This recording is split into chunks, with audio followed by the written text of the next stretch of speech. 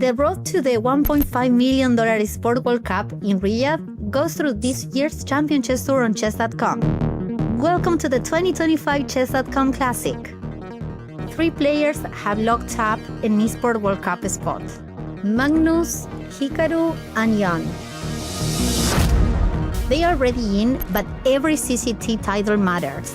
Magnus Carlsen does it again. At last year's Chess.com Classic, in a thrilling 2-part grand final, Magnus and Alireza fought tooth and nail for every square, and Firuzha pulled through. Alireza has done the unimaginable. Now there are 9 more spots available, 5 additional invites, and 8 qualifiers will take their shot at it.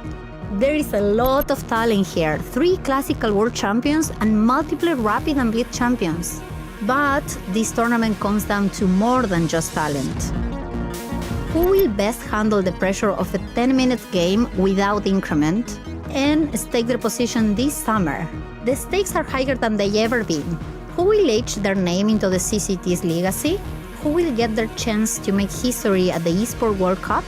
Find out here at the Chess.com Classic starting right now.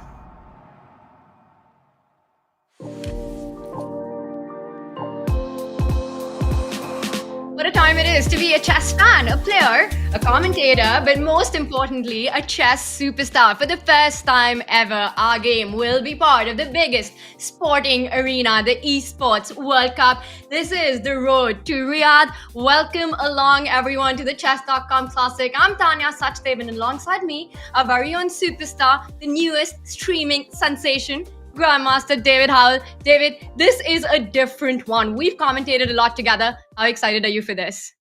Yeah, I can't wait, Tanya. It's great to be reunited with you, but also to see some of the world's best players back in action. I've been part of the Champions Chess Tour for a long time. I know you have too. And yeah, it feels like we're evolving. We're growing into something bigger. And I can't wait to get started. Of course, today it's the play-ins. It's a big day. We will see some of the biggest names join us tomorrow onwards. But yeah, either way, it's going to be a lot of fun chess in store for all of our viewers. It's going to be incredible, dramatic, a lot on the line, so much at stake for the players joining into the planes, the day one of the Chess.com Classic. And there's a lot to talk about, chat, a lot to break down. And before we jump into all of that and discuss everything that's coming up, here's a little refresher on just what's about to go down. The road to the Esports World Cup goes through this year's Champion Chess Tour. With $1.5 million on the line, the stakes have never been higher. Only 12 players will qualify from the Champions Chess Tour, and with just one event left to earn points, every move counts. That's why this year's CCT is bigger, bolder, and more intense than ever. All matches are now played at the blazing fast 10 minutes without increment time control. And the playoff bracket has doubled. 16 players will fight for survival instead of just 8. It all starts with the high-stakes 9-round Swiss, where the top 15 players advance. But here's the twist. The first seed gets first pick in the playoff bracket. The next 7 finishers pick their opponents, setting up a ruthless best-of-2 showdown to claim the final playoff spots. Then it's game on. 8 qualifiers take on 8 invited titans in a double elimination slugfest. Winners bracket matches are best of 4. The lower bracket stays best of 2. And if it's dead even, cue the clutch Armageddon tiebreaker. Every match, every move, every second matters, because only the best make it to the Esports World Cup.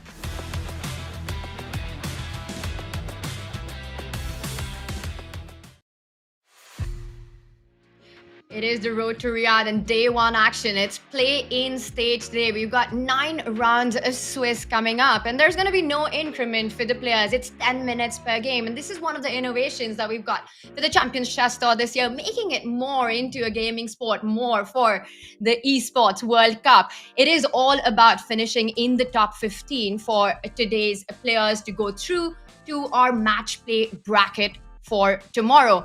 The winner of the Swiss Plains advances directly to the playoffs for tomorrow, where they've got the 8 great giants, the invited players already waiting for them. And then we've got open to all grandmasters for today and the 3 qualified players from yesterday's tournament who we will be seeing in action today.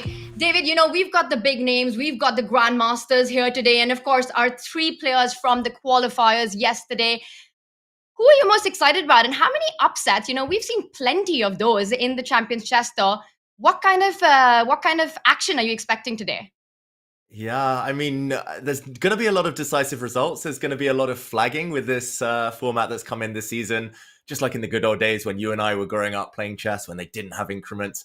I'm looking forward to that. I don't even know what counts as a surprise these days. The youngsters taking down the more experienced players is becoming part of the norm, I'm going to say. And because we're making it more of a sport, we're making it more dramatic.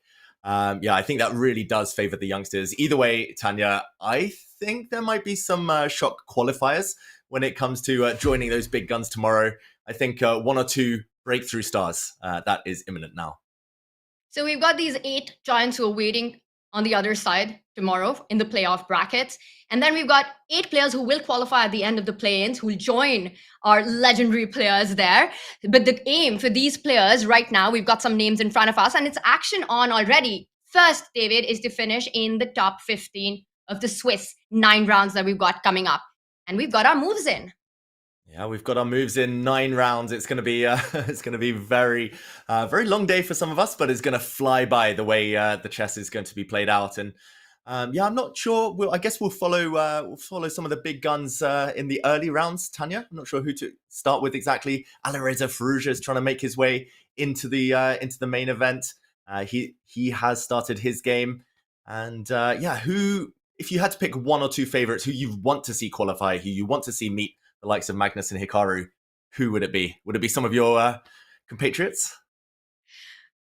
Well, I'd love to see a couple more Indians join the party. We know that Gukesh is one of the invited players already, and I think Alireza would be a great pick as well to start the day with. He's a huge fan favorite, and he's already got a team signed on along with Hikaru. He's part of Team Falcon, so looking to book his spot to Riyadh already. He hasn't yet made it. Meanwhile, his teammate Hikaru, he's already in to Riyadh right now. He starts his game with Benjamin Gladura. I see here, David, an h4. When in doubt, push that h-pawn. Is Alireza getting aggressive here? I mean, is he ever not aggressive? I think is the big question, Tanya. He's always got something on his mind, something about the opponent's king just lures him in, just catches his eye. And yeah, he would love to, for example, bring the white queen over, line up some kind of attack. That's why Black now is trying to swap off some pieces. The more pieces you can get off the board, the safer you tend to be. Gladuro, we should mention, is a real superstar in his own right, a Hungarian grandmaster who's kind of leveling up these last few years, still very young. So this is not going to be one-way traffic, but this just shows how strong the field is. We also have on board two that we might jump to shortly, Pavel Elyanov, a former world top 10 player, against Fabiano Caruana as early as round one. Two beasts already. Wesley So against Sanan Sugirov. Like, it's crazy. I mean, if I entered this field, I would be one of the lower seeds, and that very rarely happens. So yeah, it's a very, very packed field we have today. Love that subtle flex there, David Howell, I must say. Oh, But I mean, we've got our bird's eye view up right now. And like you mentioned, so many big names and so many exciting games. Now, for Jan Krzysztof Duda, a lot on the line. Well, it is for all the players here. But Jan Krzysztof Duda just needs to make it through to tomorrow's playoff bracket, the main section of this tournament, to book his spot into the Esports World Cup. He's up against Alexienko, and action's hot in that one as well. That's our top left board. Which color do you pick? Where do you want to jump to? oh, I see lots of fun games. So far, it's still early on. We've only been playing a few minutes now. So most of the eval bars are roughly in the middle. Some small advantages here and there. Oh, you mentioned Duda. He's getting the queens off now, or trying to get the queens off in that top left corner. I'm going to stay away from that for now, but maybe Elyanov against Caruana, since I did tease them. And it is Fabiano, after all. He's in a bit of trouble, it seems like, Tanya. If we go to Wow, that game. I'm just taking the position in right now. It looks incredibly passive for Fabi, playing with the black pieces here. He's part of Team Liquid along with Magnus, another player who's still to book his spot into Riyadh right now. Magnus, meanwhile, already in. And I agree with you. For Pavel, he's managed to get the space advantage going on the right side of the board. He castles there as well, feeling safe. But I think it's all about, well, the lack of coordination in black's pieces. The knight, what is it even doing there? And yes, it can go slightly ahead, but not too many green pastures for that knight on f8. Yeah, it does jump forward. And look at the eval bar. It says +2 already for white. I mean, to my eyes, it's surprising it's that high. But then again, the white king for now, with its bishop as a bit of a guardian, is pretty safe. And yeah, it's time for Pavel to go for it. He's not a super aggressive player, I'm going to say, Elyanov, by nature at least. But he's going to enjoy attacking, throwing these pawns forward towards the black king. Definitely one-way traffic in terms of the attack right now. If Fabi can defend long term, I'm going to say he's got some chances. Some squares for the knights. Maybe this square for one knight. The other knight might land on f5 later. The bishop is great as a defender, Tanya, but long term in an endgame could be a bit of a silly piece. And to that point, the only way Fabi can make counterplay is to break with that f-pawn, to go f6 at some point to open his own lines. But that would make that bishop, you call it a defending piece, well, potentially it could be a huge attacker to that black king as well, which will probably derail Fabi from trying to go with this idea of advancing the f-pawn. But how long can you actually avoid that? Otherwise, you're just passive for the rest of the game. The rooks are lined up. That pawn is coming to b5 next. The a-pawn will advance further. Fabi on the defense, and it's going to be not easy for him to save this one. One good news, David. He's got slightly more time on the clock. Yeah, and we will talk about that later today. I can pretty much see it happening that one or two top players are going to get tilted after they get flagged in a winning position. It's going to happen. I think that's just the nature of the beast. And yeah, it always helps to be slightly ahead. It always gives you a chance, even if you're struggling on the board. And I mean, this pawn structure, Tanya, I don't even know what to call it. I was going to call it the diamond for white in the center. I'm not sure if that will kind of remain intact, but he must have had to do some weird contortion in the early days for this pawns to get this structure in the first place, Elyanov. And he keeps the dark squared bind, at least for now. He does. He doesn't go for the trades and make sure that Fabi has no inroads towards the White King. This is a very exciting game. Fabi trying to keep things under control. He tries to get the speed going. And I think it's time now for Pavel to break through on I want to say the queen side, but instead he attacks black's queen first, forces it to go back, expecting one of these pawns to move next. Yeah, you don't want to wait too long. He pushes one, he's going to push the other next. There we go. He pre-moved that one, I'm pretty sure. But yeah, it's still not easy to see how to break through to the Black King. There are defenders around. I love this Black Knight. Fabi, I actually have a feeling he's going to take this. I just think he's going to survive long enough for his time advantage to play a factor. His knights might become very strong on light squares. Yeah, this is Wow. not. This is not what the bar predicts. I feel in this game, Tanya. Not at all. It's not predicted that the whole game. That's a bold prediction. You said he'll take this. So you're saying Fabi completely turns this around and somehow grabs a point from this position. By the way, your idea of rerouting the knight to a stronger square where it's going to hit that weakness, which has just moved forward, not allowing any of that. I'm loving what Pavel is doing. You can't capture that pawn. The knight would be hanging. The queen would pick up that knight. And if you can't capture that pawn, you don't have that f5 square for your own knight.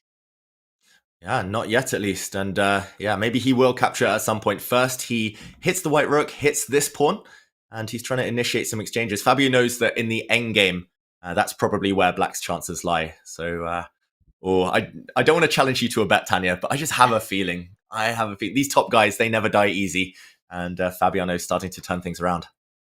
If you get this one, I mean, that is, all hail David, because this is unbelievable. I mean, he's been in trouble from the very start, and you're predicting a Fabi win at this spot. But you know these guys, how they are with their back against the wall. I will take that bet on. It's going to make things exciting. I'd love to hear from chat. What do you think? Who wins this game as well? David, do you think it also adds to sort of the pressure, but also the motivation for Fabi, knowing that his teammate for Team Liquid, Magnus, is already through to the Esports World Cup, but he still hasn't booked his ticket? Exactly. It is a lot of pressure. Like, you're playing second fiddle, all eyes are on you. Oh, look at that bar. What did I say? Double question mark. I do like it Oh though. my goodness. He's hinting he might give a check and then come in like with some checkmate later, long term. Ooh, is it a bluff though? Ooh, look at this knight sacrifice. What's happening here? This is an open file. Or either Fabi gets mated or he wins with an extra knight, Tanya. One or the other. No Nothing draws in between. this one. Yes. No chance. Yeah, gloves are off. He's up a piece, but he might be down a king on that file that you're pointing out. What an idea by Pavel, and the bar completely disapproves. But practically, Fabi has to be incredibly careful right now. And he has no idea that the sacrifice, in fact, doesn't work. I love this rook lift. It's not an attacking move. It's a defensive move, David. It wants to come on that a4 square to block that file and guard it against checkmates defended by its own pawn. And Fabi takes a sip of water. I think he knows. And I think you might be right. David, it might be time to get out of your house and pick up a lottery ticket right now. I've lost to all of these guys. I won't, not yet. But I've lost to all these guys so many times, and often from strong positions. It's not about how you start the game necessarily. It is how you finish it. I know it's a cliche, but it's so true. And these guys like Fabiano Caruana, like his teammate Magnus Carlsen, they just have a different gear. They know when to dig deep and how to defend, when to defend. And I think with a rook here, Tanya, it's going to be very hard for white to break through. A knight's a great defender as well. So this knight, not only is it going to be defended by a rook, might be held on to by a pawn. Looks like it's just a clear extra piece for caruana. I don't even know how you did it. How did you predict a Fabi win in this one when his entire house was burning? The position was on fire for him. Unreal stuff here. The rook comes to defend. That pawn will also move one step forward, just reinforcing that knight, which would be a key piece to stop all attack. I think this is going to be a Fabi win, and that's David 1, Tanya 0 to start with. Well done, but we've got a long day ahead of us, David. I'll get one of those in as well, one of the bets in as well. You'll get many, I'm sure, Tanya. You normally you're one of the queens of prediction, and I normally struggle. So I'm starting strong, but we'll see how it goes. Should we assume that Fabiano's going to wrap this one up now, or should we jump back to Alireza maybe? Let's do it. Let's bring up our bird's eye view and then quickly go over all the action that's unfolding across the board. So much on the line. The aim is to get through to the top 15 at the end of these Swiss plains. David, you mentioned Alireza's board, and I don't see it in our 8 bird eye view. Yeah, I'll bring you to it. Don't worry. I'll bring up Alireza's board because he is in huge trouble. Remember, we were at this game in the early stages. It's evolved a lot. It's actually still level material, queens, knights, and rooks for both sides. But apparently Alireza's just made a blunder, and it's a bit of a An odd one to me. It looks like he's still got a kind of really scary attack going. Alireza, queen and knight nearby. I wonder whether you can actually just take this knight, pretend you're Fabiano Caruana, or hey, he plays a different move instead. Now the black knight hanging. Tanya, apparently black's winning, but I don't see exactly how. Is that another knight sacrifice gone wrong? A narrative we've seen in the earlier game. And I was just thinking about the meme on Chess.com Instagrams today about blundering a knight and a really sad horsey just waiting for his next game. It reminds me of that, the chess action that's unfolding so far. Yeah, the players not respecting their minor pieces, their knights. Yeah, it's a really nice move, actually, this last one as well. I'm going to say Gladura. The bar drops slightly, but still in control, defending his knight, so he values those pieces. But this white knight at some point will actually be threatened. The black king isn't under any serious danger, I feel, with the black queen nearby. And it looks like Alireza running out of steam. This black knight dominates both of the white rooks, by the way. Neither of them can really get into the game, and Alireza trying to survive in an ending. Ooh, Gladura maybe selling his advantage short, Tanya. Yeah, but now, you've got all these pawns that are hanging as well. And for Gladura, it's still an ending with everything to play for. The knight super active, the rook already with a big idea. You really don't want to make your own rook passive right now. Weaknesses across the board. That rook on a7 will join the party. It will either double up right now, defending that rook on d3 and trying to make itself active. Things looking good for Gladura in this endgame. And I think a good practical decision there, David. With little time on the clock, you're always thinking about not getting checkmated, but playing for a 2-result endgame makes a lot of sense to me. Yeah, good call by you saying that he would double up rooks. I think good call by Gladura in general, especially against Alireza, I'm going to say. Taking the queens off, normally a decent decision, at least if you don't want to lose the game. Also, look at the clock. We talked about flagging. Alireza, he's pretty much playing bullet now. He's down to 1.5 minutes. Gladura at nearly 4 minutes. Big time advantage and board advantage. We should mention Fabiano did win that game we were talking about, so we were correct to move away from that one. But this one, anything could happen still. And David, this is approaching true bullet territory because it's 10 minutes with no increment on the clock. So, flagging is completely not only allowed, but it's actually encouraged in this format. So you have to be incredibly fast. I mean, he's a bullet beast, Alireza is, but it's not an easy position. He's bringing his knight back to defend that key square right now. Somehow, black has to find a way to attack the c5 weakness. White wants to bring the knight to the central square to defend it. Another pawn is hanging. He can pick it up with a check right now. Is he going to do that, or will he double down on the c5 weakness? Yeah, I think both are good decisions. I'm amazed he hasn't taken this pawn. This is why I struggle sometimes. I see a pawn, I just take it, and then realize there are often consequences. But okay, maybe this move you suggested can come in now, attacking 2 pawns at the same time. Maybe you can use the other rook too. Alireza is going on the counterattack. He wants to sneak in behind, maybe with some checks, maybe drop his knight in to a nice outpost, go for some pawns. It's not over despite the 2-pawn deficit right now. Alireza fighting hard. He always plays better, Tanya, when he has no time. It's crazy, Alireza. His instincts are so incredibly powerful and strong, right? We've seen him do these, create magic on the board, playing on seconds, but no increment is very dangerous. He still hasn't hit the 1-minute mark. I don't even know how much. He's barely taken any time for the last few moves. He's created some counterplay. I don't see a way to actually defend that pawn because knight to f7 would be a fork in the air, so you can't move that pawn 2 steps forward. The rook is attacking it as well. He's about to lose that pawn. And once the other white rook comes in on the b file, rook b1, get that rook in on the 7th or the 8th rank, things are going to start getting fun for Alireza. Yeah, I'm shocked by this last move, the king move. I mean, white now can also just give a check and then take this pawn, among others. He can take it first. Or maybe he should have given the check first. But now one black rook attacked. Maybe you can counterattack by taking one of white's pawns and challenging this white rook at the bottom of the board. Looks like a winning advantage according to the eval bar, Tanya, but Alireza, he is a conjurer of miracles. I can see him doing it again somehow.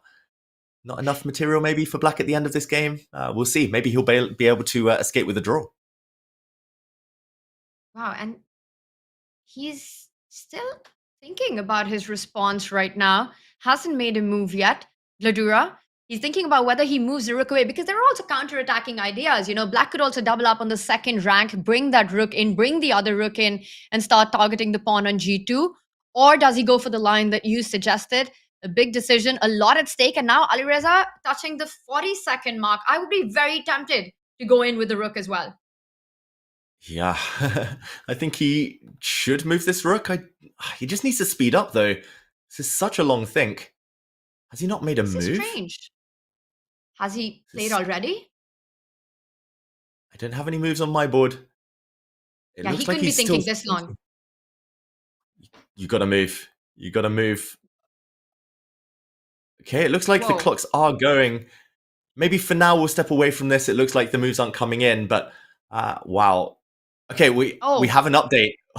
Something happened there, Tanya. I'm not sure what happened, but something happened. A lot happened there. Maybe we'll do a quick rewind later on, but this is where we are at, and it's still one extra pawn for Gladura right now. But look at Alireza. He's managing to combine the king, knight, and rook against an attack. He wants to get that king all the way across the knight to that g6 square next.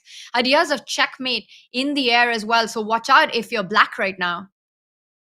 Yeah, you got to watch out. You got to play quickly. The clock is going to be a huge factor. Alireza, we talked about him being down at 40 seconds. He's been playing at lightning speed, and again, the moves aren't coming in. I wonder. Let's switch, David. I think we've got a problem. Yes, I think we've got a technical problem here. We will get the moves updated, but it looks like Alireza will save this one. Fabi with the win in game one. Where do we go next? Oh, we're going to Wesley So, who's apparently just lost his game. This was the final position. Okay, I clicked on it too late. Black was about to make a new queen and win this one. Big surprise, Wesley So losing in round one. Levon Aronian apparently losing too. He's just lost his game. Wow.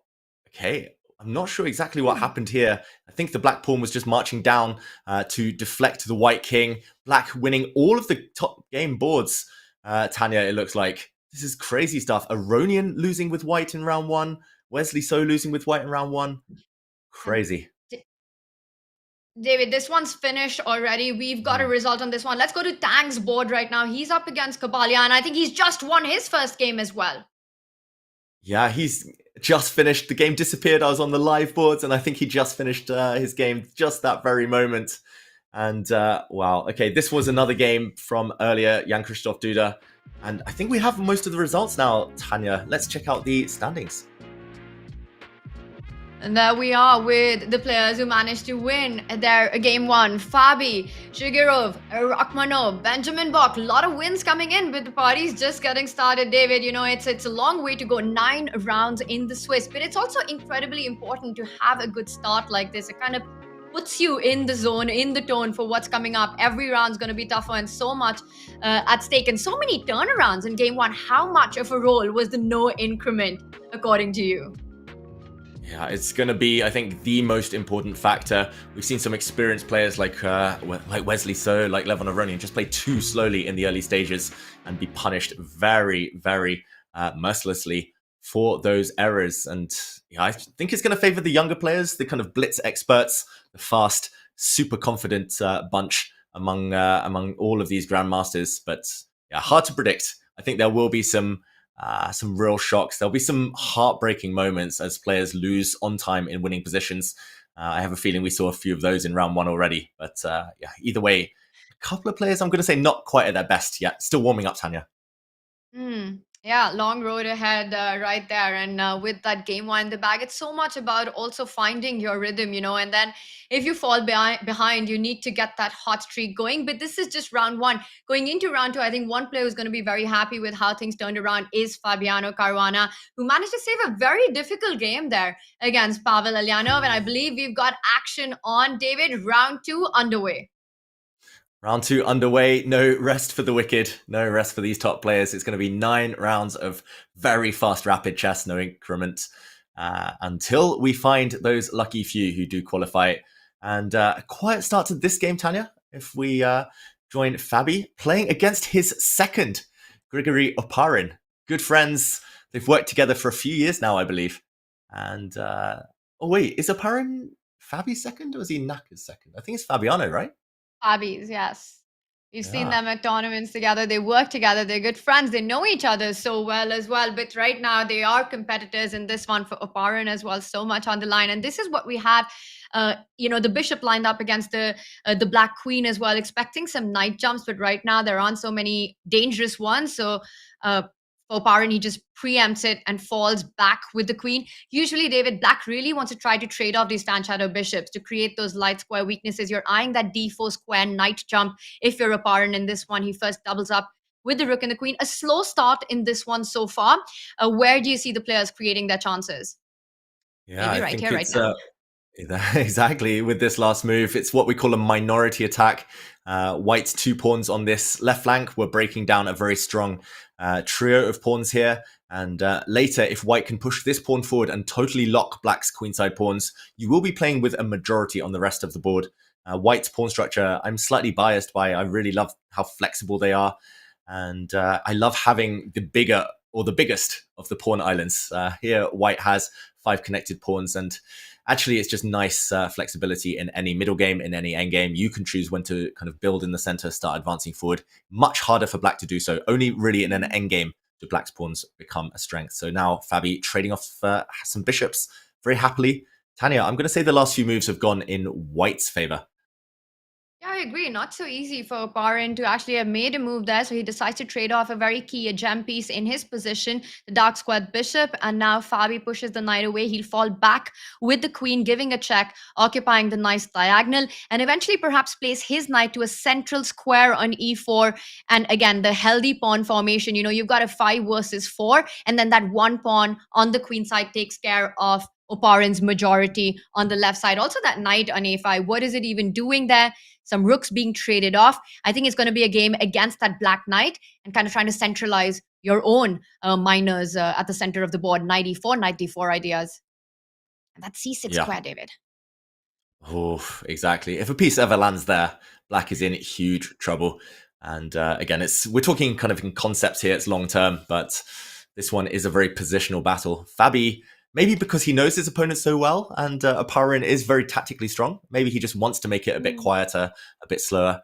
Often, I don't know about you, Tanya, but when I play my friends, I know their strengths and weaknesses. It doesn't mean I can get to them always. I do feel guilty sometimes if I try and take advantage of what I know to be their weaknesses, but it can help if you're ruthless about it. And Fabiano now offering a trade of knights. And it's accepted. But with that, the knight on d5 gets dislodged. It's forced to move back to retreat. What do you make of this trade? Because the one good thing is that it gives the a file for white for a direct target against that weakness on a7. So rook a1 ideas come into play as well. But do you like the way Fabi's handled his positional advantage the last couple of moves with that trade? Ooh, I don't know. I'm a very positional player by nature, so I don't particularly like it because White now has a backward pawn of his own. Although you're right, Black does have a weakness that can first be stared at. But now it becomes quite dynamic, Tanya. There are some tactics in the air, like Fabi might be lining up some knight sacrifice at some point, kind of, especially because there's tension between these bishops. If Black can ever teleport this knight, though, into an outpost on like c5, for example, then Black has the advantage. So we'll see. It's a very committal decision by Fabiano. He knows best. I trust him. Well, don't take that weak pawn just yet because the bishop will grab the knight and that will be a discovered attack on the queen. So a sneaky way to defend that a7 pawn by Oparin right now. That pawn can't be picked up. I wonder if Fabi wants to place one of his own rooks on the d1 square. That queen was attacking the a7 pawn, but also defends the rook to get it to that central file that you're highlighting right now. But Fabi chooses another way, a rook lift, eyeing all the squares on the third rank. Rook a3 and rook d3 ideas on the board. Yeah, he's also got some targets. The black queen, the black rook. First, bishop for knight trade. That's very committal by Oparin. But he's banking on the fact that he can get his knight active, maybe to that square we mentioned a bit later in the game. And the white bishop, although it looks nice and pretty, cutting the board in half, is kind of hitting thin air, empty diagonal here. So this could definitely go either way. Who do you prefer? Very tough call, and we see the bar is balanced, but I do like bishops against knights. Bishops are my favorite pieces. Now that knight, if it was to land on d4, then maybe I'd change my story. But for now, yes, no targets, but the bishop has some sweet spots in case that knight was to move away. Also, the idea of doubling up on the a file, so probably just slightly more for Fabi, but hard to predict a result in this one. David, do you think it's a good moment to step away from here for just a bit, get on our bird's eye view? So much action all around, and not all of them are strategic battles. Let's do it. Let's do it. That one was threatening to liven up, but not quite living up to its promise. So here we see some of our other games. And does anything here catch your eye, Tanya? Whoa, action all around, and I'm looking for the one where there's fire on the board, and I think that has to be our bottom two left boards, right? For Grishchuk as well with the black pieces right now. Aryan Tari with his king still in the center. For Grishchuk, he's castled on the queen side. He's breaking in the center. That's a second board from bottom left there. And then we've got Shakyan against Gabrielan, which is also a very exciting fight. David, and let's not forget Denis Lazovic, who, by the way, is already signed up with an esports organization. So that's the great news for the chess world. You know, he's impressed us all with his online play in the Champions Chess Tour, and Denis Lazovic looking to book a spot to play in Riyadh. And he's up against Vokidov. Also a very fascinating battle there with Black's Rook on a strange f4 square. Lots to pick from. I'll throw the ball back to you, David. Where do we go? Yeah, I couldn't choose there, Tanya. I'm the most indecisive person in the world, so I'm just going to choose a friend. I'm going to go to the game of Daniel Naroditsky against Daniel Dubov. It's actually two of my favorite players to watch. So I'm going to take us here because there's been a cool move. Ooh, just before I could get there, a queen was attacked. That was met by a counterattack against another queen, and Danya has grabbed a pawn.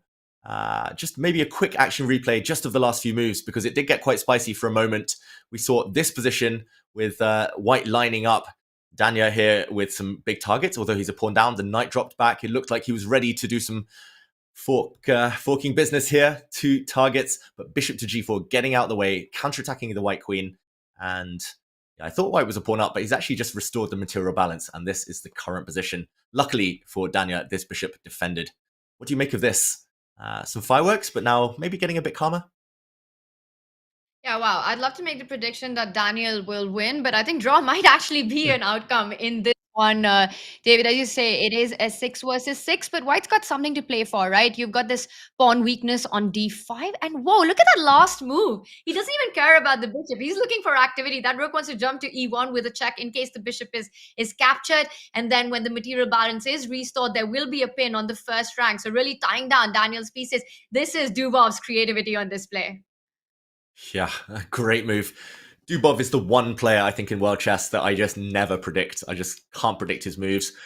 Partly depends on his mood, of course, whether he's in all-out attacking mood, then he's almost unstoppable, or whether he's playing with more peace in mind. But that is a great move. Apparently a mistake, Tanya. Apparently a big one, white with a +1 advantage. But I must admit, I like that move for black a lot. And I don't really see the refutation.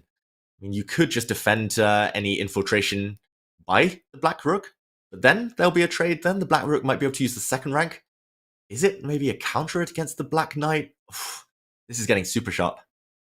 And the most important thing is that we're all struggling to find that, right? Yes, the bar says that this isn't a great move, but I want to sing more praises about it. Like you said, the most natural bishop developing move for white gets into trouble. That black rook isn't only coming to e1, but also the second rank they're going to be weakened. And look at that. It forces Danya to actually go into think how to deal with this threat. You can't bring your king into the defense. The black knight jumps in and gives some checks as well.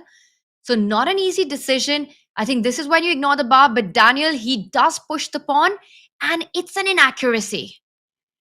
Yeah, I knew as soon as I suggested it that it would be wrong, that move. It felt wrong, but I was trying to find a punishment because we see the eval bar of black's last move. I don't think there is a punishment. Apparently the best, I did check, was to just keep the white bishop on the board and allow the black rook in. You keep the bishop pair, which apparently is a big advantage there, but I think it's so unnatural to allow a check for free on the back rank like that. So Danya, he's allowing the check, but now the white king would step forward, and there would still be an attack on this black knight. This one is very, very balanced right now, according to the engine, but the way the two players are playing, yeah, of course, anything could happen. I do like Danya's extra minute. I'm calling him Daniel because of the two Daniels, as you mentioned, though, Tanya. Well, I think the world Daniel, calls him Tanya, and I think it's a great pick this game. That is, and we see the rooks being traded off again. A surprising move, apparently one that works well for Black. We see the bar still approves of it. He puts pressure on that f5 pawn, and Danya meanwhile goes on the offense. He wants to destroy the pawn structure on Black's king side, and then bring the rook to the f line and start attacking the traffic jam that will be there if Black was to grab that f5 pawn next. Really interesting, focusing on development, not thinking about defending that pawn, but instead getting the pieces out as quickly as possible. Mm-hmm. Yeah, I love this last move. And yeah, sad that Danya isn't here commentating with us. We'd make a great trio. But nice to see him playing, Tanya. Nice to see him there in the thick of the action. And yeah, I love this move. I've got to say, I think white is a big favorite. 2 extra minutes on the clock and a better pawn structure. What more could you ask for? I think as commentators, we're not supposed to be biased and be neutral to everyone, but I think chat will forgive us. I think chat included, we all want to see Daniel in the top 15 to make it through, to the match play for the play-ins today and fight for a spot into the playoff bracket tomorrow. We've got moves, also a long way for that to happen. The rook was moved to the center line, and now a trade on that square. Is he going to jump with his knight forward? I love that. I was going to say, I love that d4 square, but instead he places it on another square, now tying down the Black's knight to defend the isolated queen's pawn. The rook will line up against it on the next move. Yeah, beautiful move by white here. The rook coming. Maybe the white knight also got some other targets in mind a bit later. This is horrible to defend for Black. The computer might say it's manageable, but in practice, this is not a lot of fun. And Dubov, we do know that he likes his more dynamic positions. So I think as well as playing good moves, Danya is also playing against the opponent, playing the man, and doing a great job of it. He is, and while he is, David, let's give some love to other boards as well. Let's zoom out of this one. Take us where you want to. We'll bring up our bird's eye view meanwhile. And we do see that Denis Lazovic has scored a win against Vachier-Lagrave. It looks like he was up a piece in the endgame and converts it, as we can see on that bottom right board where Black's king is too far away. Meanwhile, action all along. Also, I want to point out that Jan Krzysztof Duda has won his game with the black pieces. We will be keeping an eye out on Duda's game, simply because if he makes it through to the playoff bracket for tomorrow, regardless of what happens, David, he's in. He's in through to Riyadh. Mm-hmm. Big times, big stakes for all the players, of course. And okay, I was going to take us to a good friend of yours. Actually, I will, just very briefly at least. I'm going to bring us to Vidit against Sindarov.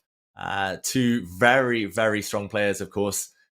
And Vidit, who got married earlier this year, I believe you were there, Tanya. He's got 2 extra pawns, but can he? I was going to make a marriage pun there, and I don't think it works. But can he guide this to victory? That's my question. Maybe later. Do you think he's going to win this game, Tanya? Wow, well, I'm worried about his clock a little bit. I think he needs to speed up. The position, yes, he's got that extra material. The rook looks really active, but with so many minors around that white king, I think it's far from over. And even if the bar says that Vidit's doing well, there are so many threats, right? You give a check on c1, that f2 pawn up for grabs, Black's rook super active. I think Jawakhir Sindarov, who thrives on these complications, believes that he's got enough compensation for the material deficit, especially with little time on the clock. Yeah, no time. Vidit pushes one of his extra pawns. Pass pawns are there to be pushed, but he is giving away one very important pawn near his king. The black knights are all coming, swarming towards the white king here. Maybe I should... Okay, we'll come back to this game. Maybe I can take us to Fabiano Caruana, who looks like he's about to wrap up a win in really nice, instructive fashion. What do you think, Tanya? Should I jump? Let's do it. Let's go to Fabi's board. He's already scored a first game win. Will he make it 2 in a row against his good friend, Oparin? David, why is this so winning? It's because of the bishop. It's coming in, grabbing all the pawns on the light squares. Yeah, I just wanted to show you what you predicted pretty much earlier in the game. Bishop versus knight. And especially now because pawns are so split, it's such an open board. All the heavy pieces off. This is where bishops really do dominate. He's just won a pawn, Fabi, by getting in and behind while Black was actually trying to save his knight from being trapped. So he had to give up a pawn. Now, the only thing to avoid for Fabiano is to let these two be traded. He's 1 pawn up. He cannot let the D and B pawns go because the The white h-pawn promotes on a dark square. He's got a light squared bishop. So as long as he avoids that, he should be winning. Easy target on this side of the board as well for the bishop later. Really nicely pointed out there, the pawn being the wrong square. That is a big drawing idea for black. White needs to find a way to break through right now. The king moving forward. You don't want to hurry with advancing that central pawn, giving away some key squares to the black knight. I think for Fabi, it's about getting the king closer to that h5 pawn. There's a direct route through to that. And for black, there's so many zugzwang ideas that you're playing against, that you're trying to fight against with the knight. You have to either move the king, allowing the white king forward, or if you move the knight away, the white king anyway steps forward as well. So no happy choices here for black. Yeah, this is just over. It's almost zugzwang already, as you mentioned, Tanya. And yeah, Fabi showing that he knows his second very well. Oparin will come second in this game.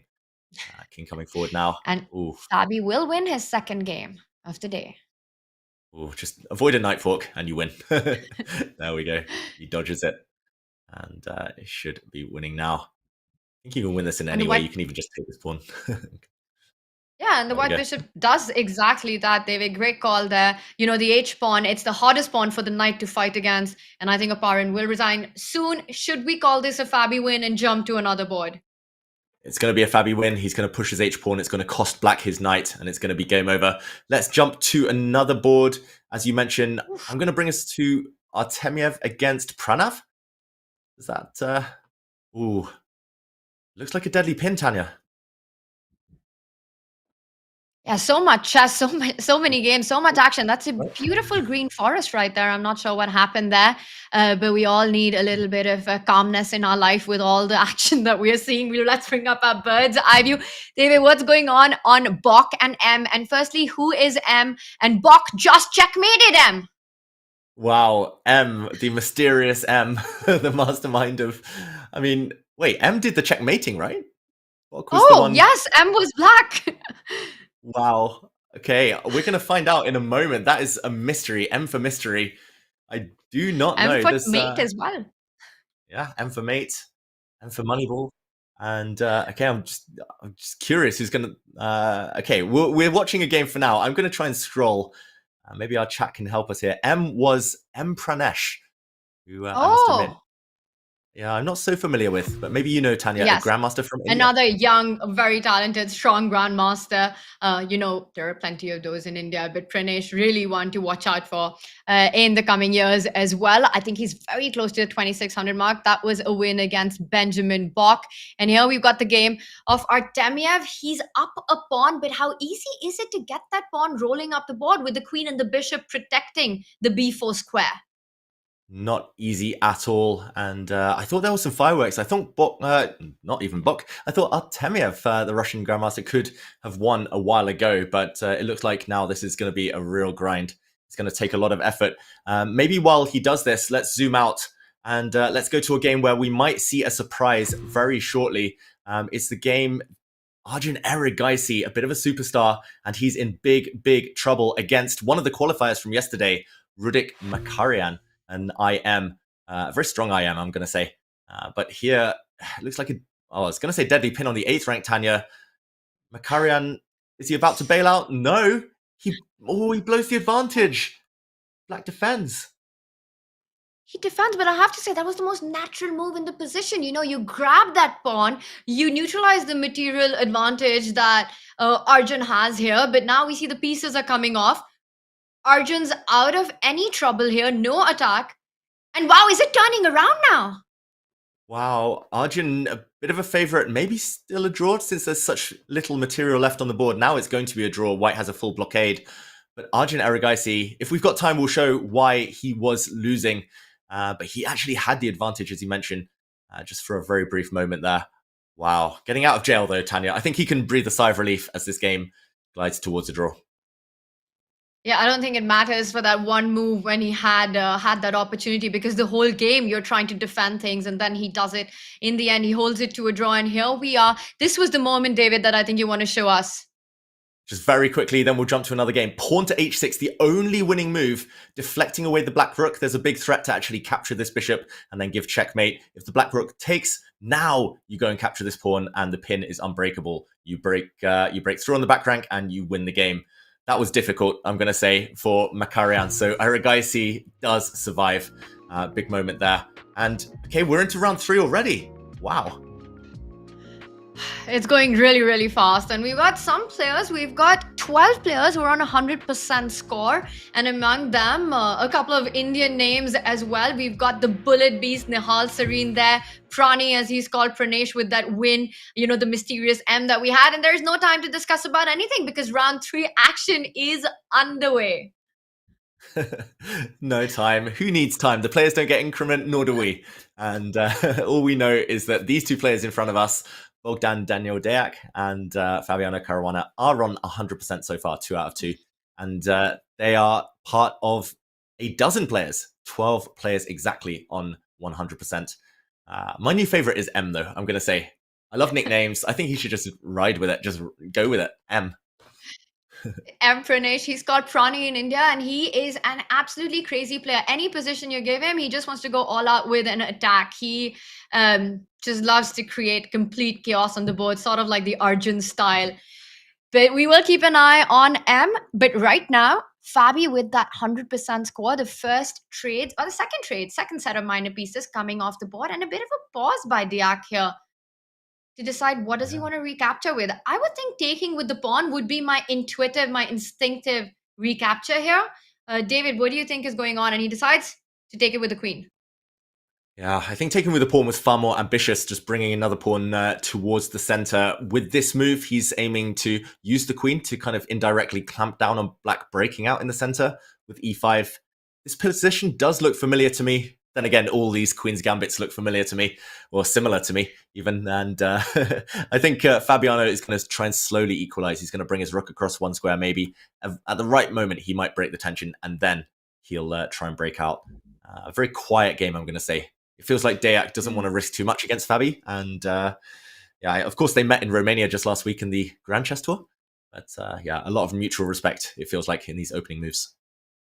And these Queen's Gambit decline setup, it does take a while to blow up, but with this time format, we know we can expect action as the players develop this one. We'll see if this becomes an exciting middle game. Let's bring up our bird's eye view as there's action all around and exciting games, exciting matchups that we've got. We've also got Hans Niemann in the mix as well that I see. That's the top board from against Dominguez, and it's a big one. And look at the position, David. Should we rush to that board? The queen's out, the knight's out. Dominguez's king looking like it's under fire right now. Some double pawns on that central line. Let's do just that. We're going to rush over there. I'm going to try and find it because I'm having to scroll a little bit to get there. They're down on board 24. Wow. But yeah, dream start for Hans Niemann. And as you say, Tanya, this is a big game, but Dominguez nearly never has a bad opening. I never see him suffer in the opening. He's such a theoretician. Just a bit of a legend, actually. And of course, a lot of pride at stake. Battle for a spot in the Olympiad team, potentially, for the US someday. And wow, Hans Niemann moves his king. I was going to say there's a threat. There was one idea for black. That was this fork. Hard to defend. But now he's held it with his king. And he's saying, I don't care about that one. I'm going to get your pawn. And looks like he's going to be a pawn up for white once he kicks back this black knight. Tanya, I love it. Hans with a dream opening here. That's a stunning move, right, by Hans. He doesn't bring back any pieces into the defense, but instead uses his king as a piece to defend that pawn. And yes, Dominguez could bring the queen to protect the e6 pawn, but then the move c3 that you're pointing out, kick that knight away, win some material. There's still work to be done after that, but completely agree. This is going Hans's way. And right now, both these players are on 1 point, so a win at this point, at this stage, would be quite critical. Yeah. Exactly. Big game. It looks like a handsome advantage for white right now. And he's the hands down favorite to win this one. But okay, I'll stop now. Yeah, it just looks like a clear pawn. I don't really see what to do. I was going to actually suggest pawn to h6, but that would have walked into even worse positions there. Oof. So would you say that black has no linear way to defend this? Oh, wow. That was classy. That was classy. I couldn't think of one with Dominguez. His position is collapsing like Dominguez. Oh, nice. No, Dominoes? We could do this forever. But yeah, either way, this, just curious, this came from an Italian game. Oof. Yeah, just don't play e5 against Hans Niemann. That's my advice for everyone at home. He's a great Italian player. He just outfoxes all of his opponents in that opening. So just don't play e5 against him. Yeah. No, you have to give credit here. This last move by Hans is truly spectacular. Just king sliding over, defending the pawn, and now all the threats are on Dominguez, and we've got Hans on our screen looking calm. Looking like he's playing from a cool spot, though. Not sure where he is. But David, time to zoom out into some other boards? Or do you want to stick around? I think we'll check back on it later. Hans is making Dominguez think he's going to be a pawn up for a long, long time, essentially, and he's going to have to still win it the hard way. But let's assume Hans is a big favorite in that game for now. Maybe we zoom out and check in on M, Tanya. Let's do it. I don't see him on our bird's eye view, but you bring that board up, David, and we'll jump straight to that. We've got the action all around. Even Fabi's board seems to be fun. We'll go to that after this. But M bringing on the fire here. It's an all-Indian clash between him and Vidit Gujarati. So fun pick there by you. We see material balance, but I do like White's position a lot. I mean, a check would be devastating for Black's king, for Vidit's king here. That bishop on e5 looks incredibly strong. Right now, yes, you can block that check, so things are still safe, but very dangerous position to deal with. Yeah, especially bearing in mind what you told us about M, about Pranesh, that he loves to attack. I see all sorts of potential here. I also want to kind of get this knight into the game. So you could first kick the black queen, then maybe bring the knight in. I'm just imagining a knight landing on this square. That is checkmate. That's checkmate. So, wow. Oof, I don't know. There's so many tempting moves. Maybe that's the one bad thing about White's position. Too many tempting options here. But David, that idea, you can make it happen directly, like you're pointing out. Meanwhile, Vidit munching on some snacks. He doesn't look very concerned with the position. Pranesh goes for the most direct line. He gives a check, which is going to be blocked. Can you actually try to trade queens in this position? Because that's the one thing that so many of us would want to do, right? Just get the queens off the board when you're under threat of getting checkmated.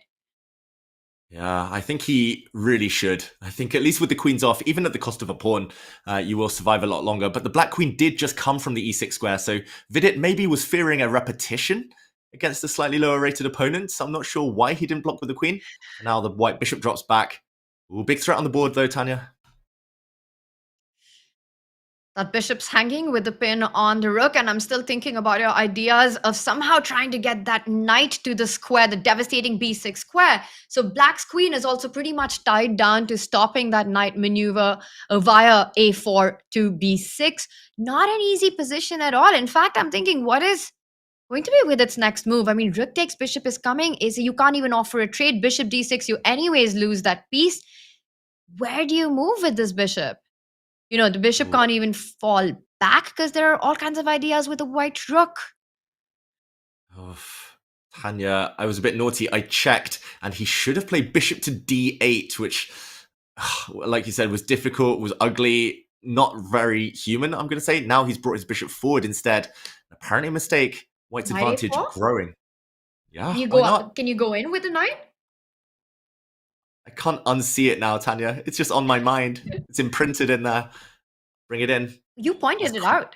This is your idea. This is your creation. Exactly. But I think that's just the thing in chess. Like, there's consequences to every move. Bishop to b4 looks desirable. You maybe trade off a piece. You get rid of a threat of your opponents. But you've blocked off the black queen's access or control over the a4 square. And there's a bit of calculation to be done, I'm going to say. Just while the players think very quickly, knight to a4, if bishop takes rook, knight check, king moves, you cannot take this queen, just to mention, because of a nasty checkmate, back rank checkmate. So you need to be a bit clever here. And what would the right move be? I'm not even so sure here. Do you take this rook with your queen? Do you just take the bishop with your rook? Yeah, take this bishop. Oof, ooh, then this there gets might crazy. be a queen to b4 with a double attack on the rook and the knight. Oh, queen d4. Yeah, queen d4. Also queen e2, potentially. Oh, wow. Oh, queen d4 even. Yeah, queen b4, queen e2. Oof. There was all sorts. Let's go back to the game. He's still thinking, Tanya. This could happen. And I think he spots it. He spots that you can't win the queen with that fork, and he's trying to work the line out. He's calculating his way through. He does go with it. So M has found an idea, and it's a brilliancy. It's a brilliancy. It's an amazing move from M. Wow. He's coming in. This is apparently decisive. This is a winning move by white. It is a sacrifice. Some calculation is required, but I think we're going to see it play out. Like, Vidit just can't control this square, Tanya. He just can't. But I'm still thinking, right? What was the move there, David, in that moment? If Vidit does, because he has to take the rook, I don't really see an alternative here. That had to be what Vidit wanted here. Otherwise, he wouldn't just voluntarily allow white's knight to get all the way to that b6 square. Bishop takes rook. Knight's going to come in with a check. The king will move away. And then what is M's idea here? Yeah, I think at the very minimum, and maybe actually at the maximum as well, you take this rook. It's kind of a pseudo-sacrifice. You give up your queen, but now the black rook doesn't exist, so can't come down and give checkmate. At the very end, this black bishop finds itself almost trapped. It only has one safe square. And yeah, to my eyes, this is holdable maybe for black. So I think Vidit should go for this, but... It doesn't happen. He doesn't do it. What? According to the computer, that was the only way. He actually brings his knight across instead. Big blunder by Vidit. Wow. And did he miss the move? Another amazing move, David, with the rook coming up, as we saw on our live board there. Wow. He's in trouble. He has to go back. Where is the killer blow for white? Only one safe square for the black queen now. Where is the killer blow? And why is he thinking Vidit? Yeah, you don't even have another move. It's the only square that the queen has. Everywhere else, you lose the queen. Oof. What is he thinking about? You can't attack the white queen, because then queen takes rook, comes in with a check, and black loses the queen. There's no counter attack. You have to step back with the queen, and he does it. He does. Spends a bit of time there. It's really good for white that his own queen is defended, by the way. The white pawn holding the queen. Otherwise, the black knight would jump out the way with a check, and the black queen would pounce. But c4, it's a fork. He's going to take now this black knight. Oh, there's a pin here. There's a pin here. Tanya, it does smell bad, and the computer confirms it is bad for black. I think he might just resign right now. You can't even take the pawn at the center of the board because the rook slides over to c1, gives a check. You're going to end up losing big material in that line with pawn takes pawn not available, a pin on the 4th rank, and white threatening to grab the c6 pawn. Vidit might think about giving up right now. I mean, it might be time that he has to. 2.5 minutes as well. Wow, this is a name to remember. I actually remember him doing very well in one of the previous play-ins. I think it might have been for the last Champions Chess Tour, or maybe it was for one of the freestyle events, Pranesh. But either way, yeah, a bit of a fun player to watch, I'm going to say, Tanya. Or name to remember. Definitely. And maybe king d8 could be a move that Vidit could be thinking about, because David, there are ideas on the d1 square as well. He instead chooses another plan. He falls back with the queen. So now trying to get the queens off the board, he will not have time to do that if M does decide to trade on c6. Yeah, pawn takes pawn. If black trades queens, and at the very end, white would be attacking this bishop and the black rook with his own pawn. And yeah, pawn takes pawn. I guess he'll just recapture and pray and hope for the best. Knowing Pranesh, he's thinking about pawn takes pawn, and what happens if he just gives up the rook for the bishop? Is there a direct idea to get to the black king? Wow, he does it immediately! And it's another double exclamation mark move. Wow, and now he comes in on the diagonal. This is unstoppable. What a game. Wow. And that's a checkmate being threatened. Not only that rook at the corner of the board hanging as well. Yeah, I mean, that's, I think, the least of Vidit's worries here. If he tries to run with the king... Oh, actually, I was going to suggest a blunder. I was going to suggest the white rook coming with a check, but that square is covered. As you say, Tanya, there might be other ways to deliver the killer blow. You have to try running, though. Vidit's last resort. He has to try running. There are still some checks in the air for white to be careful of. That's an interesting point you make. Actually, a very important one, because white can't actually rush over and pick up that rook at the corner, because black is going to do just that with the check you pointed out. King d8 might be the only move then that Vidit has to make. He does go for it. It's the defense he finds. And look at that. Pranesh, beautiful move. Gets the last remaining piece, the final toy, into the nursery. And now there's another checkmate being threatened on the b8 square. Wow. This is the game of the day so far, I'm going to say, Tanya. Just brilliancy after brilliancy by Pranesh, and it's unstoppable, as you say. this is going to end in checkmate or just a huge material deficit for black. But it's about to resign. This is going to be game over. And what a game it was. Beautiful stuff. And with it still fighting, trying to keep the game going, you could come in with a check. He does it. Now another check, forcing the king back. And that's a checkmate. And that's game over. And Pranesh takes the win against with it. Wow, Pranesh, what a game. I'm going to take us very quickly over to another one, and that is Duda against, Prague. Duda's just beaten Prague this very second, just as I clicked on that game. This was the final position, just to show everyone. And here, not only was he a piece up Duda, but he was also about to checkmate the Black King with the help of the knight next move. Let's jump to another game, another young Indian player, Nihal Sarin against David Anton. Maybe we zoom out of this one just very briefly to check out the bird's eye view, and we'll try and go there with play still unfolding. Okay. And it's a big one for Nihal as well. He's just been signed on by Seoul Esports, a big organization, gaming organization in India. So he's looking for his spot. He's also fresh out of a great finish in the Asian Championship where he got the silver medal and booked his spot for the World Cup next year. So Nihal feeling in form. He's on 2 points right now against the very strong David Anton. But I do like Nihal's position. That knight at the center of the board. I'm trying to do a quick math as well. It's an extra pawn for white. David, things looking good for Nihal in this one. Very, very good for Nihal Sarin. And I mean, you know me, Tanya. All I go on about ever is the connect four. Black has a nice pawn structure, but I would rather have more pawns than pretty pawns. And here, it's not just that, it's the minor piece as well. And look how he cements that minor piece, Nihal Sarin. He's just so good at speed chess that he knows how to kind of secure these long-term advantages. And 2 minutes versus 1 minute and an extra pawn and so many pass pawns. You've got to think that he's a big favorite here. And no connect four to boast off. I think he heard you there. You know, he said the only advantage in David's position is what David Howell wants. And he took away that central pawn. David Anton here trying to create some chaos, trying to create chances, but everything defended. There's no coordination between the queen and the two rooks. You've got no attack against the white king. Right now, Nihal could also jump in with a check or centralize his queen to a nice e5 square. He does just that. And he doesn't care, I think, about the b3 pawn falling. David, not only are there ideas of the rook on h3 suddenly attacking the black queen, but I think he just wants to push the central pawns up the board. Yeah, these pawns are going to start rolling. And yeah, it's not fair. I'm not even the strongest David in the world, Tanya. That's just, it's not fair. Oh, he takes the pawn, as you say. Is it knight jumping in, or is it just pushing the pawns? That is brave. You could jump in, but then you've also got to do all the calculation if black does take a second. Whoa. What? What just happened?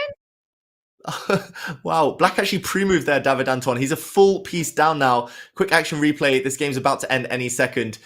Here, Nihal Sarin took the black bishop with his queen. Double exclamation point, because if the queen had been taken, there would have been a check. And now look how beautiful the geometry is. There would have been another check. The black king takes the rook. And finally, the black queen would have been captured.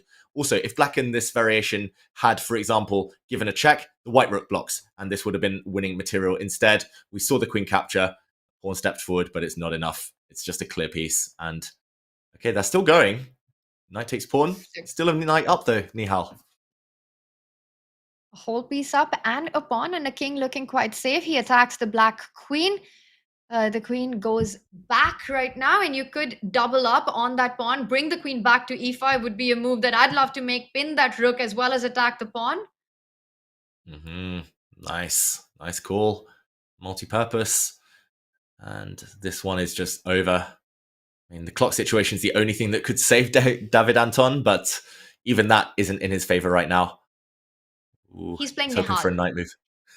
Anything above a minute is too much time for Nihal. This is with 30 seconds on the clock. It's a classical game for the guy, but there's no increment. So you're absolutely right that, you know, you still have to take your chances. That's the reason that David Anton's continuing to play this game. He's down a knight. It's simply because there's no bonus time here. Yeah, there's no bonus time, but Nihal took a lot of seconds for that last move. Why is he thinking? What's happened here? That doesn't make sense. Is it connection problems? It could be the explanation, because this is not Nihal. He doesn't do that. He's usually the one flagging his opponent. He's completely winning. He's now up a rook, but he's got time. He's got 4 seconds. 4 seconds. Oh Yeah, my gosh. look at this. 4 seconds. He's going to pick the pawn. A draw guaranteed. But Nihal's about to get flagged, David. Oh, he's got enough time. It's Will he checkmate. win this? He does it. Wow. It was always going to happen eventually. We were always going to see some dirty flagging attempts, and we can't blame David Anton for doing it. But Nihal wins. Tanya, 2 seconds. Like you said, 30 seconds is classical chess. 2 seconds, still an eternity. And this is the leaderboard. Only now, half a dozen players, 6 players on 100%. I think Nihal did that, I don't know, the last 8 to 10 moves in about 2 seconds on his clock. He had 4.5 seconds, and when he was under 2 seconds, it was checkmate on the board. Insane stuff there. And look at that, Fabiano Caruana on an insane run as well. He's got 3 out of 3. For Duda, if he has a good day today, he's through to Riyadh. It's all about finishing in the top 12 of the Champions Chess Tour leaderboard. And that's what gets you to the Esports World Cup. Duda, with the number of points he has on the CCT leaderboard, he needs to make it through. He's on 3 out of 3. Look at that. Arvind and Nihal, the 2 players from Seoul Esports Gaming, also on a full 100%. And M as well there. A good day for the Indians so far, David. Yeah, not just for M, but also Eminem. Maxim Maklakov also on 3 points. But as you say, half of the leaders are from India, and some of them are taking on real beasts in this next round. Here we see some of the top players. Wow, Arjun against Danya. That's going to be a fun one to follow a bit later. And we should mention Daniel Naroditsky and Daniel Dubov drew that game that we were following earlier in the day, but they're only half a point behind the leading pack. So we'll check in on them. But I'm going to start with Fabiano Caruana and Nihal Sarin, because Fabi's already sacrificed a piece in the opening. And I believe it's theory, Tanya, but still, always nice to see a sack like this. Ooh, not Wow, anymore. you said sacrifice the piece? Yeah, I'm just going to take us back 2 moves. He played knight to d5 here, Fabiano Caruana. Whoa.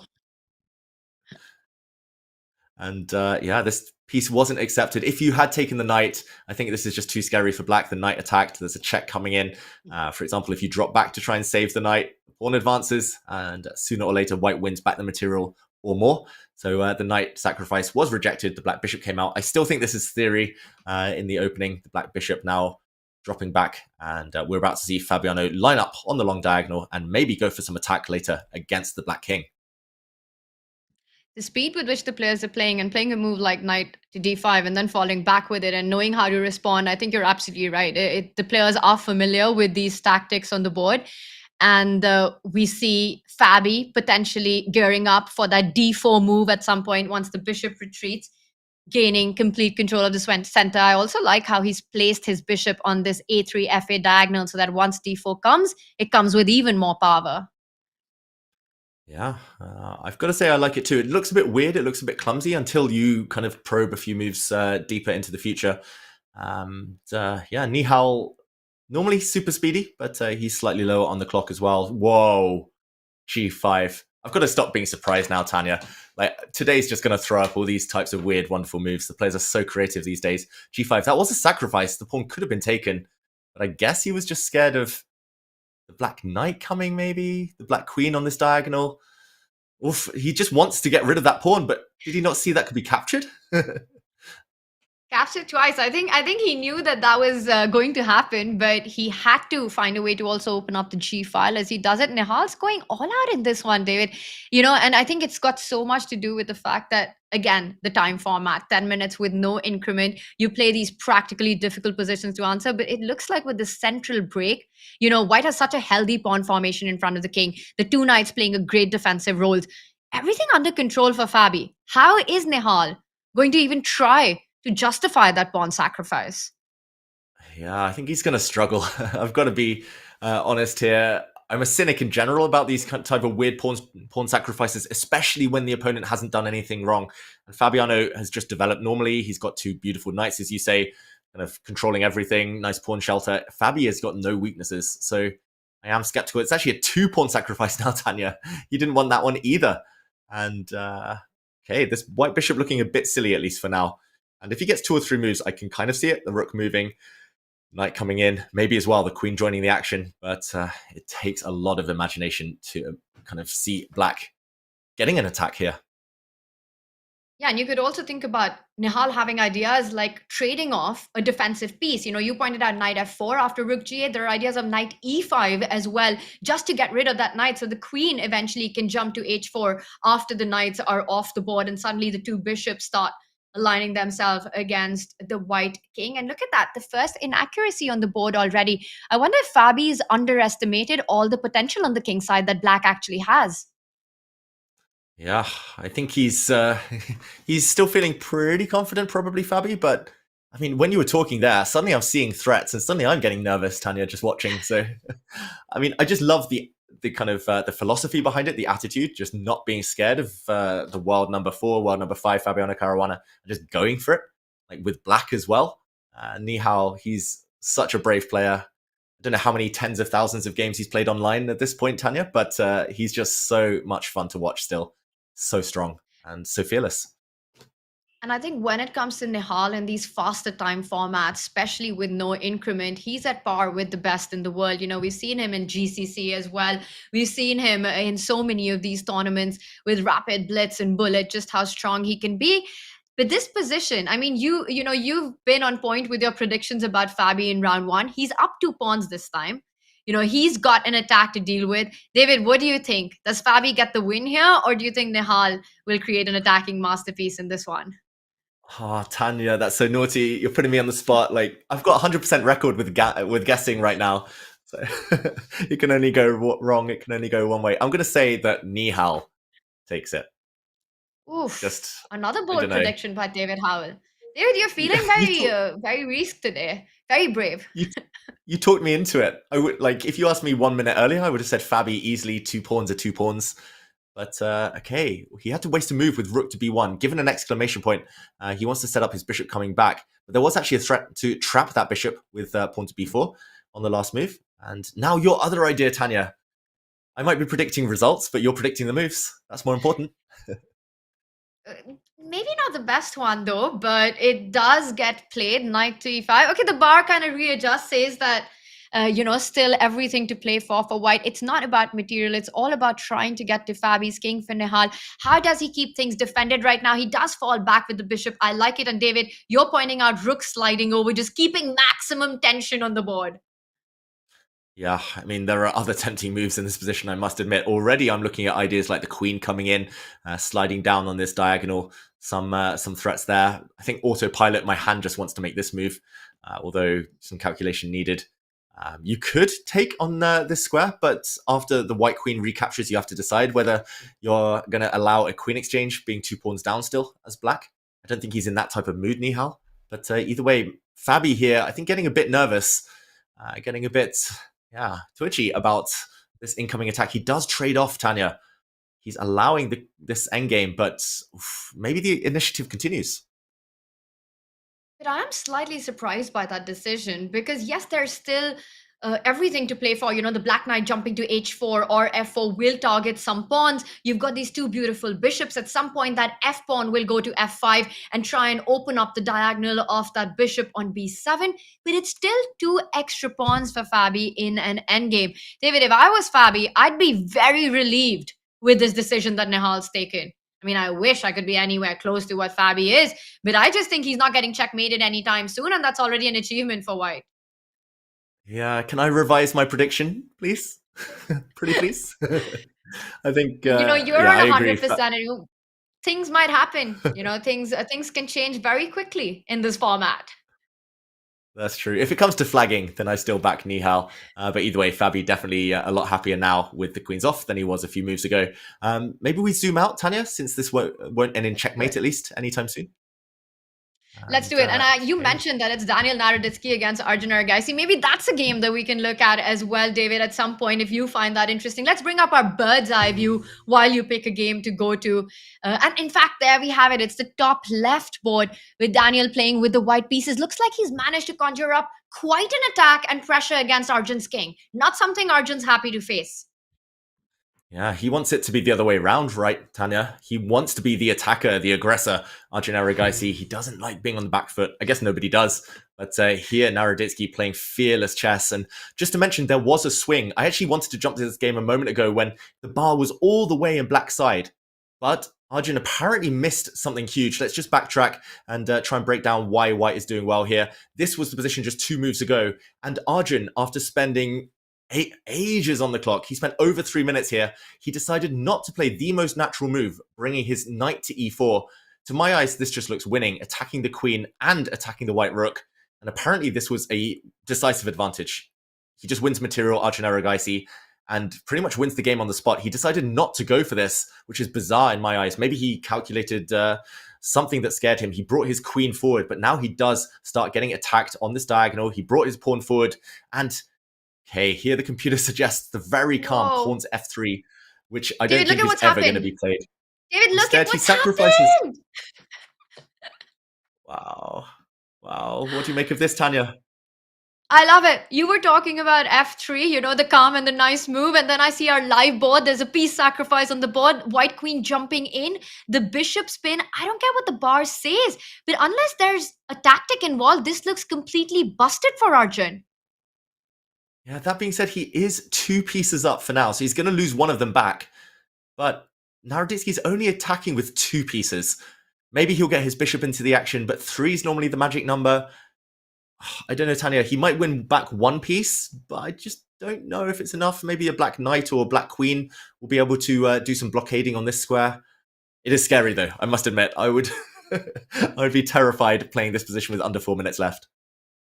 Well, there's a big threat, right? You want to capture with the rook and then go rook g7 and win the queen. So I think this move really important defensively. You want to bring the king to h8, not up the board on f7. And that knight, you pointed this out. You block it. It's a great defender. And unless Daniel can find a way to bring the bishop into the attack, he does go bishop g5. But what's next? Can you give a check on f6 now? Too many pieces for the queen. Yeah, he forces the black queen to give herself up. But as you say, after the dust settles, after all of the exchanges on the f6 square, black has a rook, a bishop, and a knight for a queen. That's a lot of pieces. That's a whole army. And I think Danya just kind of pulled the trigger slightly too early with this sacrificial attack. I don't think it's quite going to work out for him. But what else, Tanya? I think the move you mentioned has to be played, right? He's thinking, well, there's a threat on the board, right? There's a checkmate in 2 being threatened. Queen takes pawn and queen f1. And Daniel does not go for that idea. He instead fights against the threat. I think he just decided that is just delaying the inevitable. If you give up all your pieces, no attack to be made. You're just delaying what is going to happen. So instead, he keeps the pressure. He keeps the tension. I think a good, smart, practical decision here. Yeah, a good move. And it looks like it's paid off. Erigaisi not finding the best reply there. Just to mention, bishop takes pawn was not good because after a few captures, the black queen would have been deflected away from a checkmate on this square. Okay, now maybe it's time for the other white rook to come into the action. Just need 3 moves and you get a checkmating attack again. Makes a lot of sense. And, there's clock is ticking. The pressure is on. Yes, you're up material, but your king is still under fire. I actually really like your idea. And I'm just wondering, what does Arjun have in mind? Does he want to go You can't go e5 because the bishop on d6 is hanging. I was about to suggest a central break with the pawn moving forward to open up the rook. Maybe rook f1. Yes, 3 moves away from getting that attack. But how is Arjun defending it? Yeah, that was very intriguing question there. I'm not sure what black would have been doing. Maybe exactly what he's trying to do now in the game, trying to land a discovered check, but this can be walked away from. The white king can just move, can just shift. Don't know if there's anything else in this position. I would be too scared of allowing that check, Tanya.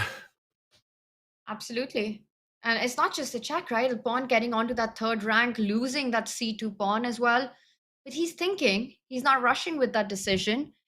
And I just wonder, if you step away with the king, does Arjun want to go e5? Now that the bishop is not on that d6 square anymore, you really want to open up those lines. Mm-hmm. Exactly. And there will be back rank checkmates in the air with your idea. That's a really nice one. That's kind of why I wanted the white rook on f1, so it could slide up to f3 and kind of come across. But okay, he challenges the black bishop instead. Not the best move, apparently. Just to mention, in this position, just 1 move back, the computer's suggesting to come for the black queen now to capture that black queen for the pieces. But I think both players have written that move off. It's not on the radar anymore. I don't know. This one looks tempting to me. I kind of like it for Naroditsky. He's trying to gain 1 tempo or at least force the bishop to retreat before deciding on his next plan.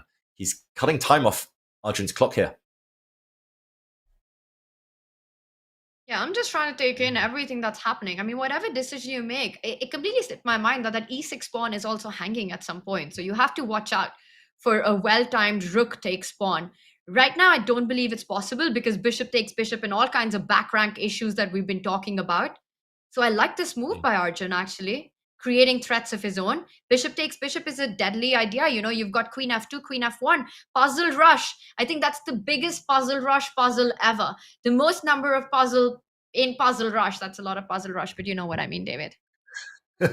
I can tell you've been doing your puzzle rush, Tanya. You're right. That's always one of the first few puzzles. It's like some check and then back rank, check, then back rank. It's like 4 or 5 in a row, and then you move on. But again, that's why white maybe should have left the rook on this line, on the f line, because then he could have brought it up to f3 and at least covered this this back rank checkmate idea. Does look a bit scary for white once the bishops disappear. It looks like you're running out of ammunition for your attack.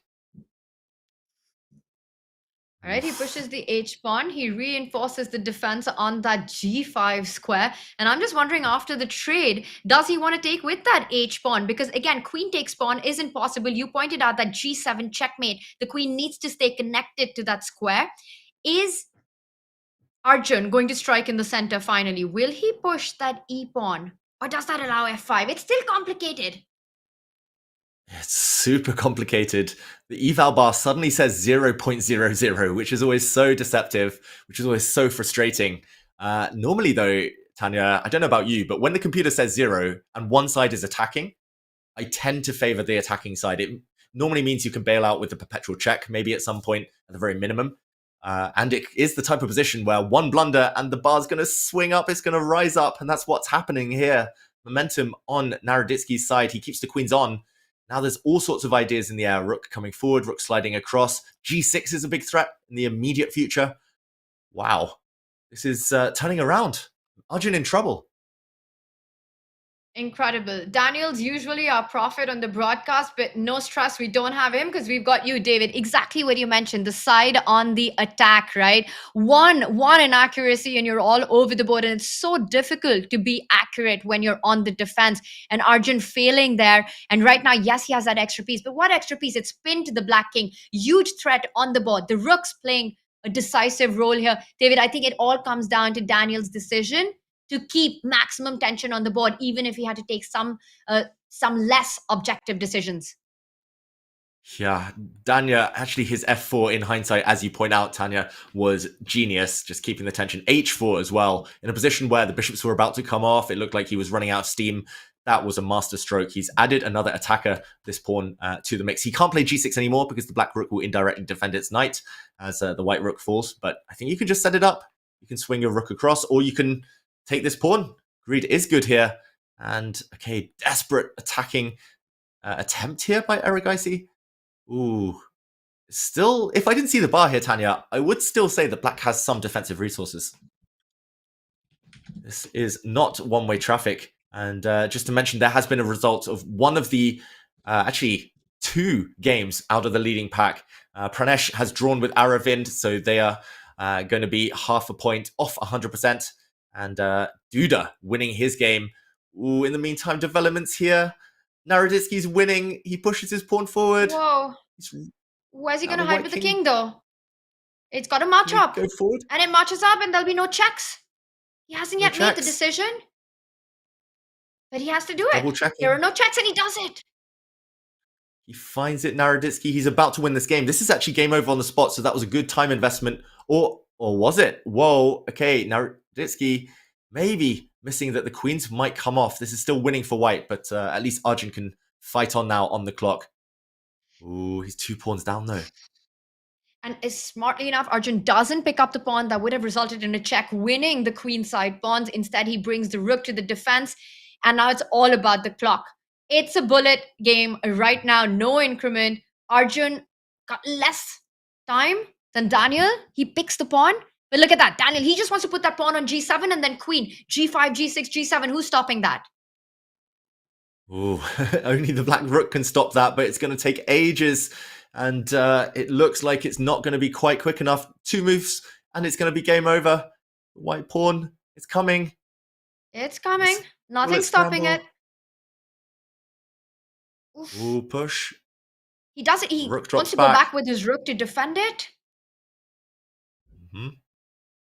Ooh. I think the clock 19 might decide seconds, this one, Arjun. Tanya. The clock is Ooh, going to decide position's it. also about. Look at that. Daniel's playing with such accuracy. Brings the king closer to the pawn. Arjun wants to advance that b pawn now. Woo! Oh no, And it's a he's battle. let it slip. But He's going David, to try like you and said, flag it's the him. clock. It's the clock. Yeah. Oh my god. This is going to be a Oh my scramble. goodness. It's a dead drawn rook endgame now, but Naroditsky's so fast and he's got a few extra seconds, Tanya. He's got to be the faster one on the mouse, right? I mean, we're talking about Daniel. He's a bullet king. He's a beast when it comes to playing fast with no time on the clock. Arjun, not so much. Oof. Arjun, he's doing so well at staying in this though, and it's still only 3-4 second difference between them. Oh my gosh. goodness. And it's just a draw, but he's going to play on. And it's completely fine. Yeah. And look at that. It's 3-4 seconds, but it's double the amount of time almost, David. It's hopeless for Erigaisi. I think he knows it. Oh, and the pawn drops, but that doesn't matter as long as he doesn't get the rook. Oh. 3 versus 2. It's over. Arjun about to get flagged. And there's no time. The position to drop, but Arjun Erigaisi gets flagged. Daniel Naroditsky gets the dub in, moves on to 3.5 out of 4. Wow, what drama we just witnessed there. That is the name of the game in these play-ins. Naroditsky, a deserved win, I'm going to say. He had a winning position before he switched into flagging mode, but that was the final game to finish of that round. Disappointment for Arjun, and that leaves us with just 2 leaders, Tanya. Duda winning his game actually quite quickly. Caruana getting the win against Nihal Sarin. It came down to the final few seconds of that game as well. Nihal was winning for a moment, but in the end, it was the clock that decided. Nihal ran out of time as Fabi clinched the victory. And those two are bound to face each other now in this next round, in round 4, in round 5 even. Wow, and what a round that's going to be, and what a tournament, what a Swiss play-in it's been so far. David, once again, the clock playing a massive role in the games, the turnarounds that we've seen. It's been awesome action of chess, and it does continue. We are at the halfway mark of the play-ins. The pressure is on, the gloves are off. We're going to take a short break, but before that, we've got some big news for you. As seen on Shark Tank, Neuro is the generation of mints and gum, empowering better minds with innovative, science-backed formulas. As we get into today's action, now is the time to lock in with Neuro's Energy and Focus Gum and Mints. Energy and Focus Gum is formulated with natural caffeine, L-theanine, and B vitamins to wake up your mind, fuel your focus, and power your day. You get all the energizing benefits of caffeine without the shakes and jitters. Try it now at go.chess.com/neuro or use command neuro in chat and save 15% using code chess15. I could do with some of these memory focused gums and mints right now, David, with all the action that we've got going.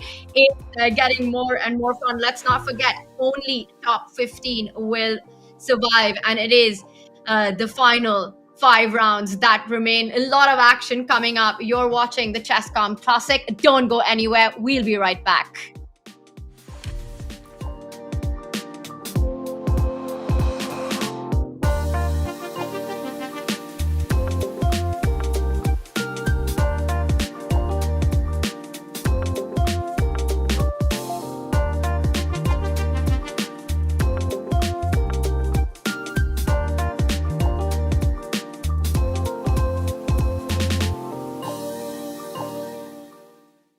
Everybody has days where they just don't feel up for it. You look in the mirror and you're not your full self. Neurogum, energy and focus.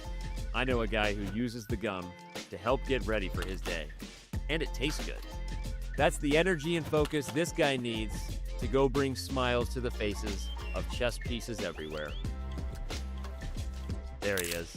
That's my guy. Always forward, never back. Neurogum, helping little pawns feel big since 2015.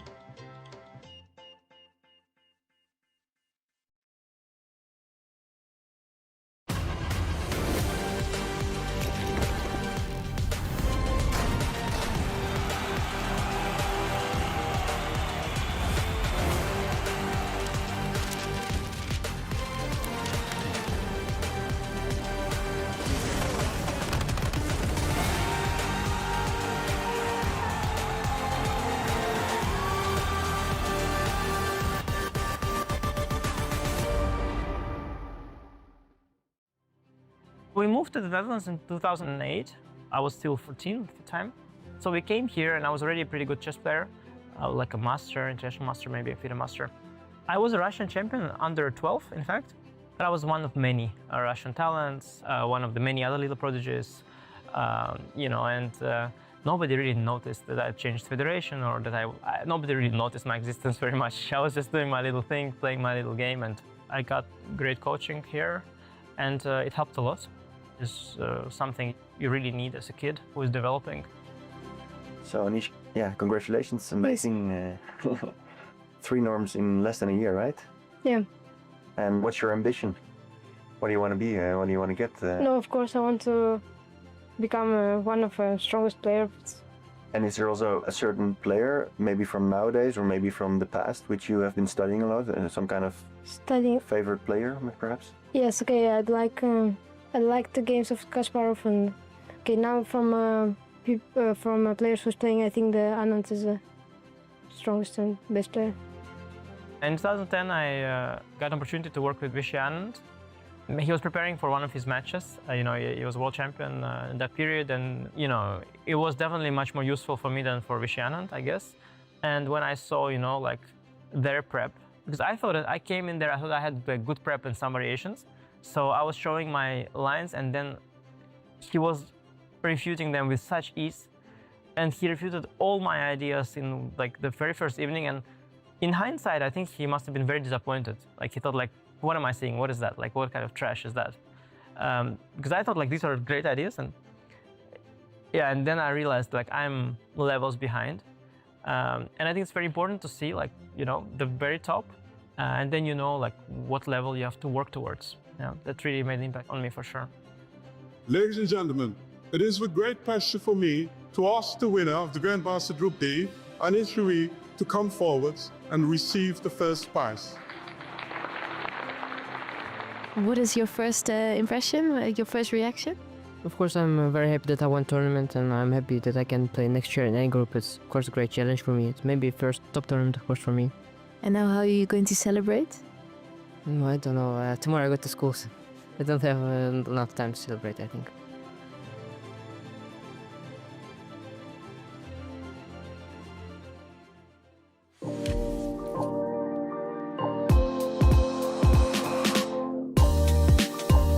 We're back with all the action. Only 5 rounds remain, and the leaderboard is shifting every round. We've got Jan Krzysztof Duda and Fabiano Caruana, the only 2 players at a full 100% score, 4 out of 4. But right behind them, a huge list right there, and it is all about finishing in the top 15, David. The pressure is on with just 5 rounds remaining. Anything can happen, and action of round 5 is already underway. Yeah, round 5 already kicking off. No rest at all here. It's a real sprint and a marathon combined in effect here. And okay, it looks like the action most dramatic is going to be featured between Jan Krzysztof Duda and Fabiano Caruana, where we already see a king misplaced in the center. The winner of that one is going to be a huge favorite already, I think, to make the top 15. They'll be 1 point ahead of the kind of cutoff pack, and feeling at the top of their game. So Tanya, I think we start with that one, the clash between the 2 leaders, Duda and Caruana. But of course, other games we'll come to later. David, what is Jan Krzysztof Duda's king doing on D1? At first, I thought it's just some kind of a normal Queen's Gambit decline position, going to develop slowly, a strategic fight into a middle game. We'll see a time scramble at the end of it all. And then suddenly I see the king is where the queen's supposed to be. What's going on? Yeah, this is theory. Like everything these days, this isn't freestyle chess. This was not a mouse slip. This is actually a variation of the London system that Magnus Carlsen was popularizing a few years ago. I'm just going to very quickly backtrack. I know the moves are coming in now. The king's actually improved itself, got off the back rank, allowing the rooks to swing off, across. But just to mention for everyone at home who plays the London system, beware. There is this one variation where black plays copycat, and when you try to break the symmetry in the center, black captures this knight on its starting square, and when you retake, the black bishop comes out with a check. This is how the white king was misplaced. But if we zoom forward to the current position, it's not the end of the world, Tanya, I guess. Now the white queen will move, and the position will start to regain some semblance of normality. Symmetry here doesn't bode well, though, for a decisive result. Yeah, really interesting. And I'm so glad you explained that and why the king is in this really awkward position when all the majors are on the board and barely anything's been traded off. But it's hard to actually get anything going. E5 break, also tough to imagine to make that work. I wonder if we will see that though. Will the black pawn arrive to the center and create some open lines? Mm-hmm. And yeah, we just skip ahead where the moves were frozen there for a second, but the queens have come off. Just to backtrack and show you, the queen actually stepped forward. This was met by a queen exchange. And yeah, this one, I'm going to say, Tanya, it feels like the players have got safety first activated. And opposite color bishops, what do we think? Should be a draw? And I think that would make a lot of sense, right, David? Because both these players have been showing exceptional form today. I mean, 100% score. And I also want to point out for these heavyweights, yes, we've been talking about a top 15 finish, but finishing first is really the golden spot. Whoever wins the Swiss Plains gets to avoid the match play altogether and go straight into the playoff bracket. So there's a lot on the line for these players who are fighting not just for top 15, for that top spot for these two. So this match is like a safer, cautious approach by Duda and Fabi. Mm-hmm. And in the meantime, yeah, let's zoom out this game looking, as you say, cautious approach is the right word, looking very level. So let's go to the bird's eye view. And okay, what else catches your eye, Tanya? Yeah, top left, the game we just came from. I can guarantee that's 100% going to be a draw at this point. Opposite color bishops, they're just racing to get the pieces off. And David, the bottom right is what catches my eye. I mean, what is that color combination of black and white? It looks like a board from the past, a ghost of the past with the black and white situation going on there. I haven't seen that one before. And we've got Hans Niemann playing on that board. So maybe we'll check in with that. Although it's still a very strategic position. We see Hans with the isolated queen's pawn there, but everything under control as the rook's at the center. Pretty much in the balance right now with some strategic advantages for Matrosyan, especially considering bishop takes knight is also a threat that could potentially damage black's pawn structure if the queen was ever to move from b6. Yeah, I think for now, black has everything under control, but as you say, a slight pressure can often grow into something a bit bigger later on, and it's the type of position where if you're not accurate with black, if you kind of take your eye off the ball, you might find yourselves just slightly worse forever. Okay, he tries to cash in now, Matrosyan. He trades off his bishop pair, and he's putting pressure onto here the isolated queen's pawn. I just have a feeling that at some point, taking this knight, swapping some rooks, it's going to lead to total symmetry and just a draw. But it depends on Hans Niemann's mood. He's 2 minutes up on the clock. So we'll see. If he feels that he has nothing better than bailing out, then I think he'll just take this knight, and we might see a very quick virtual handshake. But if he wants to keep the pressure, maybe he'll keep the bishops on, gamble a bit. Although white doesn't have any weaknesses. I don't think this is what Hans wanted on 3 points. Okay, here we see the exchanges will start to happen. But in these positions, if you do even get that queen off the board and, white takes with the pawn, and yes, you say it's symmetrical pawn formation, but white's bishop attacking that pawn that's on the light square will perhaps give Matrosyan something to play for here, because it's going to be Hans who's sort of stuck with the bad bishop, but then the principle of two weaknesses, right? There's only one on the board. So it should be good enough to defend and keep things under control. Let's zoom out of this one. Meanwhile, already a result on our top board. Jan Krzysztof Duda and Fabiano Caruana does indeed end in a draw. Indeed, it was a safety first approach, but we know our player next to that, M, right? M Pranesh against Fedosiev, against the big fish right there. And that's anything but strategic. David, should we jump onto that one? Let's do it. It's board 2. We've covered board 1, which was slightly anticlimactic. And yeah, M, you're right, Tanya. You said it. Just one sentence was enough. He is an attacker. He wants to play on the front foot. This looks like a normal position until you see the black pawns on this side of the board. He's basically prevented Fedosiev, who's a banging form, by the way, after his recent success in the Grand Chess Tour. He's just prevented him from castling on this side because black will hammer through, break through on that flank, and it's just game over. So now both kings are going this flank. They're going to the queen side. And okay, it looks a bit like a reversed Karo Khan, I've got to say. But I think Pranesh, M, is going to be very happy right now. Very interesting. I mean, I look at this position and I feel that White's knight is coming to the center of the board. There's this nice f5 square that you could land a piece on. But Fedoshev has different ideas. He's going for a more direct approach. He's trying to open up the rook against the black queen. I think if you were to take the pawn, there are ideas of bishop sliding to the other side on h7 as well, David, that you've got to watch out for. He's done it though. Doesn't that invite bishop h7? Whoa, mutual chess blindness? Was that not very, very strong? I think you're right, Tanya. The queen was attacked. The white bishop could have come and captured this rook. And okay, it would have only been the exchange for a pawn. Black would have still had the c4 pawn on the board. But I think both players just missed it completely. I think it just wasn't on their radar. That was White's best move, simply. Even the computer gave what he played instead a miss. So, wow. Surprising. Someone so tactically sharp like Fedoshev missing that. That shows... I have to say that's a first for me, David. That I actually suggest a move that works and the players miss it. Both of them miss it. You would have won material, but instead now we've got this material balance on the board. The black knight jumping forward. I think now Pranesh once again is a happy 18-year-old. You know, the knight has moved forward. But look at that. Fedoshev trying to create chances. The queen coming to b3. Ideas against the b7 pawn. Still looking very tricky for black. I think it's kind of turning around a little bit. The knight goes back to defend. Mm-hmm. Yeah, this could definitely go in any direction. I think long-term black is doing very well. White's pawn structure actually on this king side is very stuck, very rigid. And you could imagine that being a bit of an issue later if the black knight starts coming for pawns in an endgame. So I think Fedoshev should be going on the attack short-term, playing a bit more dynamically. He's going to line up his rook with this pawn first. But yeah, Pranesh, he might have to show that he has a few different gears. We've seen he can attack, destroying Vidit earlier in the tournament, but now we need to see whether he can defend, play a bit more positionally. Yeah, for now, roughly in the balance. Should we zoom out of this game? Let's do it because we've got a huge matchup. Look at that top right board. Daniel Naroditsky against Alireza Firouzja. While the names, you know, they got our attention, but look at the board. It's anything like what Daniel and Firouzja play. It's an endgame. The queens are already off the board. And it looks like it's quite much in the balance. So not as exciting as I would have hoped in a matchup between these two.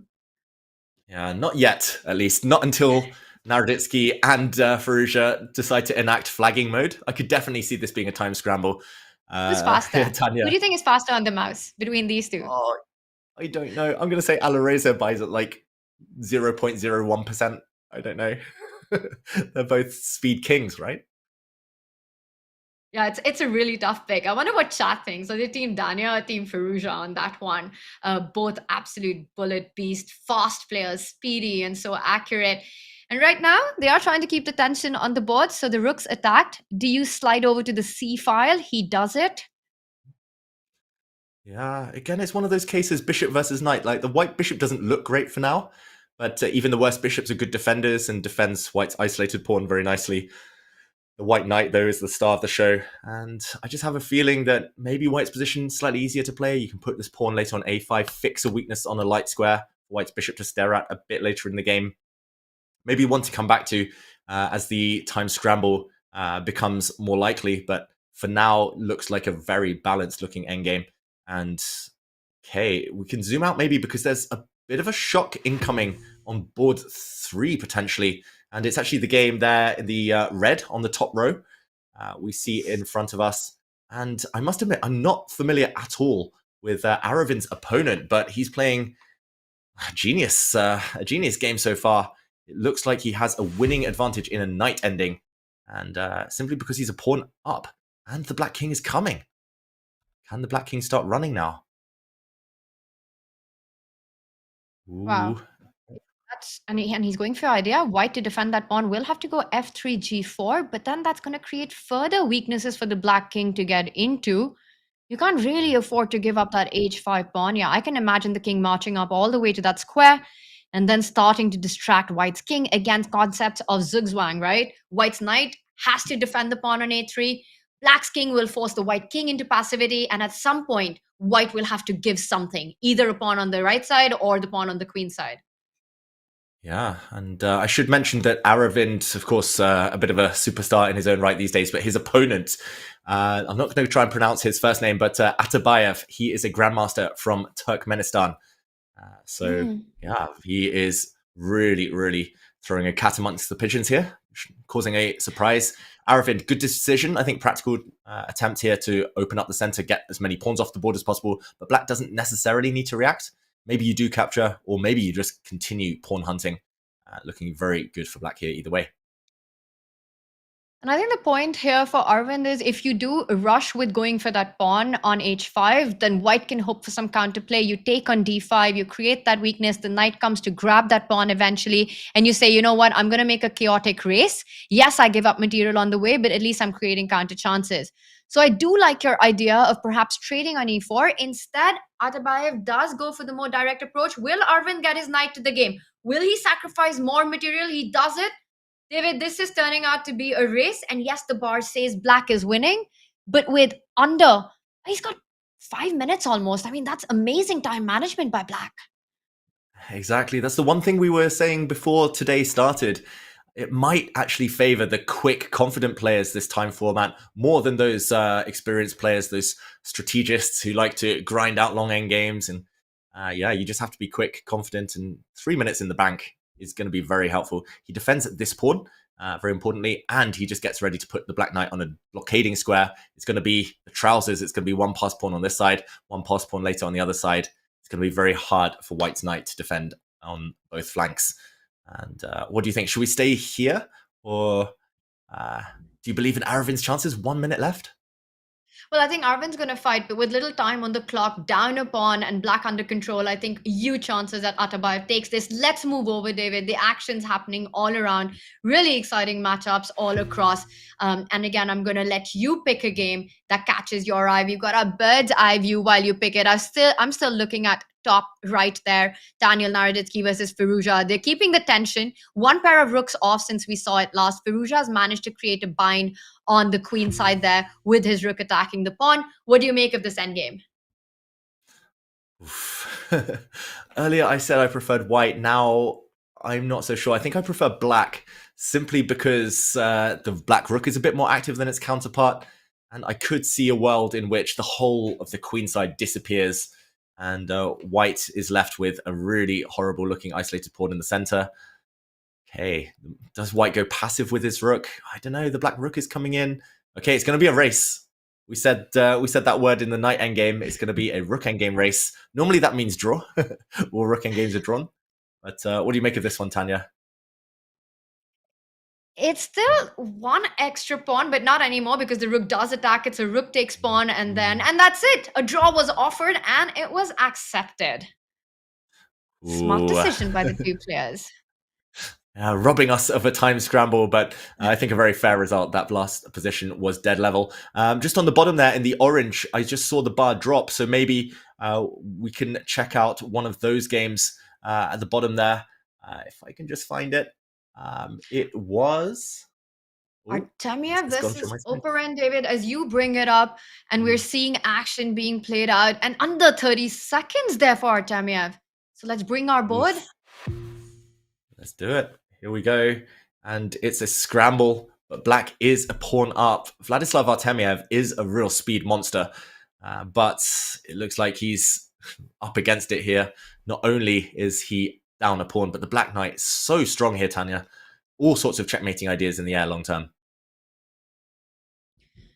Wow. And he's really going all out for it, Oparin, isn't he? Because he doesn't care that his own king is out in the open, and that's because Artemiev's knight is so offside from coming closer to that black king. Whoa, that's a move that I didn't have on my radar. To me, it just looks like, hey, aren't you losing a pawn there? But he doesn't go for it. He's just going for checkmate. G3, queen h7, back rank ideas, or a mate on h2. Well, stopped right there. Artemiev says, you're not getting that pawn anywhere close to my king. Oof, but that move you mentioned, I think, still relevant, Tanya. The queen's coming in this diagonal. It might come in down on the h-file as well. The white knight's so offside. Oof, queen and knight are the dreaded attacking combo when you're on the defensive. If those are the two pieces you're facing, almost hopeless. And okay, he brings his knight back, but now the queen could come this angle, potentially. You can even maybe just take this pawn at some point. Spoiled for choice here, Grigory Oparin. His knight is just so far away. Artemiev's here. So many moves required to come to a good square. I'm struggling to find a good square. Now that queen from h7 multi-purpose stops that knight from even going to e4. Hard to come up with a move here for white. Meanwhile, I'm being updated that we had some polls in our chat. More than 2,300 votes coming in, David. And check this out. In a bullet match against Alireza and Nehal, Alireza wins according to our chat. So a huge favorite there at 66%. And we asked our chat, doesn't stop there. Who is faster? And Daniel Naroditsky with a 57% win over Alireza. So I'm doing a math. Does that mean that Daniel would win a bullet match against Nehal as well? Daniel, he's got the fastest hands in the West, clearly. And yeah, I think that also reflects that our chat are loyal and love Daniel as a person, as a commentator, which is nice to see. But I agree. I've been flagged by him more than I've been flagged by anyone in my life. So I would have voted the same way, Tanya. Well done, chat. David Howell does approve of the results coming in. Meanwhile, is our board a little stuck, or are the players actually thinking, well, it turns out that they are. Queen h3 comes in. That knight could not have been picked up. There was a checkmate. I think this is going to be resignation. That queen needs to stay connected to the g2 square. You've got to come back. He does go to d2. Whoa. Oh, he's just going to swap everything off. Yeah, and only winning move is e4 now in order to kind of keep the white king caught in two minds. The white king will never, ever be able to get any of those black pawns now. Whichever way you go, the other one will advance. And the black king is just in time. The rule of the square to come over and stop the white pawns. This one is over. Oh, nice technique. And there we go. Fantastic technique, right? So quickly he played that move, e4, the key move to winning and getting the pawns exactly where you want. And Oparin scores a huge win, moves on to 4 points at a very critical stage. And it looks like Atabayev is still keeping that advantage. He's now 2 extra pawns in this endgame. At the right time, he's going to make a passer. But he doesn't need to rush with that. Doesn't need to rush with it. He only needs to rush on the clock, Tanya, because again, it could decide things. But he is doubled up on Aravind's time here. Aravind, needs to play a bit more speedy. The pre-move's coming in now. Ooh. And there we see the connected passes. They're going to move forward. And Arvind with just 7 seconds on the clock, he's not holding this one. No, he needs a miracle. He needs to hope that Atabayev puts his pawns where they can both be captured. I don't think you can get rid of... Well, now it's just lost as well. The pawn's coming forward, but no chance you get rid of those pawns with your knight in time here. And there we go. No stalemate. And black wins. Great technique there, Tanya, by Atabayev. And 16 seconds on the clock to boot as well. So it was barely a scramble for black. Beautiful game there, keeping control on the board and the clock as well. And here we are now. We've got 3 players at the top of the leaderboard. Sabi, Duda, and Atabayev joins them. And David, like you mentioned, he's not a player I'm very familiar with either. I haven't seen much of him, but very impressive so far. M right behind, along with Fedosiev, Nehal, and a bunch of other players. This is a close dogfight for those top 15 spots. Yeah, you mentioned top 15 at the moment. Prague just makes it. Alireza, Fruja, Arjun, they would be out, however. It's going to be a real scramble for those places. I've barely seen any draws, but we have seen at the top now, in that last encounter, for example, Caruana and Duda start to play a bit safer. So already we know that the players have that finishing line in sight. It's all about top 15. You can come first, you can come 15th. You still have a chance to progress. So yeah, the players hedging their bets slightly as we get ready for round 6, where, okay, if you beat a world superstar like Aravind, your reward is Fabiano Caruana. It looks like Atabayev, the hero of the last round, thrown straight back into the thick of the action. And here we go. Games have begun. This one, Fabiano is on the white side of a Scotch game. The 4 knights Scotch here, it looks like. And yeah, a very level looking type of position. But of course, early days, and those can be deceptive. Yeah, we see the scoreboard as well on the left, Tanya. Only 3 leaders. So this one is all important. If Atabayev does the unthinkable and wins this one, he might be the story of the day. But Caruana, surely a big favorite with the white pieces. Yeah, unbelievable stuff there in the last game against Arvind. And now here we are, David.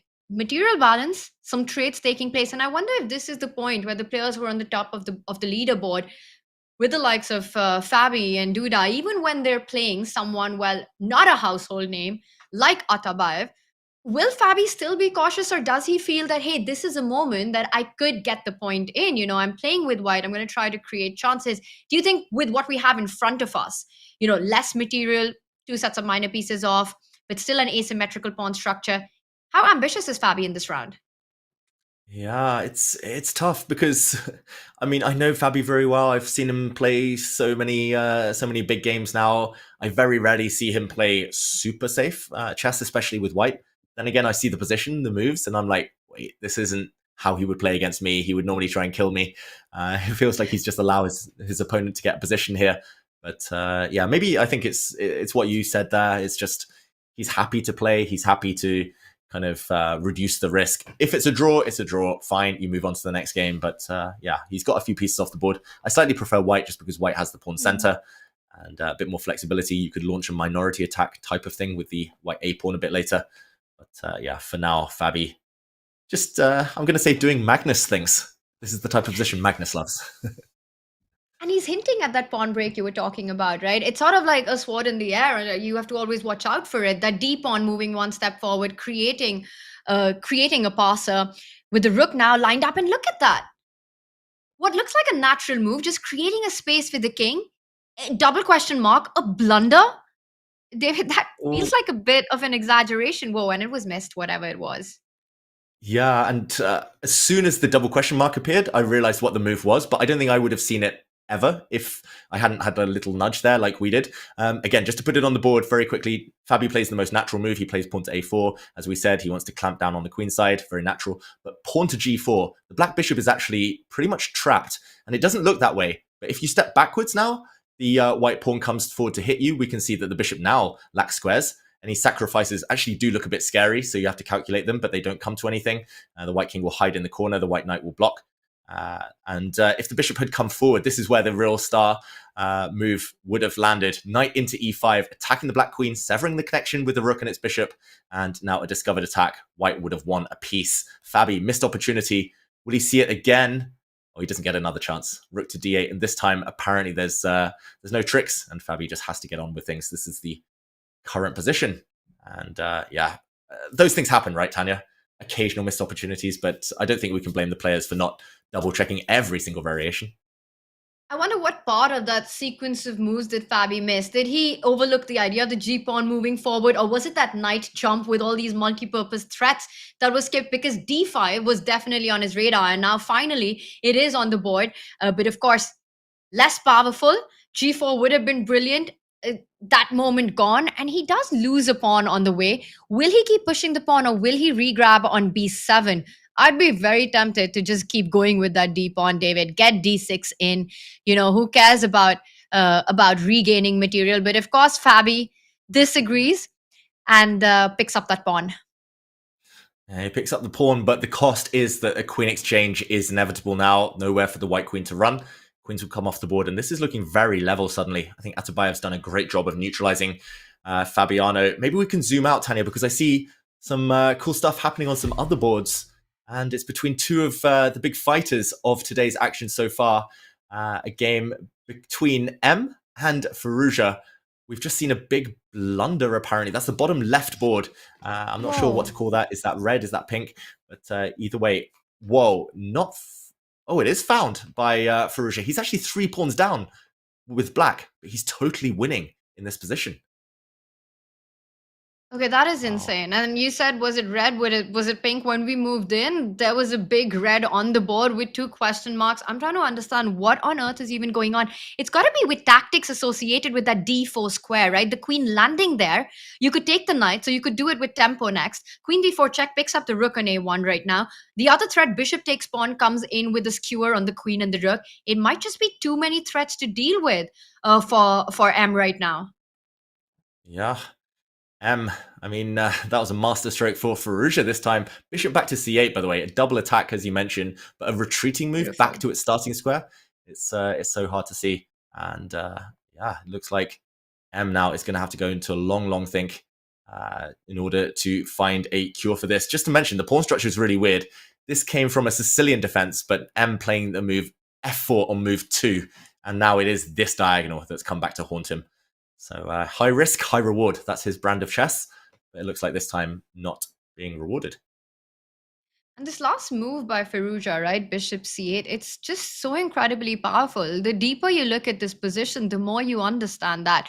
And clearly the one that was missed and easy to miss as well. Because now there are both these threats that end up losing one of the two rooks. The knight on e5 is pinned. It's hard for white to actually keep material here.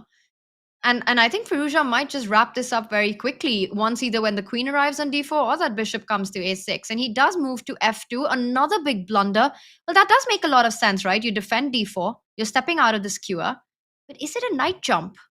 Could that be the trick at some point, David? Yeah, there are knight jumps to consider. Oh, Firouzja sacrifices his rook. And this is beautiful, Tanya, hitting the rook in the corner. But the bigger threat is actually to win the white queen on this diagonal. Double attack, game over. Oh, beautiful. Beautiful geometry there. This is amazing. I mean, bishop c8 and then giving up the rook for that knight. The other bishop landing on d4. I think it all comes down to that weakening pawn moves. You know, always think twice, thrice, 100 times before you push your pawns, creating these problems for yourself. And now he does move his queen, attacking the black rook. So immediately you can't take on a1. Bishop g4, another powerful bishop move coming in with a tempo, defending the rook on a8. Yeah, beautiful. And the white queen is actually trapped almost. I think she has to run further away if she doesn't want to find herself lost. And then the rook in the corner will fall. But yeah, if she'd moved elsewhere, there would have been more pins. And oh, this is painful. You can just take this rook, I think, and piece up with an ongoing initiative. Black bishop might even come in after some exchanges.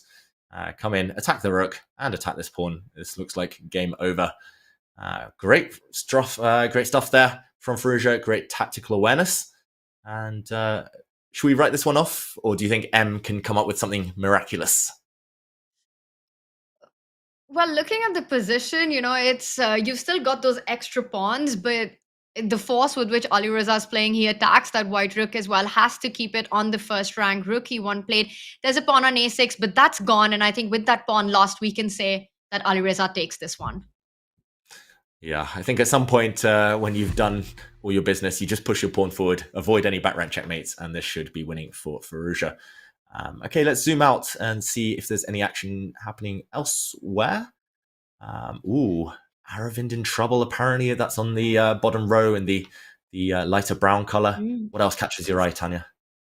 Yeah, that's another endgame. I mean, the last one as well for Arvind went downhill. And here we see, yes, Arvind's king's all the way up, but he's down a pawn, and white with that d pawn should take this one. David, Fabi Atabayev as well, looking like an endgame, but an exciting one. There's a pawn on d6, but which has just been traded. I think this is about to end in a draw as well. That's a top left board with all the pawns off the board. Yeah, I think that game about to end any moment. 3 pawns versus 3 pawns. No flagging in that one. Caruana still has 4 minutes. That should be plenty of time. Okay, should we check in with Daniel? Ooh, let's do it. He is facing... A lot of pieces on the board. Mienle? Minle is another player who could be added to that poll, Tanya. One of the fastest players out there. Streamer, very strong grandmaster. A mainstay now of the Vietnamese national team. And what do you make of this position? It's just so... Yeah. It's level material. It's Sorry, so it took me a while. No, you're totally right. Level material, but very complex, right? Because firstly, white's king on f1 is usually not there, but I'm guessing, do you think that was a castling, a manual castling, or did he capture something on f1? What even happened for white to make this move at some point? And now the knight retreats to b1. Next, he's going to play like knight g1. He's going to try and get his rook over to h1, queen back to d1. I can confirm that earlier in the game, white put his king on f1 voluntarily. Then he brought it forward to e2 to let his rook out. And then he dropped it back to f1. So the white king's moved 3 times.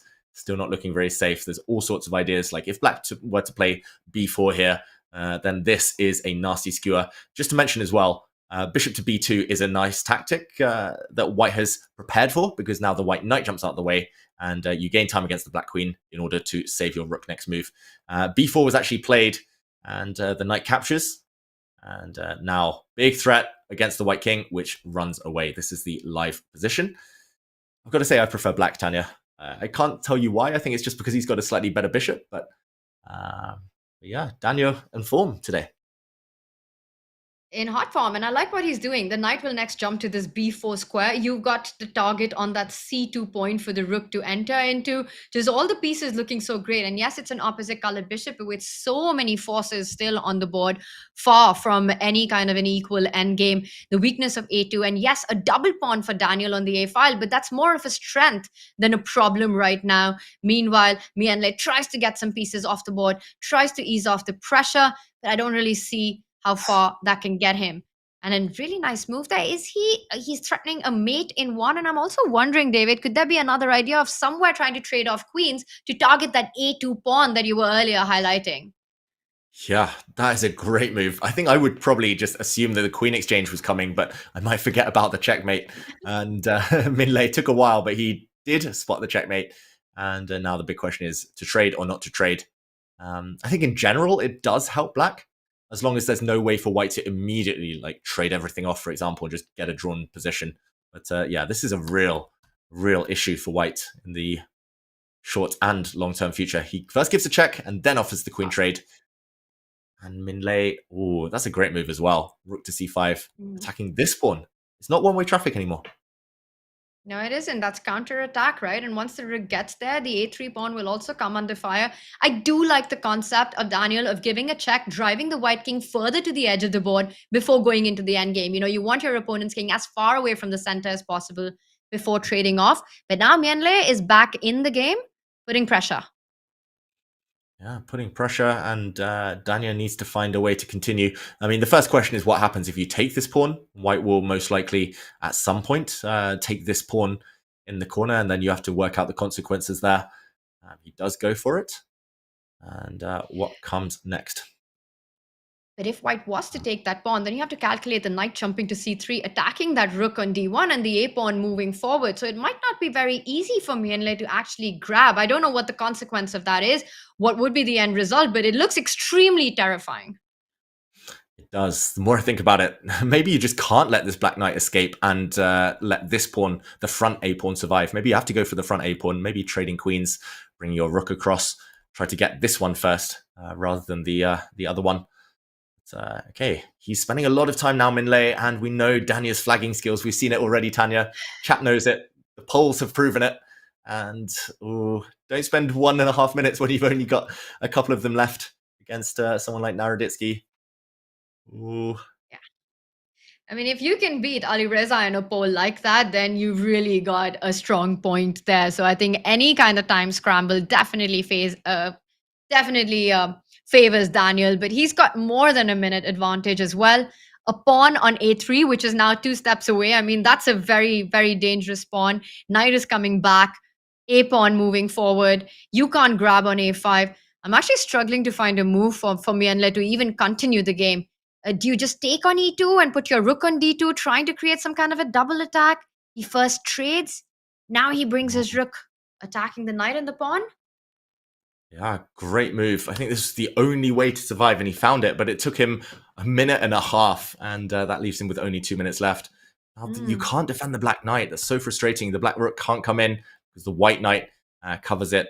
So the black knight might just have to move out the way, and at least this danger, this big thorn in your side, will be removed. White will grab this pawn. And it's also nice that the white knight, I was going to say, like, at some point might get trapped, but the white pawn will step forward and defend. The bishop will defend this knight. Looks like it's hanging together. It looks like he's going to be able to escape with a draw, unless the clock comes back to bite him here, Tanya. Fantastic resource there, right? And he really did take his time. And look at that. Now it's leveling out. I just wonder if Daniel missed this resource, because he goes into a bit of a thing. There's really no way to keep that pawn defended. He's about to grab it. And David, your line plays out. F3 on the board, defending that knight. It's an opposite color bishop as well. A5 pawn under attack. I think Mianle has managed to save this one. Daniel coming for the E3 pawn with some checks on F1 next. Yeah, I think objectively, Minlay is fine, but objectivity when you're under 2 minutes, I mean, the head goes out the window, right, Tanya? Like, the players will be panicking around now. There's going to be some tricks. There's going to be some pre-moves. You've got to rely a bit on luck and intuition. Yeah, this one should be a draw, but I predict it's going to be decisive somehow. Whoa. He does give up the knight to pick up the white knight, but now it's an opposite color bishop. If white takes the pawn, bishop f3 and picking up the bishop on e3 would result in a lot of weaknesses. Is Daniel still ambitious about his chances here? Definitely. He used to pawn up. I think only black can win. It's opposite color bishops. He is temporarily a pawn up. Maybe he's going to bring his rook across and try to keep an eye on this one. But I don't know. The white bishop also with some nice squares to now sit on. If white can get a counterattack on the 7th rank, maybe some chances. Let's see whether he can hold it. Pawn up for black. Minute up for black. Naroditsky still trying to win this game. Everything to play for. And ideas of bishop f1 and rook b2. You can also start targeting the g2 weakness. So white needs to make sure you've got a move like rook a1 or coming back with your king, stopping the bishop from attacking that g2 pawn. Still down a pawn, but opposite color bishop gives you all the opportunity to hold things under control. Yeah, Tanya, one of the my biggest guilty moments in life was flagging David Navarra in an opposite color bishop endgame because there was no increment. And opposite color bishops actually give you the opportunity to do that. You can guarantee you keep your bishop for the rest of the game. And then you just need to move a pawn occasionally. Once every 50 moves, you move your king around. This is perfect flagging potential for both sides. But Min Lei has found a nice resource. This pawn is actually hard to defend suddenly. I really don't like what Daniel did there because now if his king ever steps forward, he gets checked. Oh, I think he might have blown any hopes of flagging. 10-second difference now as well. This pawn dropping. This is bullet territory now. Pawn dropping. I wonder if Daniel will go for that g2 pawn ideas that we earlier pointed out with the bishop and the rook combining. Bishop f1, rook b2. Yes, you can come up with your king to g6, but then that just means you walk into checks. He falls back with the bishop. Ooh, equal material, playing for the clock. Exactly. The black king doesn't look too happy on the edge of the board. He's definitely playing for the clock here, Danya. But he's kind of gambling. He's given away his time advantage, given away his material advantage, and now he's going to be a pawn down. I think Min Lei might take this now, suddenly, Tanya. Yeah, this is completely turned around, right? You pick up that pawn, you also defend your g2 weakness, and it's a big blunder. Bishop takes pawn, loses the rook. Oh, he can attack white's rook, but now the rook slides across, and he's pinned himself, though, and he's a pawn down, Danya. Whoa, I missed that move, that the rook would be attacked. I thought that was just a one-move blunder, but this, the h-pawn coming up the board now, David. Oh, my heart is breaking for Danya. He was doing so well, and I said he was the only one who could win, but now it's over. White's just promoting. He tried to play on. He could have taken a draw there. He could have repeated the position, but Danya wanted more and was punished. Oh, heartbreak. Whoa. Heartbreak for Dania, but what a comeback by Min Lei this one was, you know, from a difficult position. And now here he just kept fighting, got his chance, took it, up a piece. Daniel now with 18 seconds on the clock. He's low on the clock. He's down a piece. David, he needs a miracle, more than a miracle to survive this one. Yeah, he needs a mouse slip or a disconnect at this point. That's the only way to save this game. If you're down 15 seconds, also you have to worry about all the checks in the world, like from behind. You lose a bit of time worrying about those. And yeah, this one is over. Oh, Danya, we said it. He was in such hot form and he did all the running in this game. But yeah, Min Lei showing that defensive skills are so important in blitz, rapid, and any speed chess. Whoa. Now under 10 seconds as well. He's about to lose his last remaining pawn. But Daniel, he continues to fight. Oof. He continues to fight. Some still mating ideas. Oh. Tricks. Oh, look at the clock. I mean, it's leveled out a little bit, David. The clock advantage, it's almost not there. Ugh, it's got 6-3. Oh, yeah. No, this one he won. And there's a queen on the board. Yeah. Ooh. There we go. And it's checkmate. 3 seconds left for Min Lei as he takes it. I just want to mention Benjamin Bok mated Nihao Sarin with 1 second left on his clock in another game on board 3. So the clock, Tanya, playing a huge role. As expected, right, with this time format, 10 minutes and no increment. And now look at that. We've got a pack stack of leaders right up there, 6 players with 5 points, and then breathing down their neck at 4.5, pretty much covering the top 15 spots. In the mix is also Hans Niemann at 14, and then we've got M with a bunch of other players at 4 points. David, a field wide open, barely any gap, 5, 4.5, 4, and with just how many rounds remain? And we've got game already. It's round 7. Round 7. Yeah. 3 rounds to go. It's the final stretch and 3 rounds to go. Fabiano Caruana is playing some weird and wonderful openings, Tanya. He started playing h3 as early as move 4 in his previous round with white. Now he's playing a3 on move 3, I believe, in this game. Fabiano Caruana, he's not really fighting for an opening advantage. The queen's coming off this board very, very quickly, but I don't know. I have a feeling Fabi, he's definitely not playing his best openings, but I have a feeling he's not even trying super hard to win his games. He knows that drawing a couple now towards the end, maybe winning one, should bank his spot in the top 15.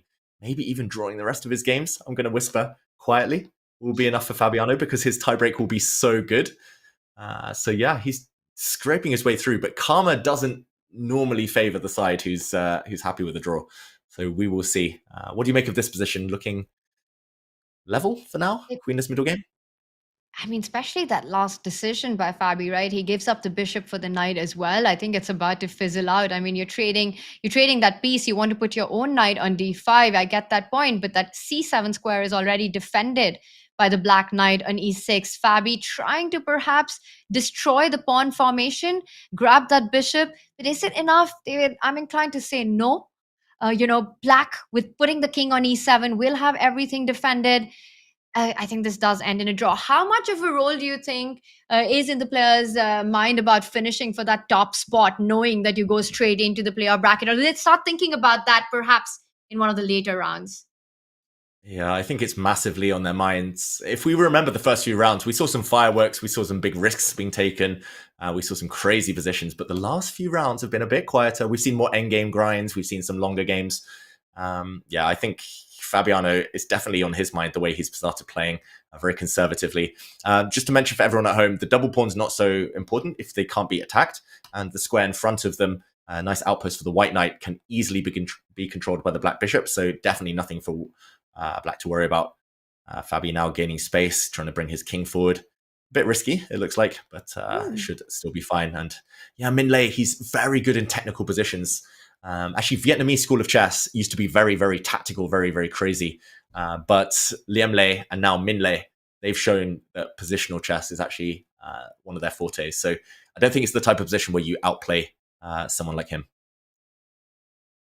And a knight trade being offered. Speaking of strategic decisions there, he wants to improve his pawn formation. I think if you take that knight, it's essentially just giving black a free hand, of going in with the mobility of even the pawns on the king side. Instead, he falls back with the knight to d2, defends e4, but now knight takes pawn is a threat with the pin on the d file. Oof. I'm really shocked. I thought Fabi would just trade knights. Okay, bishop d3. Maybe the black rook comes in. Ooh. Oof, tricky. Scary. Okay, he brings his bishop forward. Yeah, Tanya, I thought he would just trade knights, and I thought he would trade knights and agree a draw, basically. But he wants to play on, Fabi. Yeah, it's a very interesting decision. I mean, did he decide not to trade because he didn't like allowing black to undouble the pawns? Or is he really ambitious in this position? Maybe he wants to go h4 next, dislodge that knight from g5. With a bishop trade being offered right now. Accepted. And perhaps if you take back with the knight, the white knight jumps to c4. Well, don't take it with the king, because that would mean h4 would be a knight trap. Nice spot. At least now the black knight has one square to run away to. Still looking very level. Should we zoom out and go to maybe a slightly more interesting game, dare I say? Let's do it. Let's do it, David. Let's bring up our bird's eye view. And there we've got all our boards. And while you decide where to go to, I've got my eyes on the Prague versus Firouzja. That's fire on the board with Prague's h-pawn all the way up. The knight jumping closer towards Firouzja's king as well. Meanwhile, Atabev against Vidit, also quite a heated battle. But looks like Atabev still a little bit passive in that one. Yeah, maybe slightly on the passive side. Those games looking balanced, at least objectively. I'm actually going to take us to two fan favorites who are half a point off the lead, I believe. And that is Arjun and Daniel Dubov, because, I don't know, I just love their chess, Tanya. And look at this. It's crazy. Of course it is. This position. We currently see a fork. Apparently white is doing very, very well, but that requires a lot of deep diving, a lot of calculation. I wonder whether, for example, if the white rook shifts across, black will happily sacrifice the queen, take this bishop, take this pawn, and throw caution to the wind. This is wild. Yeah, love that line that you're pointing out. And it's no surprise that you picked Arjun and Daniel, and what a point to pick it on, because it's absolute chaos. I think fans love their chess as well, David, just like you do, because it promises entertainment. We see a trade on e4 and now a decision to be made. Do you pick up the bishop or the knight? Pawn takes bishop, runs into queen takes pawn as well, that you have to calculate defending that knight. Not convinced that that would be the path that I would take. Bishop takes knight, then you're looking at ideas of pins along the D line, and you really have a good way to keep that pawn defended. David, I would be inclined to take that knight with the bishop. What decision would you go for here? Yeah, same. I think maybe you do consider taking this bishop, but oh wow, he actually does. I would have said the other one was more ambitious and more Dubov style. Here, I was actually going to say this exact line and say, okay, you can try and beg for a draw, get this pawn off, and opposite color bishops. But now I look at it, you're still going to be a pawn down, even if and when you win this pawn back. And I don't know, the black king does feel a bit vulnerable. Opposite color bishops do help the attacking side if you can keep the queens on. Feels like it's going to be one-way traffic and Dubov's ahead. He's got a lot of suffering in his future. And that's such a huge point when you've got these different color complexes, because the white bishop cannot be challenged. There's a direct target on that f7 square once the knight lands on g5. Right now it can't, but ideas like queen g4, knight g5, queen h4, also attacking h7, all big potentials against the black king. And Arjun enjoys these kind of dynamics, where he's pushing for the initiative. So I think he's really liking what he's gotten. He's also slightly ahead on the clock. Yeah, 100% agree. And I just realized black took this. He wanted to keep opposite color bishops, of course, but he had to take with his bishop, not his knight, because there would have been a pawn hanging had the black knight moved. So now he's a pawn up and with the advantage of bishop on an open board against a knight. So kind of material and positional advantages for Arjun. But then again, black is still very active. I'm assuming black will block with his rook. And the game will go on. Dubov very resourceful. And Arjun's got his GG shirt on. He's representing Generation Gaming, Gen G Esports. And it looks like this game could be a GG for him. Queen c7, another inaccuracy right there, David. But to me, felt like the most natural way to actually defend that f7 tender spot. A mistake apparently, but yeah, this is maybe just not the most accurate way. It just makes the games continue. Did he represent the Ganges Grandmasters in the Global Chess League as well? GG. Maybe there's multiple GG. GG all the way. Yeah, GG all the way for Arjun Erigaisi. Maybe it will be GG in this game when he clinches it. I think he's a big favorite to do so. Big advantage for him.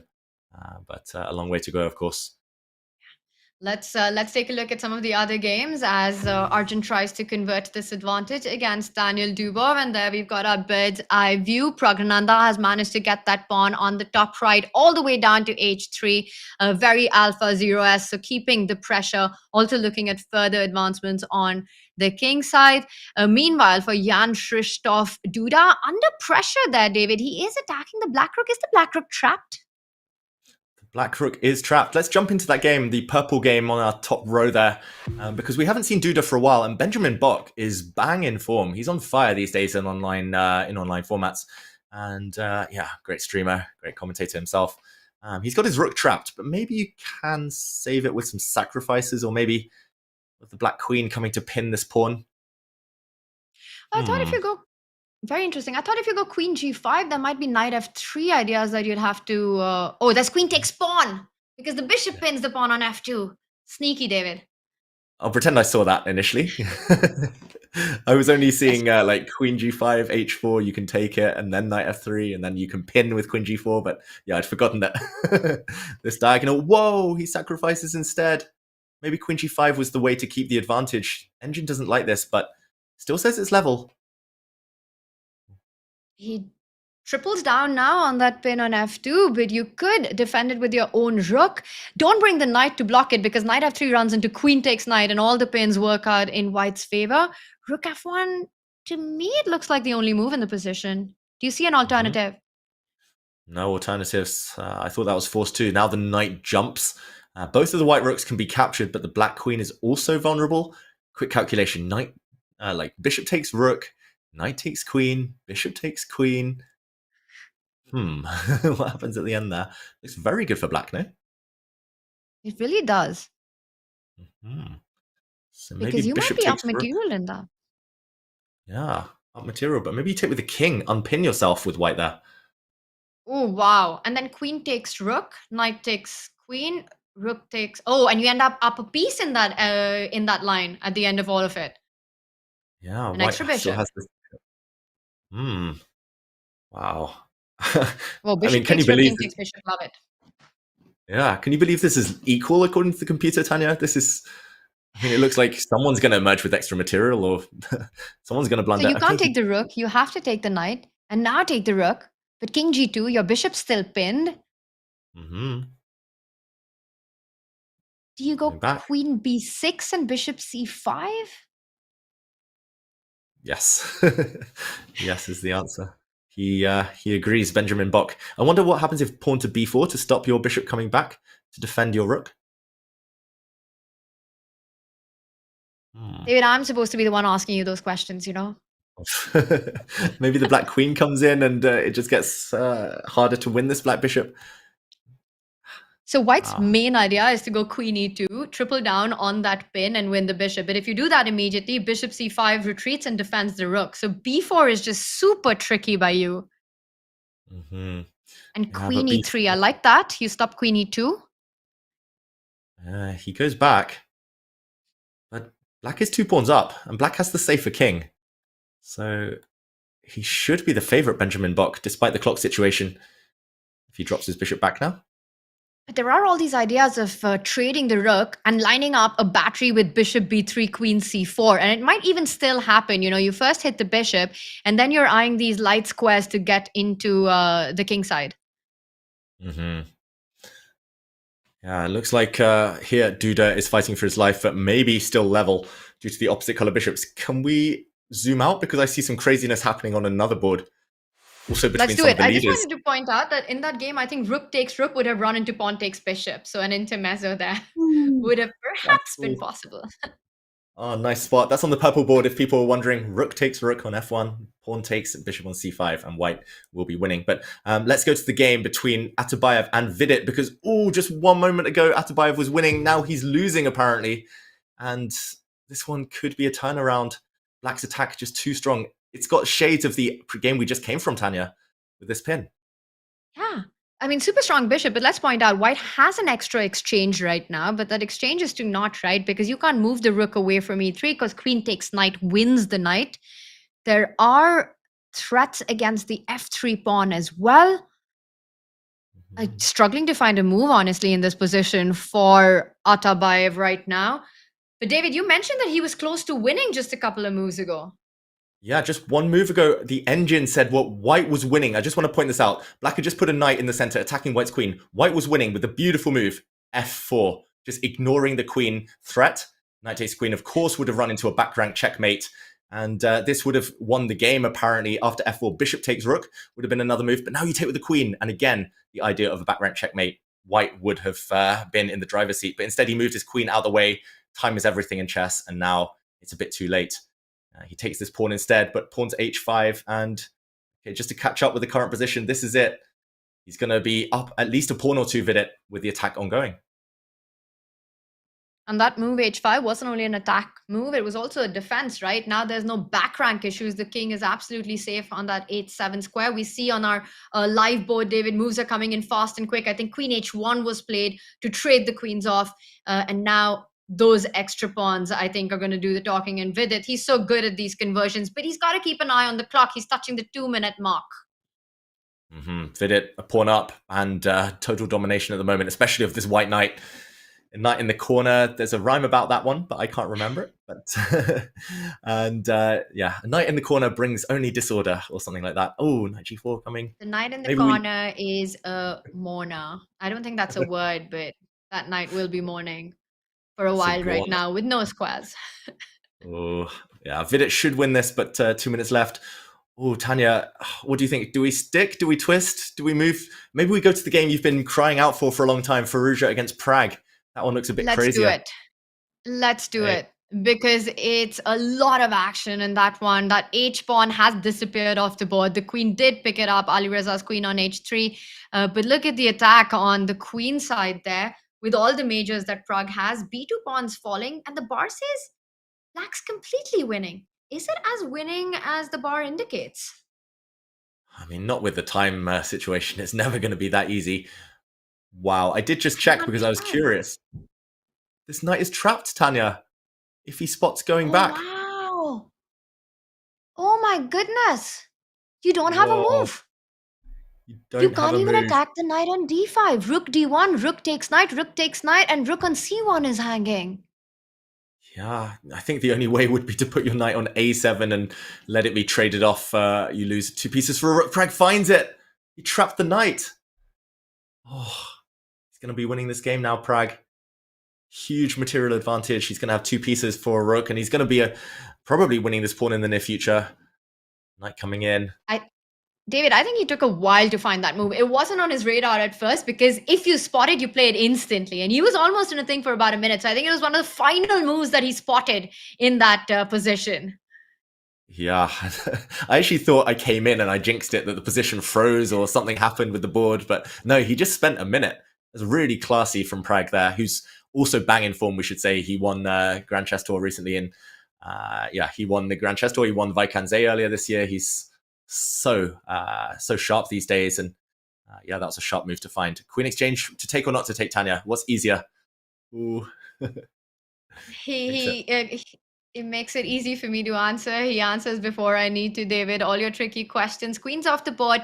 You've got 2 pieces for the rook, but more importantly, you've also got an extra pawn, right? Once the knight moves and the pawns start moving up the board, now he's also tied down the white king to the edge of the board, attacks that knight, defends it. Ideas of d5, d4 coming in. I think this is just completely busted for Alireza.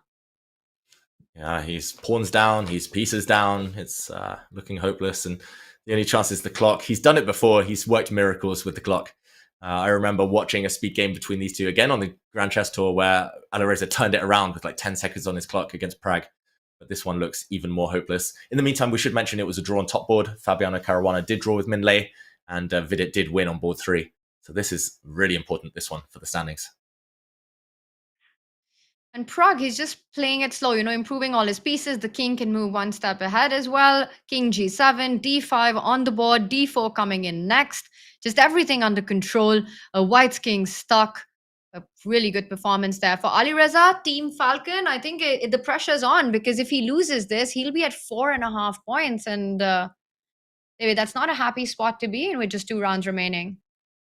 Yeah, it's going to be a must-win situation almost for Alireza if he doesn't win this game. And I'm impressed by your knowledge of the team rosters, by the way, Tanya, in esports. I still think my invite for one of these teams, I think it's been lost in the post or something. But yeah, it's nice to see all these top players getting. It's nice to see the only explanation, David. I don't know. Any of the team owners watching, what are you guys even doing? Get David on the team. I mean, you can see the predictions he's making right now. You need to be on one of those esport organizations, David. But right now, yeah, Team Falcon still got 1 player in, Hikaru, and Alireza fighting, but Prague looks like he's taking this one. Check, king moves forward, the other rook attacked, d-pawn coming up, and there it is. Oh, 30-something seconds each, though. This is like blunder territory. This is where a lesser mortal might get nervous. Sorry, David. I was just going to say, I don't think Prague's with the team yet. Oh, Prague isn't. Ooh. I'm not sure. I'll get a confirmation from... He is not. What are they doing? I mean, forget what I said. Forget my joke about snapping me up. I mean, Prague is a way better signing. What are they doing? I think it has to be you first. That's the order. That's the order of work. First, David gets picked up, and then Prague. Oh, and I mean, he's playing so flawlessly. Yeah, exactly. Package deal, as our wonderful producer says in my ear. It has to be both of us or nothing. And watch out, the stalemate. Oh, no, he avoids it. He did set it up though, getting his king to a square where it didn't have any running space and then giving up the rook at the right time. But Pragg keeps all his pieces far away from Alireza's king, so making sure that no stalemating ideas, marching up with his knight now, e1 incoming. I think Alireza is about to resign. Not yet, but yeah, inevitable. There we go. Pragg closes out the round, closes out that game in style. Tanya, your countryman, he's showing that he can hang with the best with speed, not just with great moves. Yeah, and then he leans back, a bit of a boss move there by Pragnananda as he finishes that one off. And here's our leaderboard. And look at that, David. For the first time today, we've got Vidit Gujarati, a huge shake-up in our standings, who goes to take pole position with 6 points. But right behind him are Jan Shristov, Duda, Fabiano Caruana, Fedosiev, and Pragnananda and Arjun. So still a huge fight. Actually, 7 players with 5.5 points. And then a bunch of players with 5 points. It still remains closely contested. This is going to be a hot run to that top 15 finish. Yeah, it's all about the top 15. Currently in 16th place is Hans Niemann. That's how fierce the competition is right now. Levon Aronian just outside as well. Daniel Dubov struggling to get into the top 15. Currently though, Tanya, 5 Indians in the top 11. That is great news for your country. And who can keep it up in the last couple of rounds now? That is the big question. That is the big question. They need to get their game on. And if you're inspired by all the chess that you've been watching, and if you think that you're good at chess, there's more help because you can add spells with AniChess. AniChess takes the classic game and flips the script with spell mechanics that let you bend the rules and break your opponent's plans. You've got 11 spells to master, tournaments to enter, and leaderboards to climb. Whether you're a novice or a grandmaster, this is your arena. Always free to play. Go to chess.com/AniChess or use command AniChess in chat. Only 2 rounds to go. It is the end game when we return.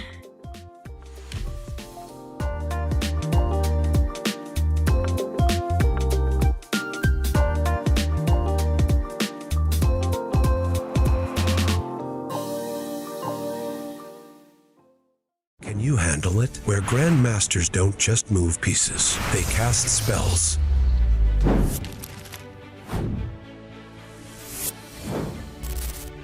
Oh boy, didn't see that one coming. Victory doesn't come easy. Wait, queen time? Oh shoot, I just lost the piece. Yeah, but I got no mana. This isn't your classic chessboard. The thing about the imposter is that if you swap it like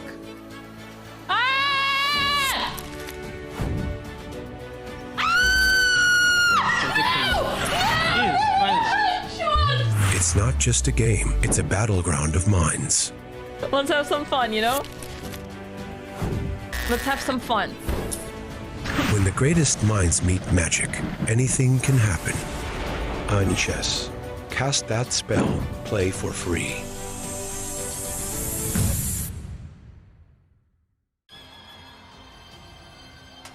The Esports World Cup is the place where the best gamers across all disciplines have the chance to come together.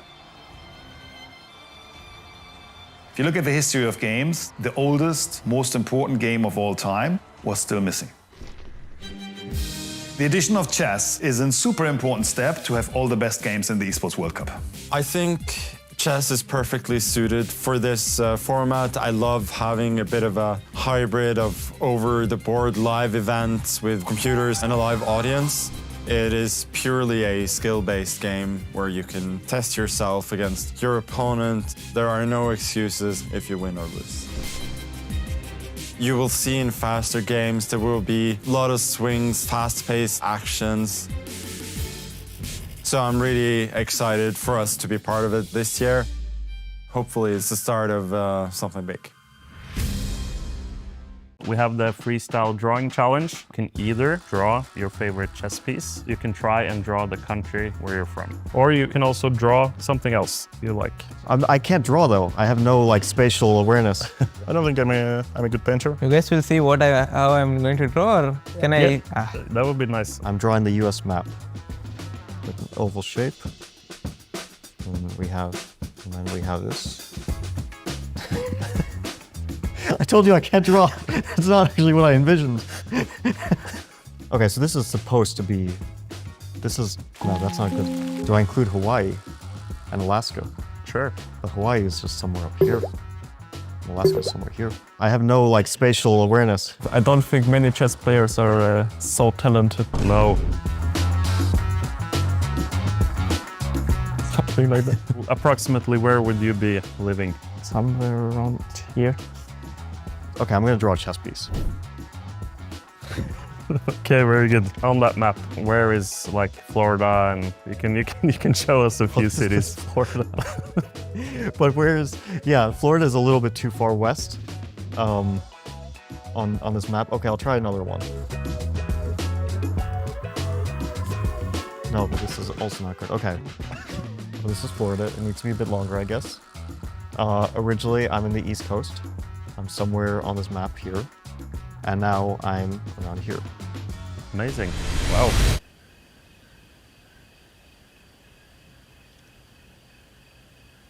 That's horrible. The map is the easiest, but it depends if I want to be artistic or not and draw like a piece. Should jut down like this. It goes over. California should be like something like this. It should go up. And then Maine should be right over here. And, okay, it's a bad drawing, but this is much closer than Fabiano for sure. Someone should still be able to tell this is the US. My thought was that he was supposed to draw France and mark Paris. Yeah, I'm not sure. I've lived here. I've lived here in Florida. I've lived somewhere up here in New York. I mean, this is terrible, but whatever, it's close enough. I lived in St. Louis, which would be somewhere in the middle, up here towards like all the Great Lakes, somewhere up here. So yeah, it's a couple of places that I've lived in the US. I lived in Seattle, which would be way up here, so it's not perfect, but I think someone will tell based on Florida being down here that it's the US. So I've lived in all these different places.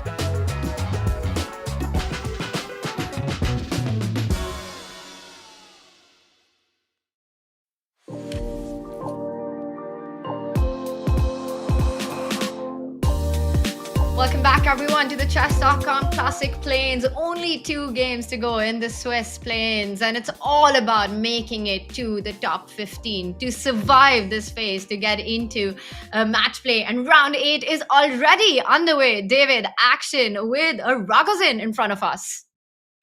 That's right. The Ragozin, a branch of the Queen's Gambit, declined, and it is our leader, our sole leader after all of the twists and turns in his tournament so far. It is Vidit. We actually saw him worse in a few games, Tanya, but he's ridden his luck. He's taken his chances really nicely.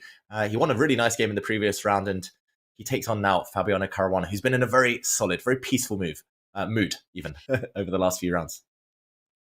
Yeah, and with it's just been in a different zone, I feel, lately, because I remember there was this one version of With It before 2024, and then he worked a lot on, getting more aggressive, changing his style a little bit, and everyone called it With It 2.0, his run winning the Grand Swiss, making it to the candidates, and the year that he had even at the Chess Olympiad.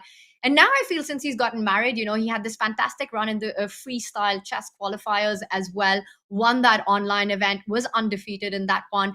And here as well, taking pole position with just 2 games to go. I wonder, David, if it's the start of With It 3.0 post his wedding. That's just greedy. Some of us barely get one version. Greedy, I'm still stuck in... Exactly.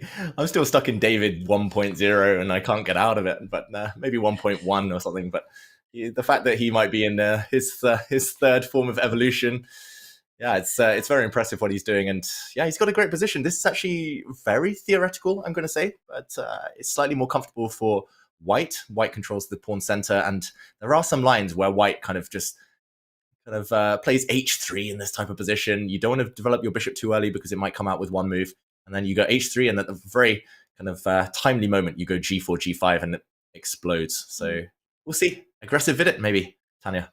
Hmm. Yeah, he might bring in his 2-pointer version if we see that G pawn moving forward. And I think that's one of the reasons why the king doesn't castle very quickly as well. Keeping that idea, in the air could happen, especially with black already having castle. David, let's zoom out of this one, bring up our beautiful, colorful bird's eye view. And there we have it. We've got action all along. I'm still taking in what catches your attention early days. Whoa, Naroditsky's pawn is on e6 against Hans Niemann, bottom right. Take a look at that. Yeah, easy decision, Tanya. Easiest decision I've ever had to make of which game to choose. And it's two players fighting for their lives in this competition, of course. They're both on 5 points. Naroditsky currently inside top 15 on tiebreak. Niemann outside top 15. But yeah, this pawn might just be a weakness, might just be dropping off. It's under attack. I don't really see a good way to actually keep it defended. So he has to find a way to open up some diagonals in the position for his light squared bishop to try to create some chances at the right time. Strike with c4 if you can. There's also g2 under attack. E6 hanging. I'm liking what Hans is doing right now. And big decision there from Daniel Naroditsky. He's hanging this pawn. He wants to swing his rook across and play on the g file. There might be a check there. There might be some exchanges. Or if Hans wants to just regain the material balance, he can recapture this pawn and it's level material. Maybe the white rook looking a bit silly there, unless it can contribute to an attack. I've got to say, I'm liking black. I'm biased towards the blocked pawn center for Hans Niemann there. Okay, he does take this pawn. Tanya, this game's about to become crazy. And I'm just trying to understand, where does Daniel find his crazy in this one, right? You could attack the queen from g3, but that just allows a check on h1. And then you could also think about what happens if Hans gets even greedier, grabs on h4 once the king sidesteps. I don't love trading the queens simply because that allows the white rook to come more into the game, doubling up on the G line. And I wonder if you're going to see instead, David, for Hans to go all out with queen takes pawn next as well. You're completely right. It's going to be fun either ways.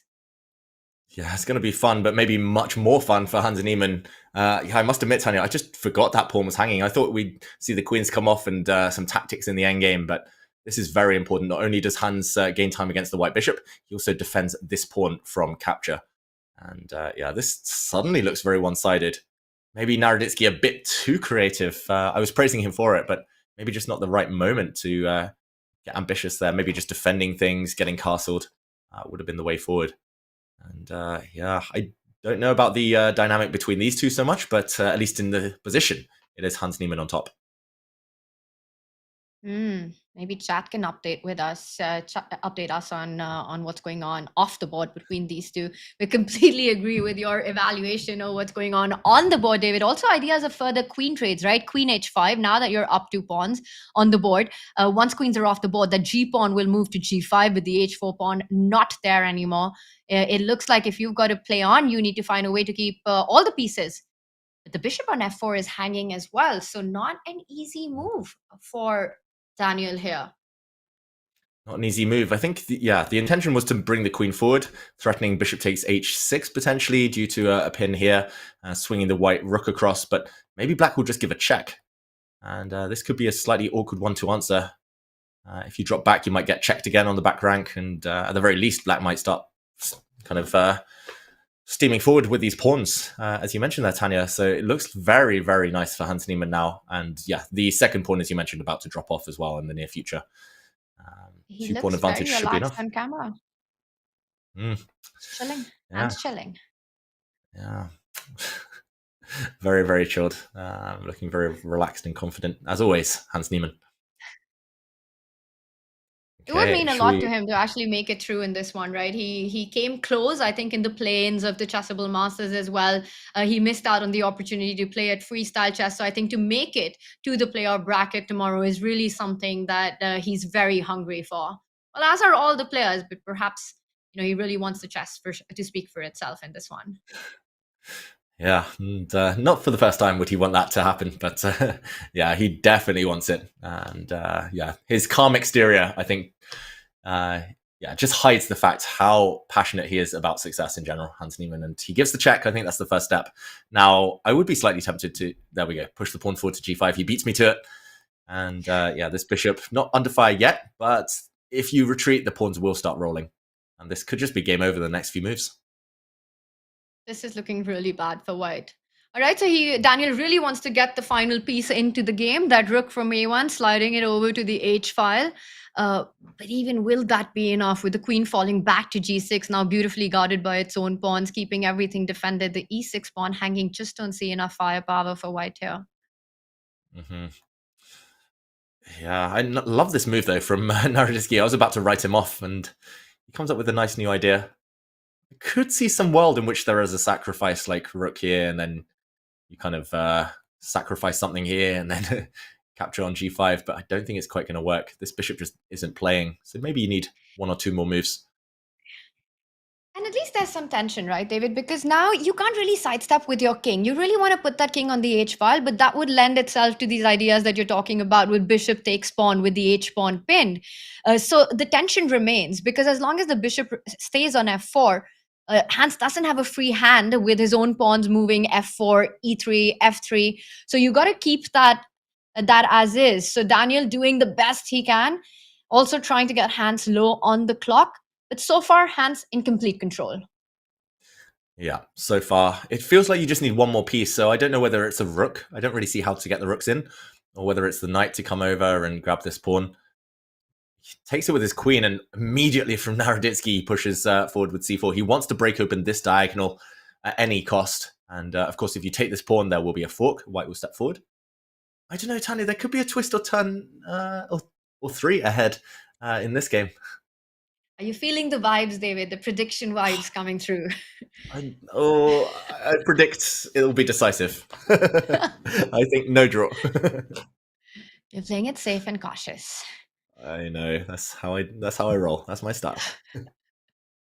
Sticking true to style, as his hands, he jumps in with the knight. So he really wants to plant his own knight on d5. If it was captured and if given an opportunity, he really wants to get rid of this light squared bishop, which can get extremely active on the diagonal if allowed from b3. So I just wonder if white has time to keep the pieces, the minors on the board. Can you actually step back with the bishop? Or would that allow pawn takes pawn now that there's no fork on the board? Yeah, maybe the idea would be to just capture this pawn, and the black knight would gain that nice outpost that you were mentioning, Tanya. I do wonder, I'm calculating now, like bishop b3, pawn takes pawn, bishop takes, queen takes. Now the queen's distracted, then you sacrifice here.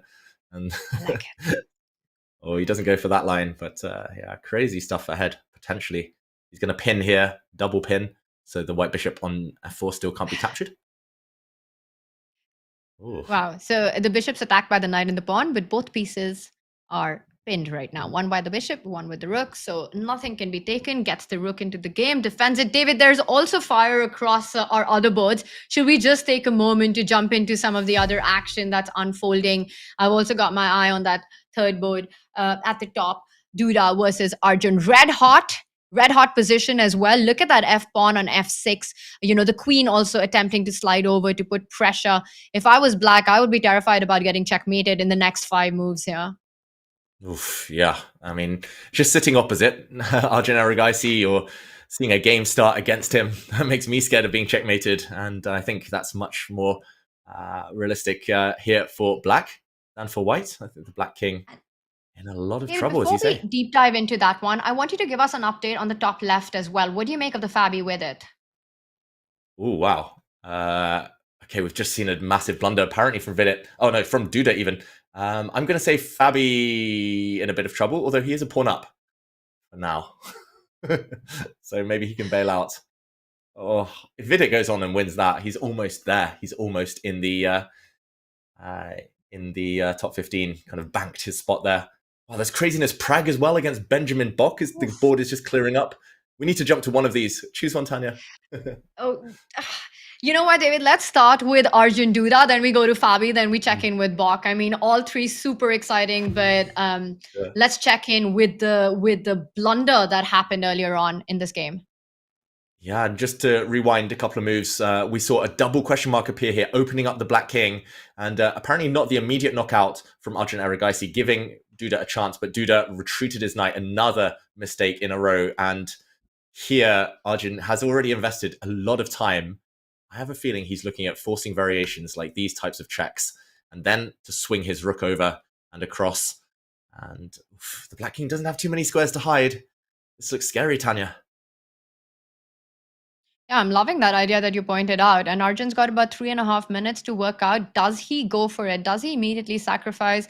Once the rook comes into the attack with the rook lift, it looks very deadly. And I'd be surprised because it's also such an Arjun kind of move, right? The one that you suggested, bishop takes pawn. Mm-hmm. He spans on the board. Great move. First, he gives a check with the queen. Maybe you needed to prevent the black knights capturing this pawn. I'm not sure. But okay, first he gives a check with the queen. Diagonal check's always so effective. Only when the king steps back, then he will think about lifting the rook. Oh, this just looks deadly. No defenders. Just zero defense. This looks over. I just don't see it. I mean, the majors are doing all the heavy lifting with that rook lift. The king goes back. You could also throw in a queen check, drive the king to the h file, go rook d3, rook h3, checkmating ideas that you're pointing out. I think this is just over for Duda. It's all coming in. How do you even defend it? Do you go queen h6? Doesn't help because the rook on c1 is also defended. The king falls back. You just have no time. Yeah, I think that's the key, actually, the key in the sequence to bring the white queen across to cut the king off. But now the king steps forward anyway, and it looks like just lifting the rook should be decisive. Maybe you give a check first, I'm not sure. Duda, we see on the camera that he knows he's kind of praying for a miracle. He's like, oh, there's probably a checkmate, but prove it. And he gives a couple of checks first. Oof. Unfortunately, the king can't take the pawn because the bishop defends it. So you're driven to that h line, and then the rook h3 ideas will come on the board once the rook slides up.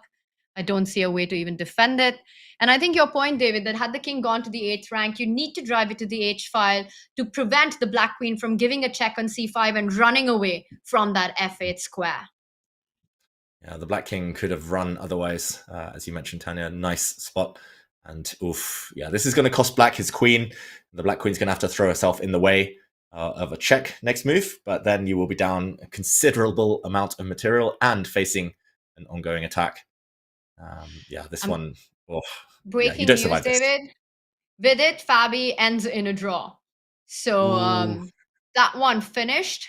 We were going to jump into the action there, but it ends peacefully, and Praggnanandhaa gets the win against Bok. Yeah, it looked like a bit of an opening disaster for Bok. A rarity there. Praggnanandhaa capitalizing with some really neat tactics.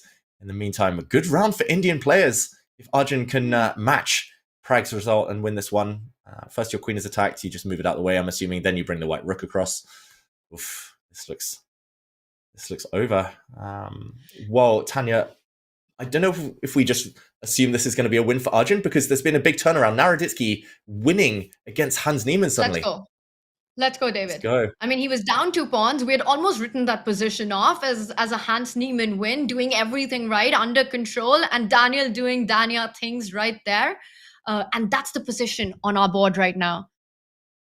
What is going we'll on get here? the cameras up soon, but apparently this one hasn't changed too much. It's still a pawn up for Niemann, but apparently it's just winning for white.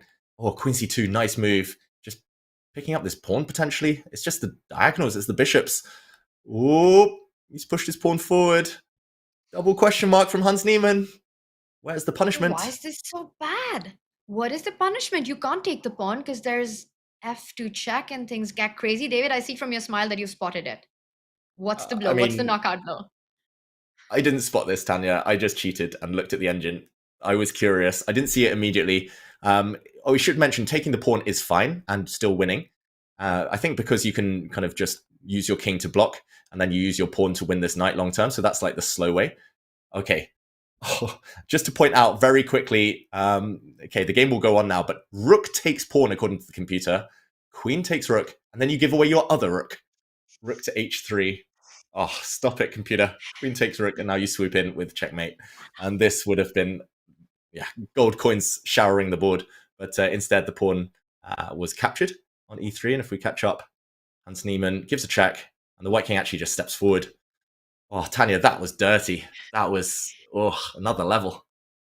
That was beautiful. What a line that was. You give up one rook, then you give up another rook to deliver checkmate. When Daniel's going to check this game later on, I think he'll have that regret, regardless of what happens in the result, just to play it out for that beauty prize. But right now, still things under complete control for him. He's won that pawn. F1 is guarded, but no more tactics of rook takes pawn available. Queen steps back. F1 is a big threat right now. So still a lot of complications remain, and the bar says white is completely winning, but practically perhaps it shouldn't be as high as it is right now, and it drops. Whoa. He plays the most natural move. I would have played that in a heartbeat, but apparently you should have gone back with the king, because now you do not have time to win this black knight. I thought you just pin it and win it, but if you push your pawn forward, there might be some tactics in the air. Bishop takes bishop, maybe a knight check. The knight coming into this square. If you'd used your king, there would have been no knight checks to get out of the way, and the white rook actually was needed to come and capture this pawn. Tanya, that is a miracle for Hans Niemann. That both under 1 minute now, anything could happen. Yeah, this is just insanity. What is happening here right now? Like you said, rook f1, I think 10 out of 10 players would have played this move, right? You just fight against this threat. And right now, Hans is back. He wants to get rid of the strongest piece in the position. Queen e4, and the bar dips further. Ooh, bishop's off. You can't take it with the... He could have taken it with the queen, but that would have allowed rook to e8 and ideas against the e3 pawn, so he had to keep the e file defended. e6 hits the queen. The bar is swinging. It's in... What is happening, David? Oh, wow. I think Hans Niemann is still in trouble. In practical terms, it was difficult. He was still pinned. Now the black queen is attacked. e7, also a threat to fork the black rooks. If you bring your queen across, Tanya, I think there might be a sacrifice. Rook takes pawn and the black king would have been mated. Oh, wow. Okay. Yeah, this must be winning for white on the board, but both under 30 seconds. The knight. There's no way to defend it. This has to be over. And Hans knows it. Look at him. Oh, wow. He does not look happy, Hans Niemann. No more Mr. Calm, Mr. Chill. The knight dropping. And does he resign? He's under 10 seconds. He's angry. He's furious. David, he was completely winning out of the opening. And he knows it. He'd done everything right. 2 extra pawns. The G and the F pawn moving up. And now he's busted and he resigns. Daniel Naroditsky gets the dub. Wow, huge win for Daniel Naroditsky, who stays inside the top 15. Hans Niemann drops and needs to win his last few rounds and hope things go his way in order to stand a chance of qualifying. He was furious. He was devastated there, Hans Niemann. He was winning out of the opening. But yeah, that kind of stuff happens in speed chess. And Naroditsky, we should give credit to him, Tanya, for gambling. He gave away a few pawns. He just threw everything and the kitchen sink at Hans Niemann. He really did. He managed to create that chaos that's required to survive such an opening as he did. And David, I will say, Daniel's got so many fans, so many of his fans want to see him make it through into the top 15. But I will tell you, I think a lot of our audience, a lot of our viewers is also rooting for Hans. Would love to see him in the mix to fight it out against the big guys. Well, now the margin for error for Hans, I think it's non-existent with just 2 rounds remaining as we get ready, or just 1 round remaining, David. Just 1 last round remaining. Everything comes down to this one. And there we saw on our leaderboard, we've got 4 players with 6.5, a bunch of players on 6 points, an absolute chaos on the leaderboard. Anything can happen. It's all about making it to top 15. And we've got a French in front of us, Pragnanda versus Arjun, the all-Indian clash. Arjun 6.5 out of 8. Prag 6.5 out of 8. Wow, Tanya, 4 of the top 6 players are from India. I should mention Erigaisi, Prag, and Vidit are joint leading. And Nihal Sarin has a great tiebreak, half a score back. And this was a line Pragnananda used to draw a game recently in the Grand Chess Tour. Is he happy with a draw here? A draw would bank it. They'd be in the top 15, guaranteed. So it would make a lot of sense for both players. Queen's off the board, French defense. What do you think? And David, I will say these 2 are the best of friends as well. I mean, we've seen their journey through the World Cups when they play against each other. Yes, it's rivalry and yes, they're competitive. But I think if they draw and both bank a top 15 situation, I won't be surprised if they've got a cautious safety first approach. They've both done the hard work. They both played their risky chess so far. And now when it's not required, and you've got your good friend passing through as well, why not just keep things more under control? So I think this time I'll play profit. Not a very hard prediction to make. I think this one will end in a draw. Yeah, I think the same. Although fair play to them, credit to both of these players for not choosing one of those forced draw Berlin variations. They definitely haven't agreed anything. They're just going to play the position and see what happens. But yeah, with, of course, half an eye on safety. They might even be top 15 with a loss, who knows? But yeah, a very peaceful middle game, queenless middle game ahead in this one. Should we zoom out and look at some of the other contenders? Some players might be in must-win situation. So, okay, let's go to our top board first. We'll talk about Vidit, Tanya, because he's got a bit of a weird position with the black. Well, I was going to say the black knights looked weird. One was on f8, one was on g8. They're back out now, at least one of them. Yeah, let's do this. Let's do a deep dive into this, because also how impressive is Fedosiev? He often, I feel, goes a little unnoticed, and we speak about his phenomenal result in online chess over the board as well, and he's just such a force to reckon with, but still not a household name like Hikaru, like Magnus, and like some of these other top 2700 plus players. But the big fish, he continues bringing the big results, and he's at the top of the leaderboard in this one. David, I'm just wondering, how important is this from a result point of view? And the players on 6.5, are they already safe to make it through to top 15 regardless of whether they win or lose? Oof, it's tough, right? You don't want to end on a loss and pray that other results don't that they do go your way, that they don't affect things too much. I think they should be safe. They've probably got pretty good tie breaks compared to those who are kind of making a late charge. And yeah, often if you leave things too late, your tie break is affected. A draw would guarantee it. We see the standings there on the left. We see 6 points. There's a huge bunch of those players. So a decent amount will arrive on 7 points. But yeah, 6.5, it's kind of the danger zone. You might make it, you might not. I think nobody wants to leave it to chance. And Vidit playing very aggressively. White has a slightly fractured pawn structure. Doubled f-pawns now, isolated d-pawn. But a lot of space, a lot of control. You might step this one forward, might challenge bishops. I think Vidit here playing very aggressively. But 2 minutes down. And Fedosiev, he's a hard one to stop. I recently played him over the board in Blitz. And like the first few results were fine. I was doing quite well. As soon as he gets on a roll, Tanya, it's the confidence. I don't know what it is. Something courses through his veins and he turns into like the Hulk or something and unstoppable. You say the Hulk, but I mean, we met Fedosiev. We spent time with him. He's just one of the nicest guys on the circuit, But his chess absolutely has the Hulk vibe in it. Look at the clock situation. He's up by almost 2.5 minutes on the clock there. And David, a bit of a reaction from you. Is there something that you spot in the position? I see the f4 pawn is under attack, defended now by Vidit. Yeah, actually, I was looking at another game. Sorry, Tanya. I was looking at the game between our good friend Pranesh, and Hans Niemann. Not so relevant. Oh, go on. Sorry. No, and maybe more relevant, because David, these two players might just need, one of them might just need to win to have a shot to qualify. So we've got our bird's eye view. That's the bottom right board, and I can see why it caught your attention. Absolute chaos. Absolute chaos. And we won't stay here too long, but there was a beautiful sacrifice by Pranesh just a couple of moves ago. Must-win situation for both in order to have any chance.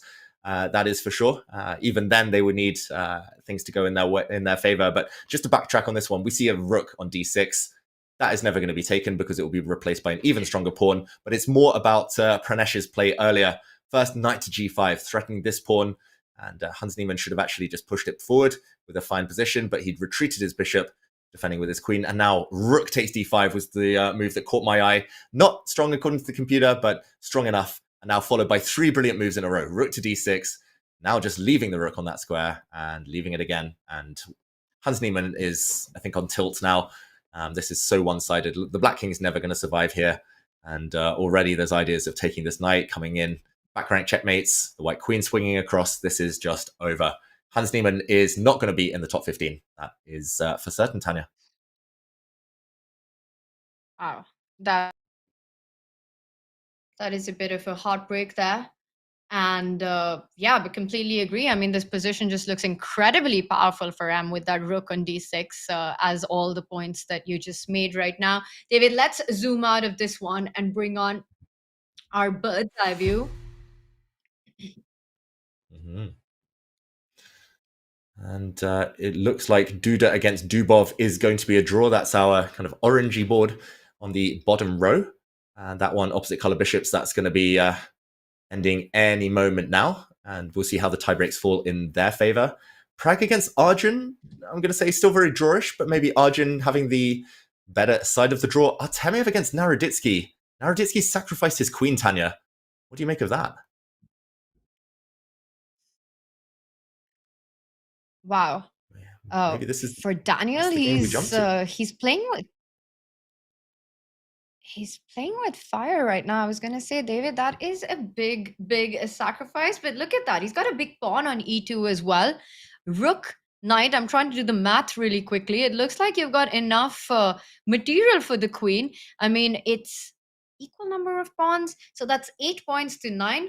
B2 hanging as well. To me, it looks like this should be sufficient compensation for Daniel with the B2 pawn hanging, the super strong E2 pawn, threats of rook D1 always to watch out for. If the queen ever left G4, it needs to stay connected to the square. I think there's everything to play for here for black. Yeah, there's ideas of the knight coming in, like you said, this rook D1. And yeah, I do feel that he should have some element of safety, Naroditsky, even if he loses his e-pawn. If you kind of get a couple of queenside pawns along the way, maybe you can set up a fortress, rook and bishop versus queen later on. But you definitely don't want to leave it too late. You don't want to allow, for example, white to have one more move, play the move bishop to f3, and then capture your pride and joy on this square. So Naroditsky, I think a draw for him should be enough to stay inside the top 15, but a loss would be leaving it up to fate, to chance, and that won't be great for him. So key moment here. David, I'm just wondering what would be the cutoff. Let's say, would it be at 6.5? I think there will be a tie for a number of players, and some might be out, some might be in from the top 15, having the same number of points depending on tie break. But I wonder what that sweet spot, what that number would be. Would 6.5? Would we see a few with 6.5 making it through, or do you think 6.5 would not be enough? Oh, I think 6.5 should maybe be enough for some. I'm not a maths whiz, Tanya. I'm not a maths genius. I'm really bad with tie breaks. Hopefully be enough. Hopefully. If it's I agree with you. I'll I think hopefully. 6.5. I think 6.5 is safe. I think 6 would be the point where we have that cutoff, where a few players make it through, and for others it would be a heartbreak. Mm-hmm.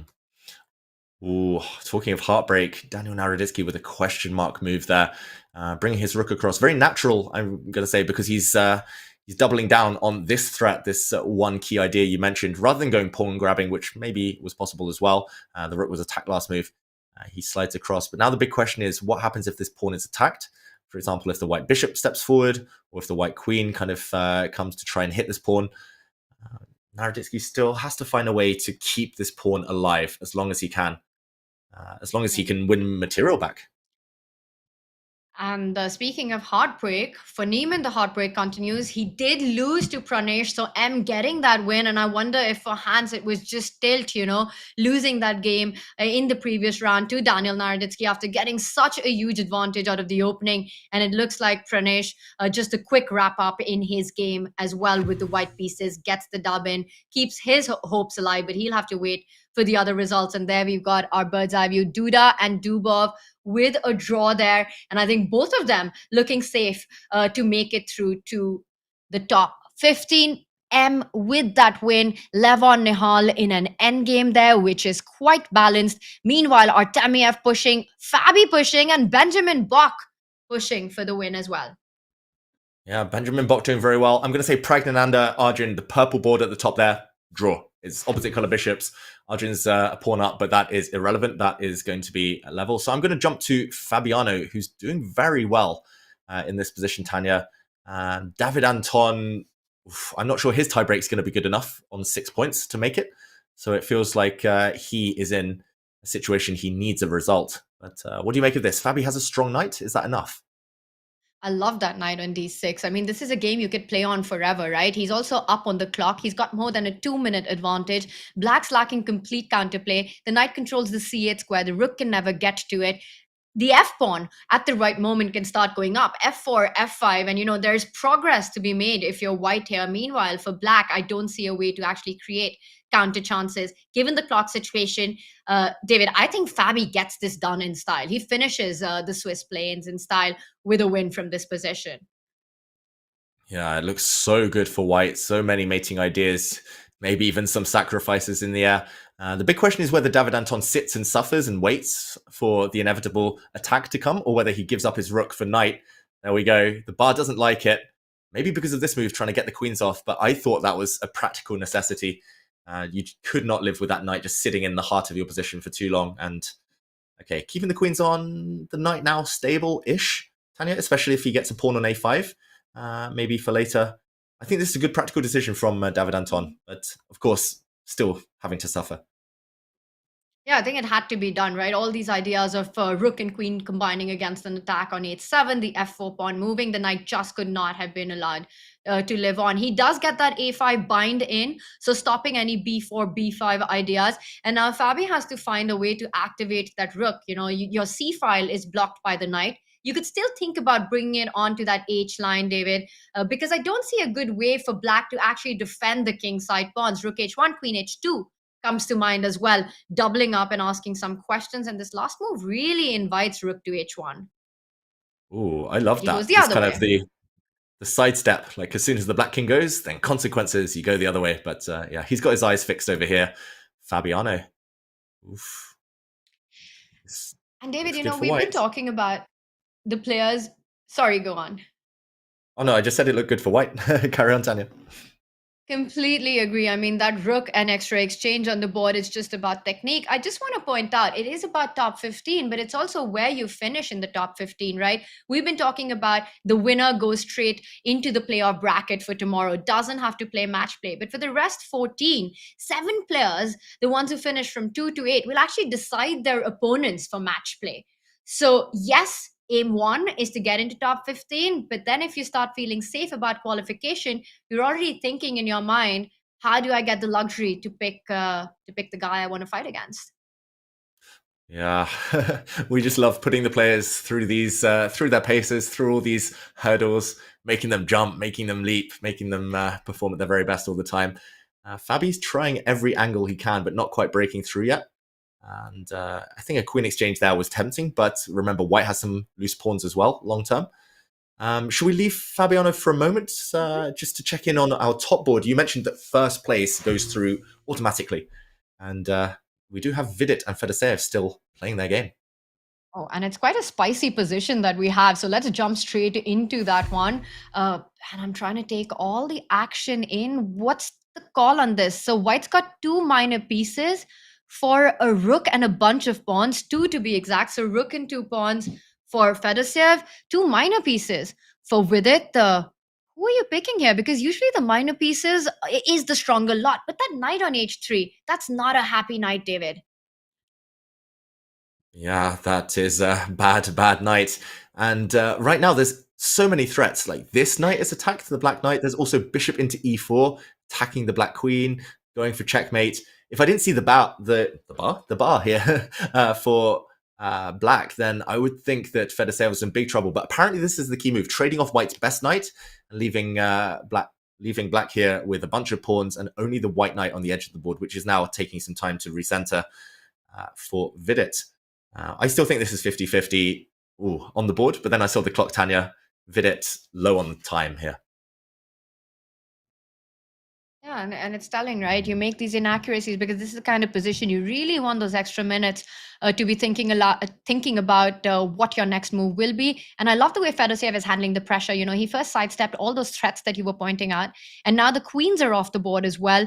And we know that when you're fighting against the minor pieces, it is a good idea to go into the endgame, especially when you've got those extra pawns on the king side, creating threats of marching up, the knight tied down to the bishop. I think Fedoseev is feeling confident about his chances, and he might be the one, David, to get that spot to make it through straight to the playoff bracket. Wow, and we weren't even talking about him too much in the race for first place because he dropped some early draws. But suddenly, with this late surge, he is doing the business. He looks dead certain to qualify now, Fedorseev, because he should not lose this game, even if he were to just take this knight off the board and play an endgame, a pawn up. No chance he loses. He'll get 7 points and he'll go through. But how badly, Tanya, do you think he wants first place? How badly do you think he wants that automatic ticket? I think he just wants it really bad, David. I mean, we know Fedorseev, how hungry he can be, for these big moments. And he knows that there's a lot at stake. Once you've made yourself safe of qualification and you know you're in the mix for the top one, look at the position that he's got right now. Yes, he missed his chances, but he's still going to play this out. The king coming closer, that G pawn. I think practically it's still not that easy. Or does White's king just get to D3 in time, creating problems for Fedorseev to keep the G4 pawn alive? Has Vidit bagged the draw in this? Oh, I think he's a big favourite to draw it now, Vidit. Oh, I don't like this last move, though. You shouldn't push pawns on the side you're weaker or the side that you have weaknesses, at least. And if he's going this way, then the black rook is just ready to snap off these pawns. Don't understand pawn to b3 at all. But yeah, it did feel like Fedorseev sold himself a bit short. Maybe didn't realise that the black king was cut off, cost him 3 or 4 tempi. But now, apparently he's winning again for black. Maybe he's just going to put his rook behind, bring it down, push the g-pawn, and... Ooh, the white king's also running out of runway here. There's a check. There's a pawn hanging. Tanya, I think Vidit's badly misplayed this, and that's because of the clock. And I don't know if you noticed, David, but there was a reaction from Vidit, exactly to the point that you made. All the pawns on the queen side are now falling one by one. And that one small pawn move could be the one that costs Vidit this half a point. Fedorseev, super close to getting to 7.5. And we only have 2 players at 7 right now. So it could be Fedorseev's Swiss planes to bag that first spot. Whoa, and we're getting a confirmation. If he wins the game, he takes the first place. He's through to the playoff bracket tomorrow. Doesn't have to play match play. Wow, and he's getting there. He's getting so close now. Fedorseev, he's pretty much certain. Look at the clock situation. Also, these are what they call the automatic pawns. They walk themselves down the board. You just use your rook, you push the pawns, and there's no way the opponent can stop you. You don't even need your king to participate. Of course, he's going to try and bring his king round. But you could even just use the rook and push your pawns. There we go. He's coming. He's going to bag that first place. Vidit, 10 seconds left almost. Incredible. And look at the way he just marched up with his king all the way to the other side. And he's got 1.5 minutes on the clock. Fedorseev about to win the Swiss plains and book his spot into the bracket playoffs for tomorrow. It's about to be a queen. Vidit with a second on the clock. He's about to resign. And there it is. Vladimir Fedorseev wins the Swiss plains, goes straight through to meet the big guys tomorrow. Wow, well deserved there, Fedorseev. He kept his calm, kept his cool, kept his time advantage throughout, and Vidit just, even though he came so close to holding, wasn't quite quick enough. And triumphant sip of water. That's the mark of a very satisfied player, Tanya. They always sip their water when they know they've had a good day of work. And here we see confirmation, 7.5 out of 9 is a monster score in a field like this. Incredible. Did not even need the tie breaks to book his spot. 7.5. What a performance by the big fish. A huge performance here. And behind him, Fabiano Caruana, Pragnananda, Arjun Argaisi with 7 points. Look at the list. Look at the names, David. What a performance by Fedorseev in this stellar StarCast. And as we were talking about, 6 was the sweet spot. Heartbreak for a few, and some have made it through. Yeah, heartbreak for the likes of Alireza Firouzja, who on tiebreak dropped down to 18th. But there were 4 players on 6 out of 9 who live to fight another day, who will face more chess in their quest for the Chess.com Classic. But yeah, I think you'll be very happy to see a lot of Indian players in that top 15. Tanya, 5 of them. The big 4, plus Pranesh, but also Daniel Naroditsky, our good friend, who made it into 7th place. Yeah, incredible stuff, I think the fans are super happy to see Dania in the mix. It's pretty late in India, but I don't think anyone's going to be sleeping tonight, David. So many players in the mix. What a performance it's been. And the Swiss portion is done. Our leaderboard, our scoreboard is locked in. We know our top 15. The action, of course, continues. In fact, there's a lot of action coming right up. And it doesn't stop with the Chess.com Classic, because buckle up, it's going to be a big month of chess ahead. Norway Chess is also almost here. 10 of the best players in the game, including Magnus and world champion Gukesh and world champion Zhu Wenjun, will compete for one of the most prestigious titles in classical chess. It's also a prize fund of over $160,000. The action begins on May 26th, and we're covering it all on Chess24 streams. For everything else you need to know, visit go.chess.com/Norway25 or use command Norway in chat. Or you could look at David Howell's video on what makes Norway chess such a great tournament. Great one that was, David. For our 14 players comes the most brutal phase. This is where it's going to be about speed, about accuracy. Stamina will be decisive. It's a one-on-one knockout match play next when we return.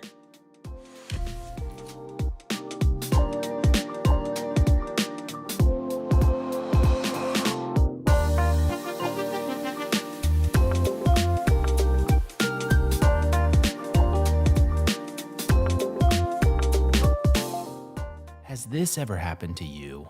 Oh, shoot. Another mouse slip. What about this? Oh, well, holy bishops en passant. I think I'm getting carpal tunnel. If only there was a way to play online chess with a real-life board. What if I told you you can with Chess Up 2? That's right.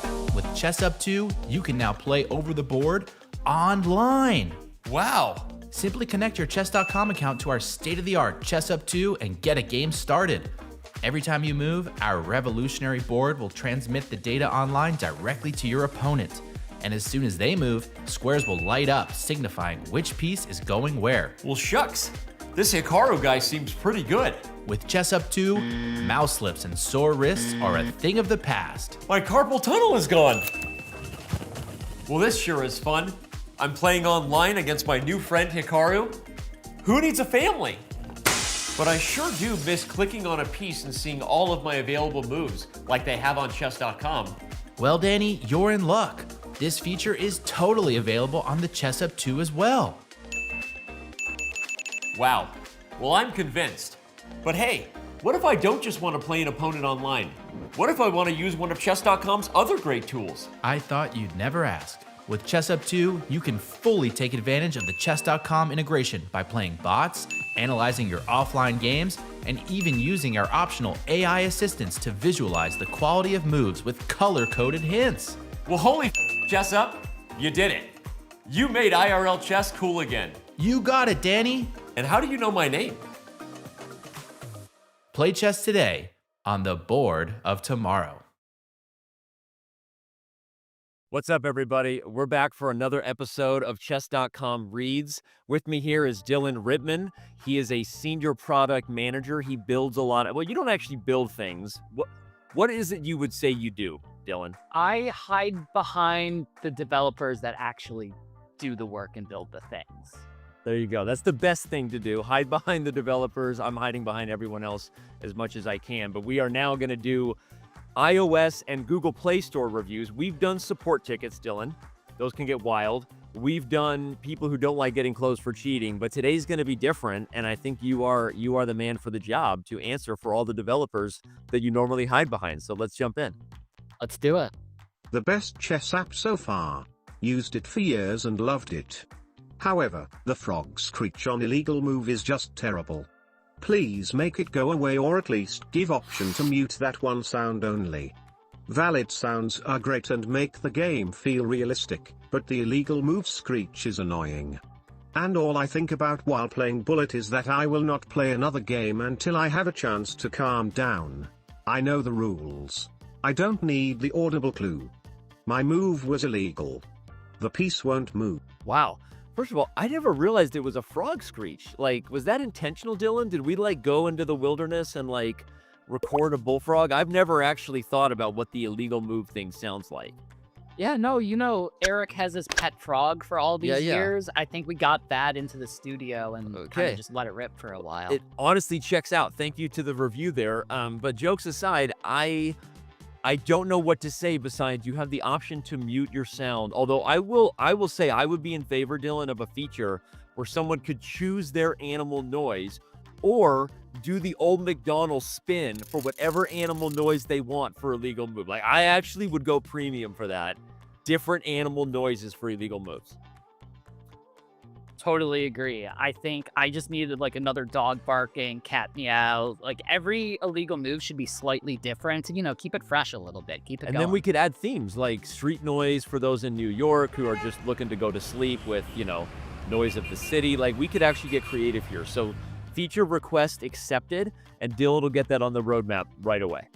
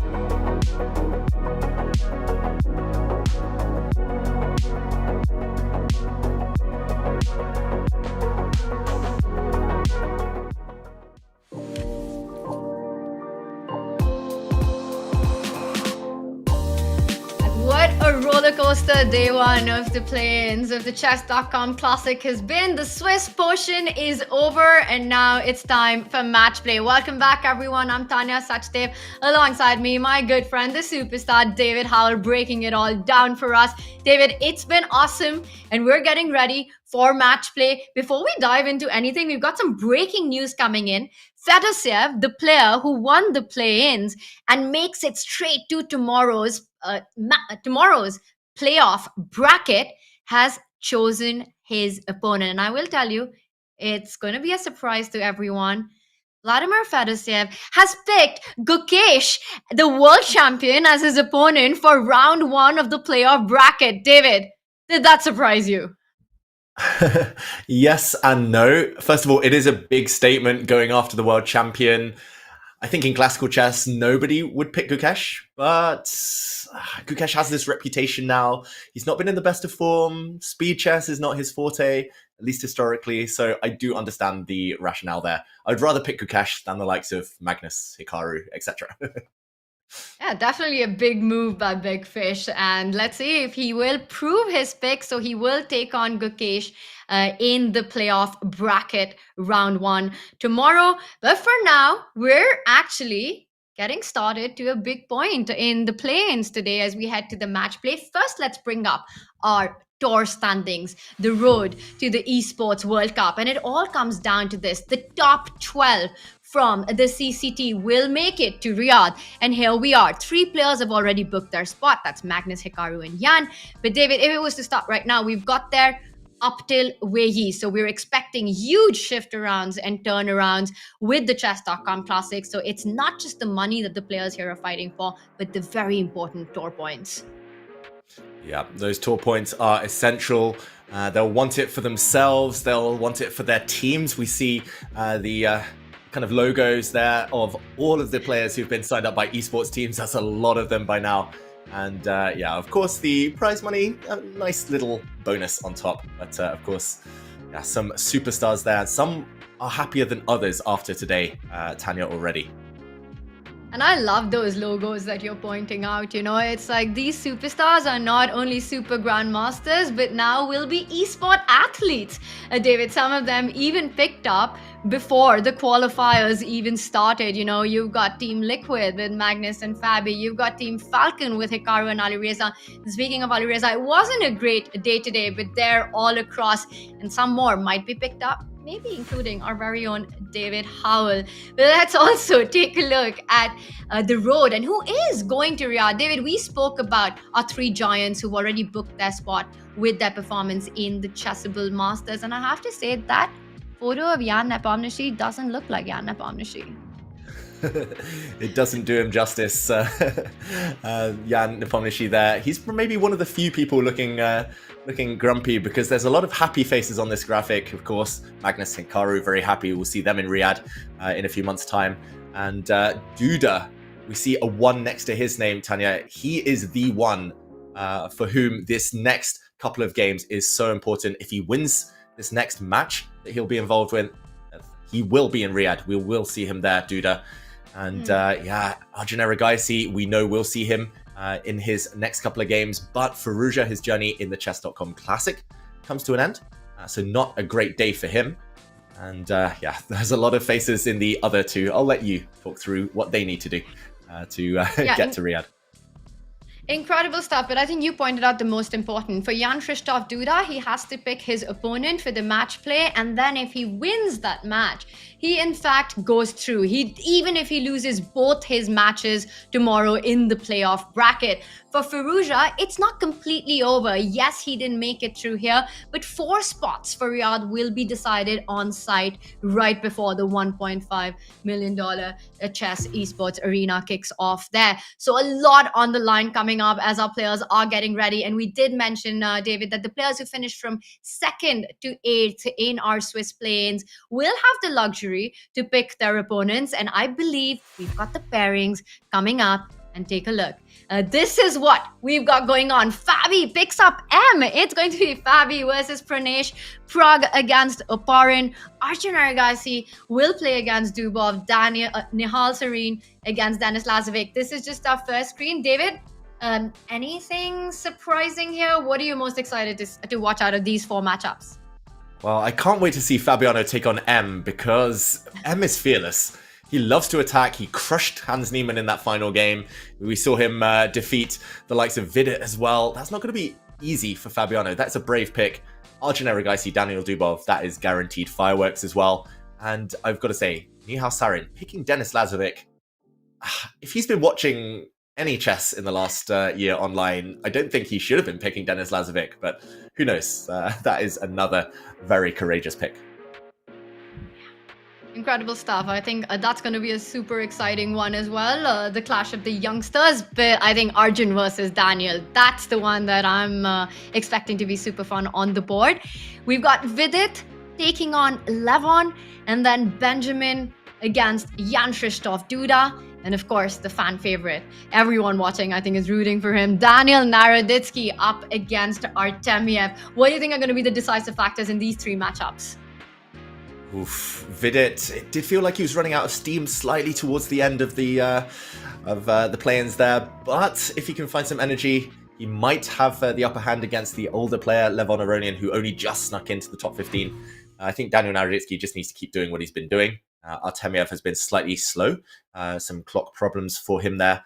Bok versus Duda, Duda starts as a big favorite, it's got to be said, but we'll see. Benjamin Bok, not to be underestimated. 14 players, 7 matches to decide who are going to be our... Well, one of them, Fedosiev's already in, but to complete our big playoff bracket for tomorrow. David, let's also bring on our match play format, because it completely changes, which also means a total shift in the mindset is required. From Swiss, we move on to a one-on-one. And here we've got it. We know the players have picked their opponents. It's going to be a best of 2. And once again, no increment, just 10 minutes on the clock. And then crazy time scrambles. If it ends in a 1-1, we're going to have the Armageddon. David, 7 matches. Are you expecting? How many Armageddons do you predict, Prophet David? I'll say 1. Tanya. I don't know. I have a feeling that the players are just in the mood for blood. I don't know whether that means we'll see comebacks for the players who lose the first game or not. Historically, there have been surprisingly few Armageddons. We always expect loads, right? We always want loads, I think, Tanya. But I'm just going to say one. That will allow us to focus at least. How about yourself? You know what? I love the Armageddon, especially because we've got the bids that come in, and that's a whole different mind game going on. So I'm hoping for more than one, but I think we'll at least get one. I mean, 7 matches, just the best of 2. But I also see your point. With no increment and the time scrambles that come in, we can expect a lot of flagging and all the craziness that happens. We saw it, right? In our Swiss plains. I just don't think we had as many draws as one would expect in these formats. Yeah, very few draws. That means with the clock playing such a big factor, it's good for the players who fall behind in the first game. Maybe they can hustle on the clock a bit in the second one. Either way, 2 games, it's going to be close. It's fast starts. And it looks like we're off already. The players itching to get going. And here we go. Crunch time, Tanya. It's crunch time. It's go time. A bright and beautiful bird's eye view is up. Fabi versus Pranesh on that top left board. David, I would want to say that started with what looks like to me the English opening. I know it's one of your favorite, and perhaps Pranesh, they're responding with a symmetrical pawn move there. Action all along, but Nihal getting his queen out early. That's the third board on that top row right there. Queen on h3. So suddenly dynamics that I'm not very familiar with, but definitely guarantee a lot of fun in the middle game. Also, Arjun versus Dubov already heating up. Ooh, we're really spoiled for choice. All of the games looking quite spicy, actually, at this early stage. Bok versus Duda, the bottom right, the brown board, maybe the most theoretical of them all. I'm going to... Oof, where to take us? Okay, let's start with Vidit against Aronian. 2 big names, 2 very experienced players. It's a French defense. All the ingredients for a real fight here. And it's not just any old French defense. It's one of those where Black gambits the whole king side. Black is giving up this pawn, maybe the pawn next to it as well, and banking on some counterplay against the white king, against the center. Vidit already down on the clock. That's been the story for him most of today. And yeah, he's not the fastest these days, Tanya. Just he relies on kind of accuracy more than ever. But what do you make of this opening? Levon with the first surprise, perhaps? I'm just taking it in. So Levon brings the knight out, and Vidit goes into a little bit of a think and decides to capture on c5. And I think it's important, no matter how surprised you are, you don't burn the clock too much of it early on, at least. We've seen what a big role that plays. Yes, you win a pawn, but look at that pawn formation. You've got 3 on the c file. That's a triplet. About to lose one of them. The knight develops further. Lev keeps up the speed. Going to grab that pawn. He first, wow, sacrifices another pawn, but I think you've got to be very careful of going bishop takes knight, pawn takes bishop, queen takes pawn, knight takes pawn ideas. That looks very scary for white with the king in the center. Yeah, very quickly put that on the board. Nice variation, Tanya. Bishop takes knight. If white gets tempted to take this one, maybe should run away with the queen to the center. But if you take this one, you walk into the firing line of this bishop. Now, if you take the knight, you get pinned. And this is not obviously what Vidit should be looking for. Just to mention as well, this knight had to jump in the way because there was a Greek gift in the idea. Kind of idea in the pipeline. Bishop takes pawn check, luring the black king out. Then the queen coming, the knight coming. This would have been deadly. So the black knight jumping in the way of Aronian's last move. And I think a very good decision. Clearly still in preparation from him. The Armenian-American Grandmaster and big time advantage.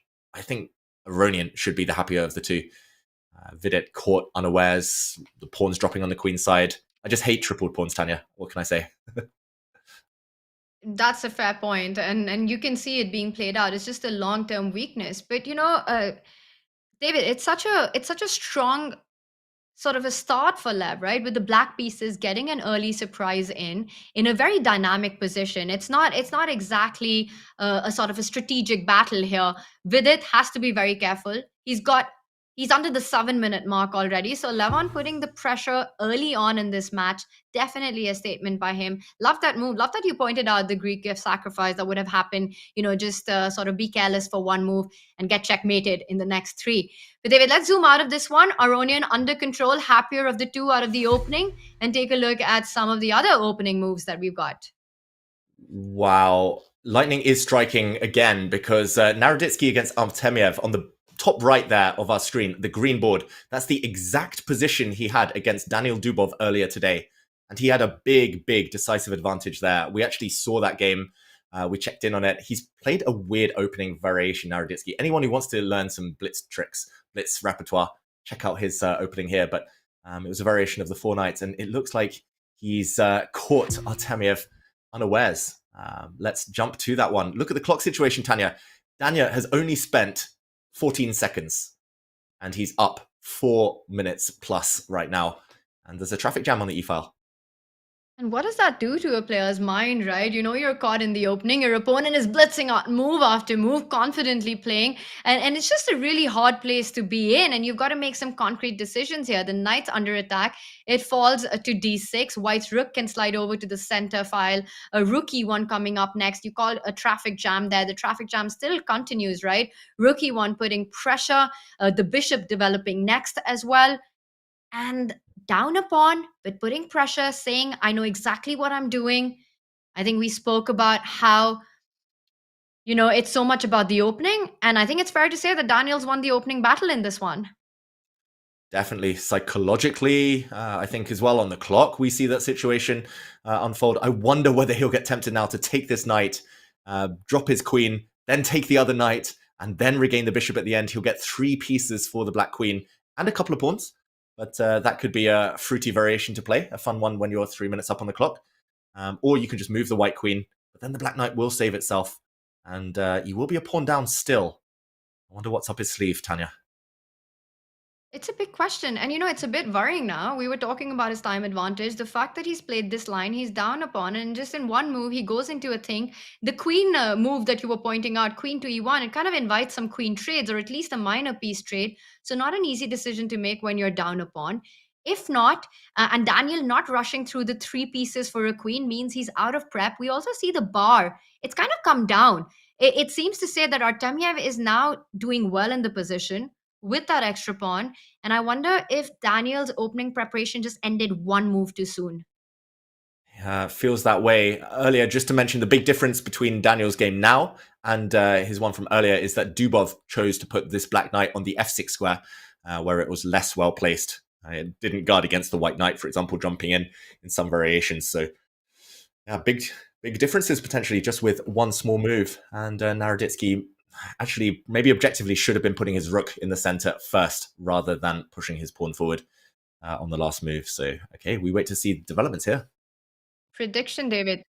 Does he go for the queen sacrifice? Well, it's a sacrifice, you win 3 pieces, but it's a huge decision. Or does he just simply move the queen?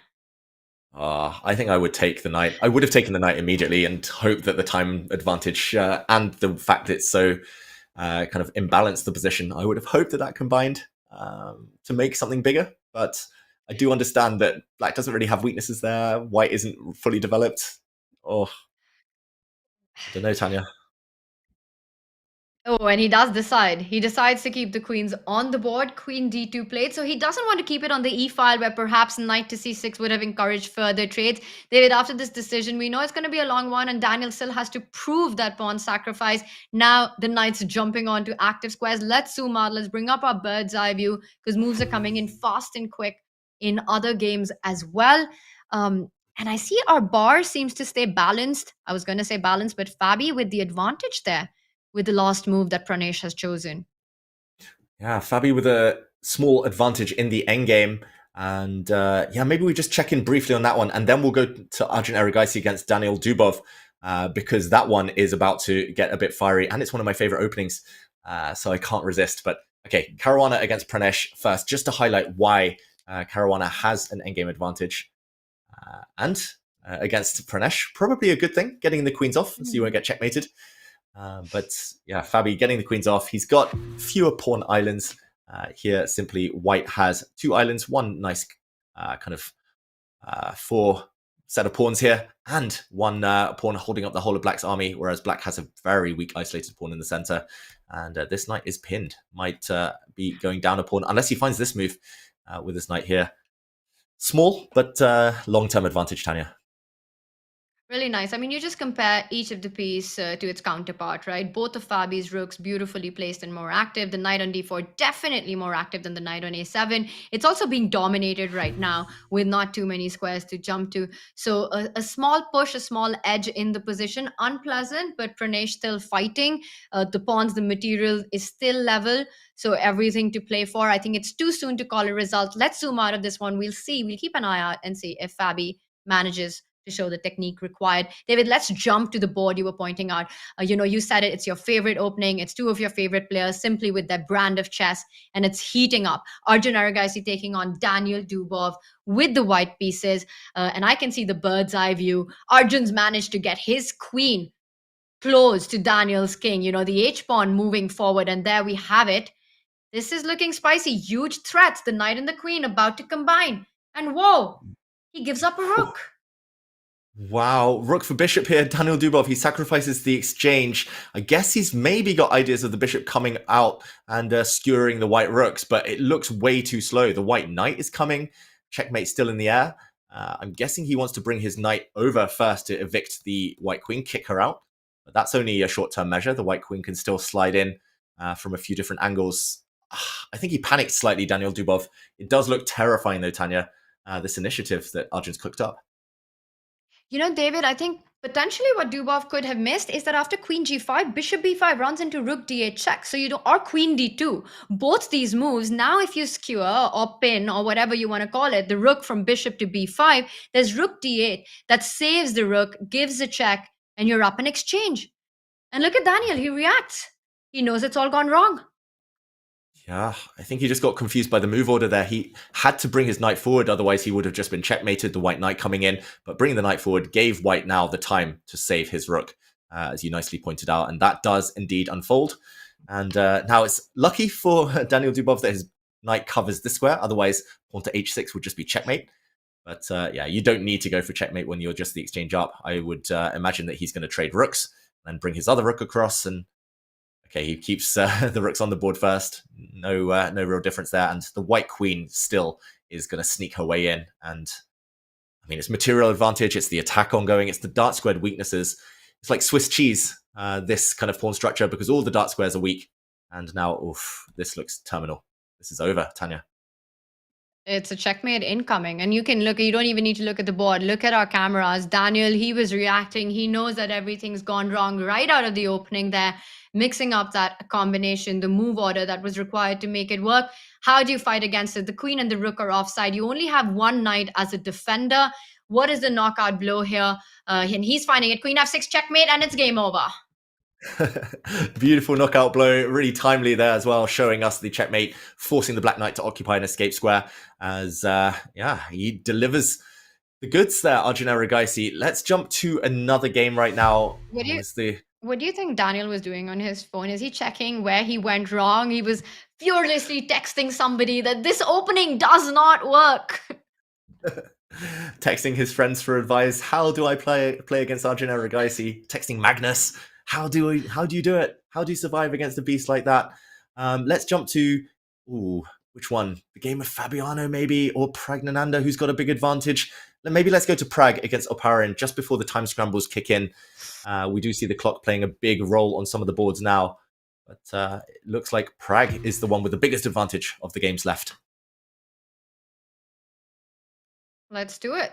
And there we have, once again, the A file completely dominated by white. The rook on the 7th rank, a huge threat with the knight and queen combining ideas. And I'm trying to understand how do you fight it? Because if you were to move your knight back to defend that pawn, you in fact lose the d4 pawn then. For example, a move like knight to f7 runs into knight takes, well, the other pawn, simply because c5 would be pinned. David, is Oparin about to lose a pawn one way or the other? Yeah, I think he just needs to brace for impact here. And maybe knight takes pawn here would run into the black knight jumping and taking a pawn, and some tactics on this diagonal hitting the white knight that would newly be vulnerable. So maybe he can just kind of keep his pieces nice and safe. I hate his position, though. I hate his clock situation, Oparin. I don't think he's enjoying it either. This just looks like so much fun for white. Black's pawn center might appeal to some out there. but you can't really do much. If you push forward, you just get bypassed and you only open up the white bishop. I think we've got moves coming in. I can see our bird's eye view, and on that, we have a lot of stuff happening.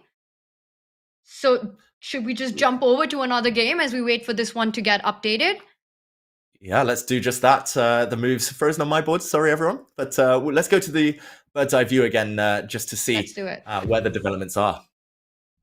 And there we have it. We can see on the Prague Oparin board, that's the center board on the bottom row, David. A lot has happened, but your evaluation remains Prague doing well, close to winning that one. Bok Duda ends in a draw. One more 10+0 to go. It's a best of 2 for these players. What else catches your attention? Where do you want to go to next? Your pick. Oh, it's tough. I'm going to say Fabiano Caruana just because... Oh, actually, I'm not sure I've got the moves on that one just yet. I'm not sure. Fabi looks like he's winning though on the top left there, that blue board. And... Oh, Tanya, the time is ticking on all of them. I don't know. I'm being indecisive. Let's go to Fabiano. If we can get the position, there we go. We do have it. Let's see whether Pranesh can weather the storm. Whoa. And that's a big storm to weather. Do you even have the possibility to do that? I mean, I'm looking at it. The 2 rooks and the knight look absolutely devastating here. Coming in with a big attack next. How are you even fighting that? The king on h8 looks completely trapped. That pawn on h6, beautifully placed. Knight f7 is a move that, David, you're pointing out is trying to ease out the pressure. But you just lose material then. Yeah, you just lose material in a bunch of ways. Fabi, oh wow, we saw a quick sequence of moves. There was actually a trade on the back rank. Then the white rook came across with a check. And the white rook stepped up and, okay, game over. Simply a rook up in the final position. That was over before we knew it. That was over in a blink of a second. That felt like Annie chess. With all the spells at play, what was even happening there? But Fabi gets a big win. He picks Pranesh as his opponent and proves it. Now Pranesh has to win the final game to take it to Armageddon. But action is on the other ones. David, the Prague board against Oparin, if we can have that up, if it's updated, or another one to your pick, because again, it's time pressure territory all along. Let's do it. Pragnananda, can the in-form Indian Grandmaster score a win in the first game here? He looks like he's on the brink. He's got one pawn close to promotion here. It's that white B pawn, the key factor in the position. There's going to be all sorts of tactics to try and help that one promote. Black also has a very strong pawn, but it actually acts as a shield for the white king. The white king's safe, at least from all the angles other than maybe the back rank later. Tanya, he looks close, but getting it over the line might still take some finesse. It's not so easy, right? The path to victory here, it looks like you should be able to do it. And Oparin isn't making life easy. He's attacking the d3 pawn next, defended with the knight jump. All Prague needs is a way to get that rook to a8. If only there's a way to offer a trade. You know, he comes back with the queen. He wants to double it with queen a2 check and then put that rook on a8. So coming in with a tempo, setting up an idea. Nice spot. Nice geometry there. I'm assuming the black king therefore will try and hide in the corner somewhere. But it looks like... still looks like some tactics. If you move the queen too early, if the black king isn't being checked, then maybe some back rankers, the black queen trying to deflect away the white rook from some checks here. That's a great point. And I just realized that while you were talking as well, that in fact, queen, if it was white to play here, queen a2 check, king h8, rook a8 does run into queen takes knight. So it's not a threat. He falls back with the bishop. The bar goes up. Where's the knockout? I'm surprised by that one. The black bishop was keeping the white king caged. Now I would love to play a move like h4, just give the white king some space, or maybe even take this pawn later. He does take the pawn first. Now maybe your idea, Tanya, about to land on the board. Now the white king is safe. It is time for rook a8 next. Once the black king gets out of this check, I think Oparin realizing that his resources are being just systematically exchanged, just being traded off, and that white pawn still alive. I would play rook a8 here. Get rid of a pair of rooks as quickly as you can. And Prague, he's thinking.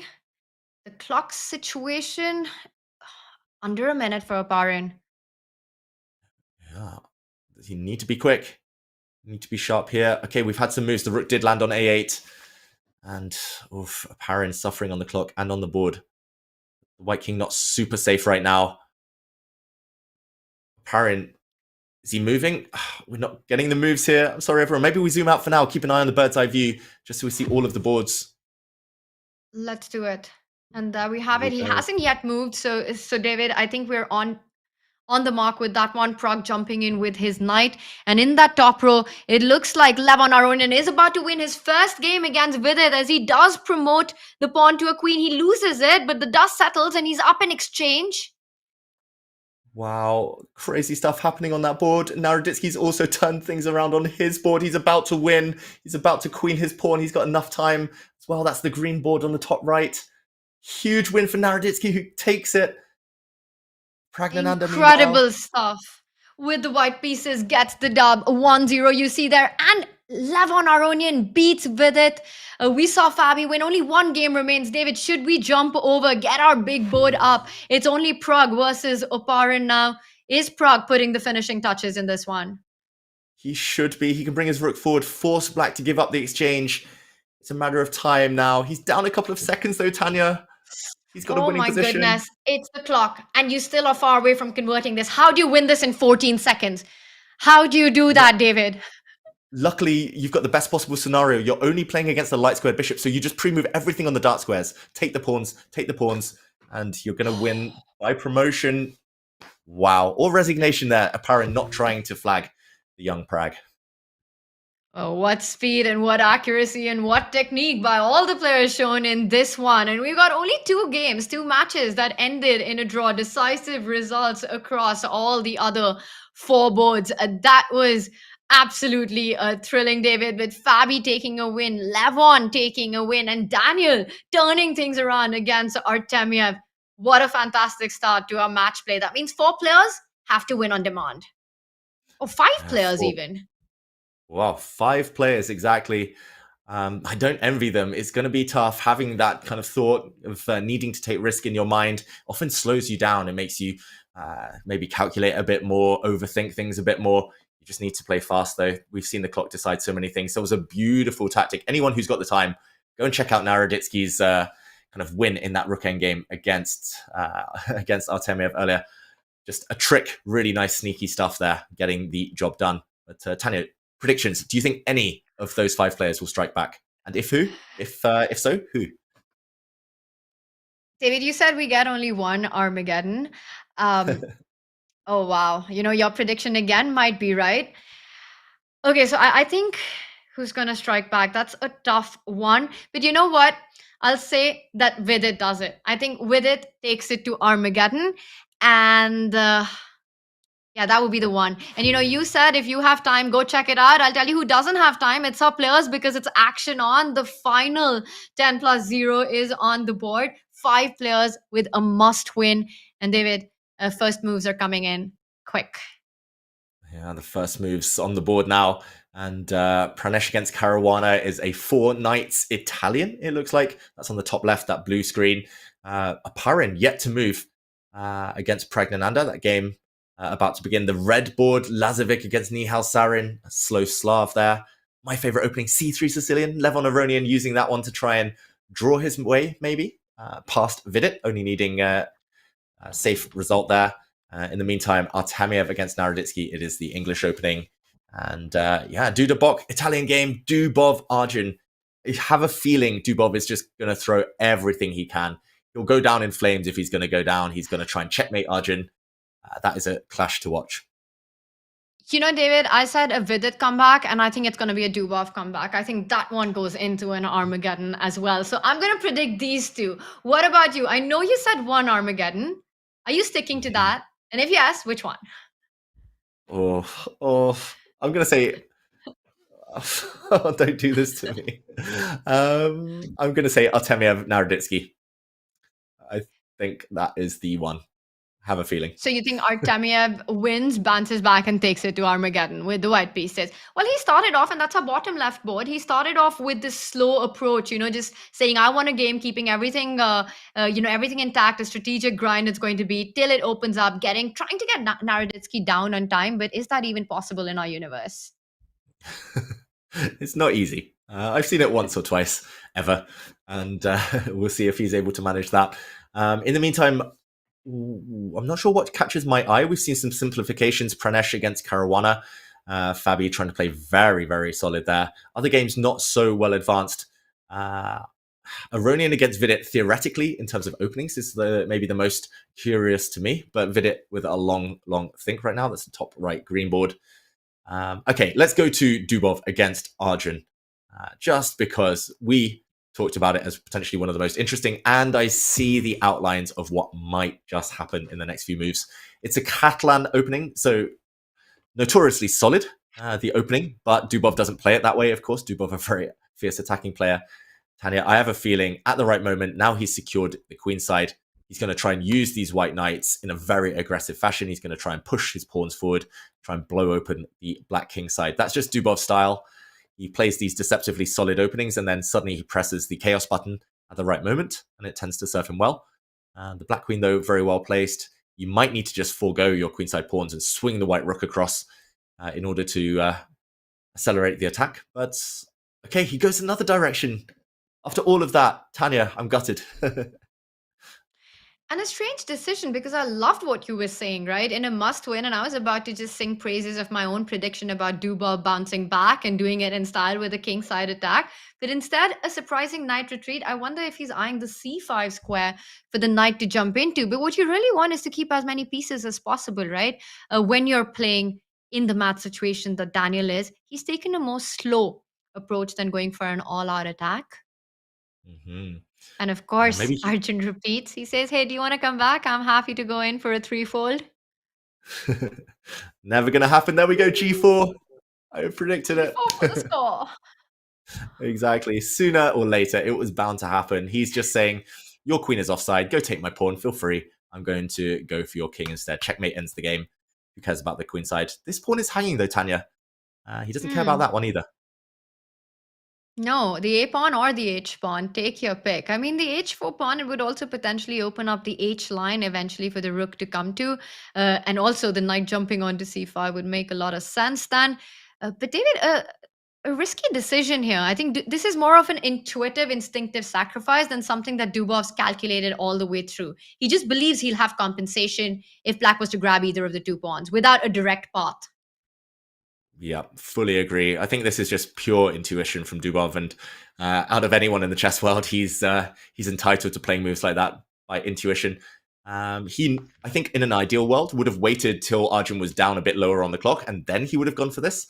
But sooner or later, you had to simply. And okay, wow, I've just checked. I was curious what the computer thought to take this pawn. Apparently, it's too risky. The white rook swings across, and then yeah, the black king is blown open. To take this pawn, just too slow. White steps forward, big attack. Apparently, only move to keep the balance, Tanya. F5. I don't think that's easy at all. But you know, Arjun, in the best of ways, was called the madman. So if anyone can find a chaotic move like F5, it's him, but it is a big ask. I completely agree with you. Though I do feel that we might see it on the board, David. It's also such an Arjun-style move to make. You know, trying to create the counter chances and not just going for his own defense in a passive way. Yeah, that being said, F5, it does weaken this key E6 pawn, and the white knights are ready. They're poised to attack the black queen, to attack that pawn. To me, it just looks so, I don't know, it just looks so impatient, a move like F5. But maybe you just can't be patient here. It's one of those positions you need to lash out. Oh, I think you made a good call saying this might go to Armageddon, Tanya. It's a superhuman move. Do you think we see it on the board? No. How about you? Yes. Oh, wow. Okay. Big moment. I was Big going to predict this moment.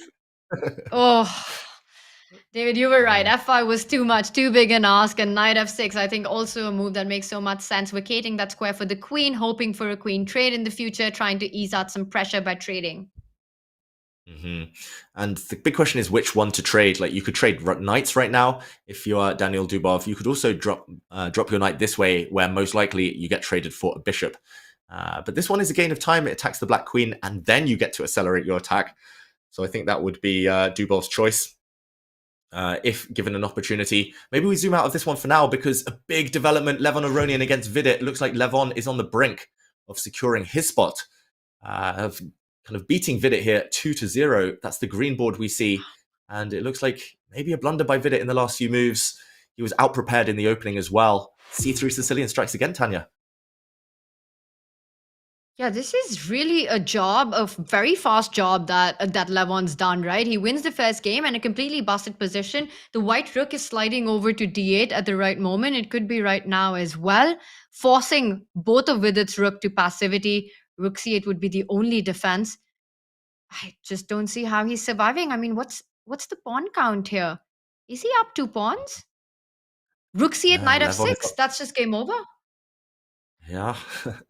I mean, everything for black is wrong, unfortunately, for Vidit. He's 2 pawns down and is a beast of a pawn on e7, about to become a queen. Yeah, as you say, tactics, rook d8, knight f6 in the air, knight e5 sometimes in the air. This is over. I didn't even think it was a one-move blunder by Vidit. I think he was just out-prepared. He sacrificed a pawn as early as move 2, move 3, we should mention. And you can see on the camera, Vidit, it's all started so well for him. He was he was actually sole leader at some point in the play-ins, Tanya, but just ran out of steam. This would be his 3rd loss in a row. And you can see it's either disappointment or he's just really sleepy. One of these two things. It is pretty late and in there, I will point out. But yeah, the match play has just not gone with its way. Yeah, what time is it for you right now, Tanya? It's a little over 12:30. Oh, ouch. I thought it was late here in Europe. It's only 9 o'clock, but yeah. It's tough for the Indian players. That's why it's so impressive. They do so well. They play on all these time formats and all these time zones. In the end, it is Aronian who wins and raises his arm almost in celebration there. And yeah, Vidit, unfortunate there. I think it was the previous game that really harmed him. It's the end of the road for Vidit Gujarati at the Chess.com Classic. And for Levon Aronian, he books his spot into the playoff bracket for tomorrow. The action continues on the other boards. 2-0 win for Levon against Vidit. David, things are getting exciting all across.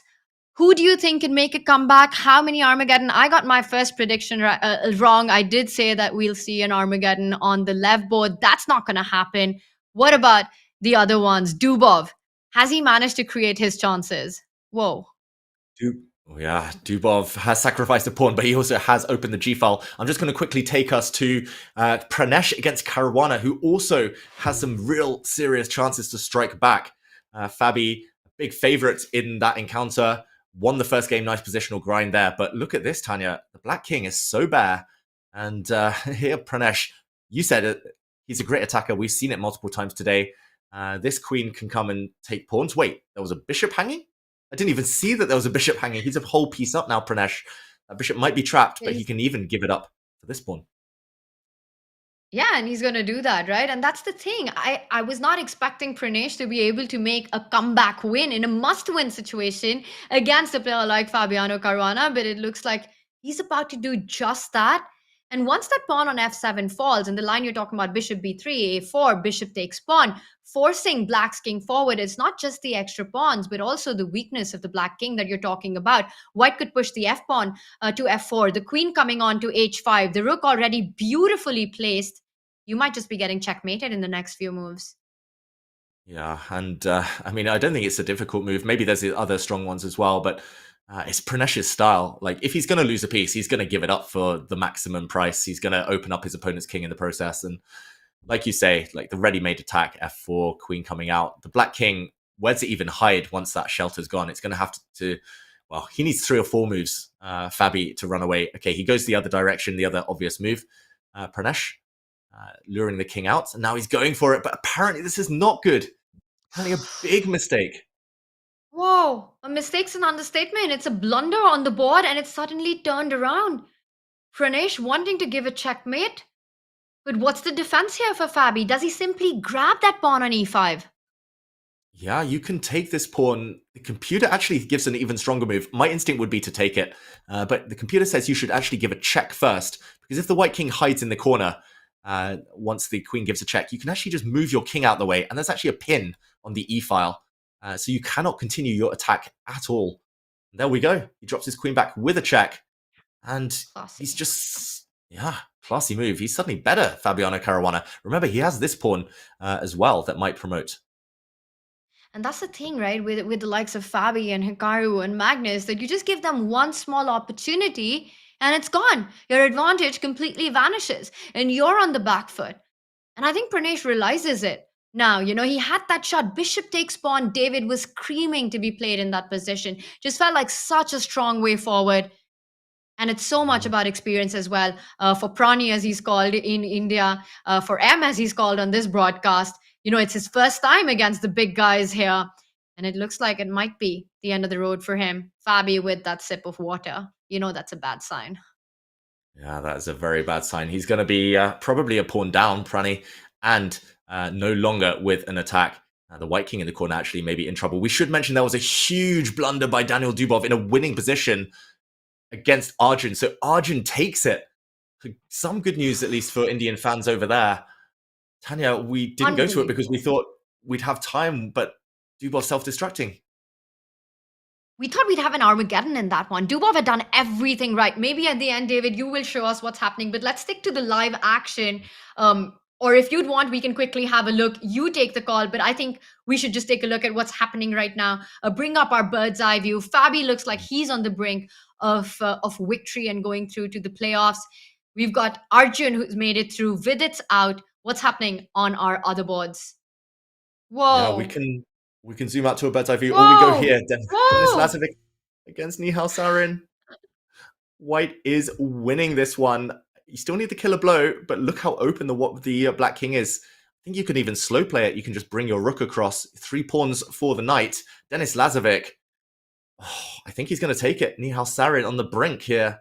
Just no defenders. It's the theme of this round, Tanya. Just kind of destroying the opponent's shelter of their king, often at the cost of a piece, is enough.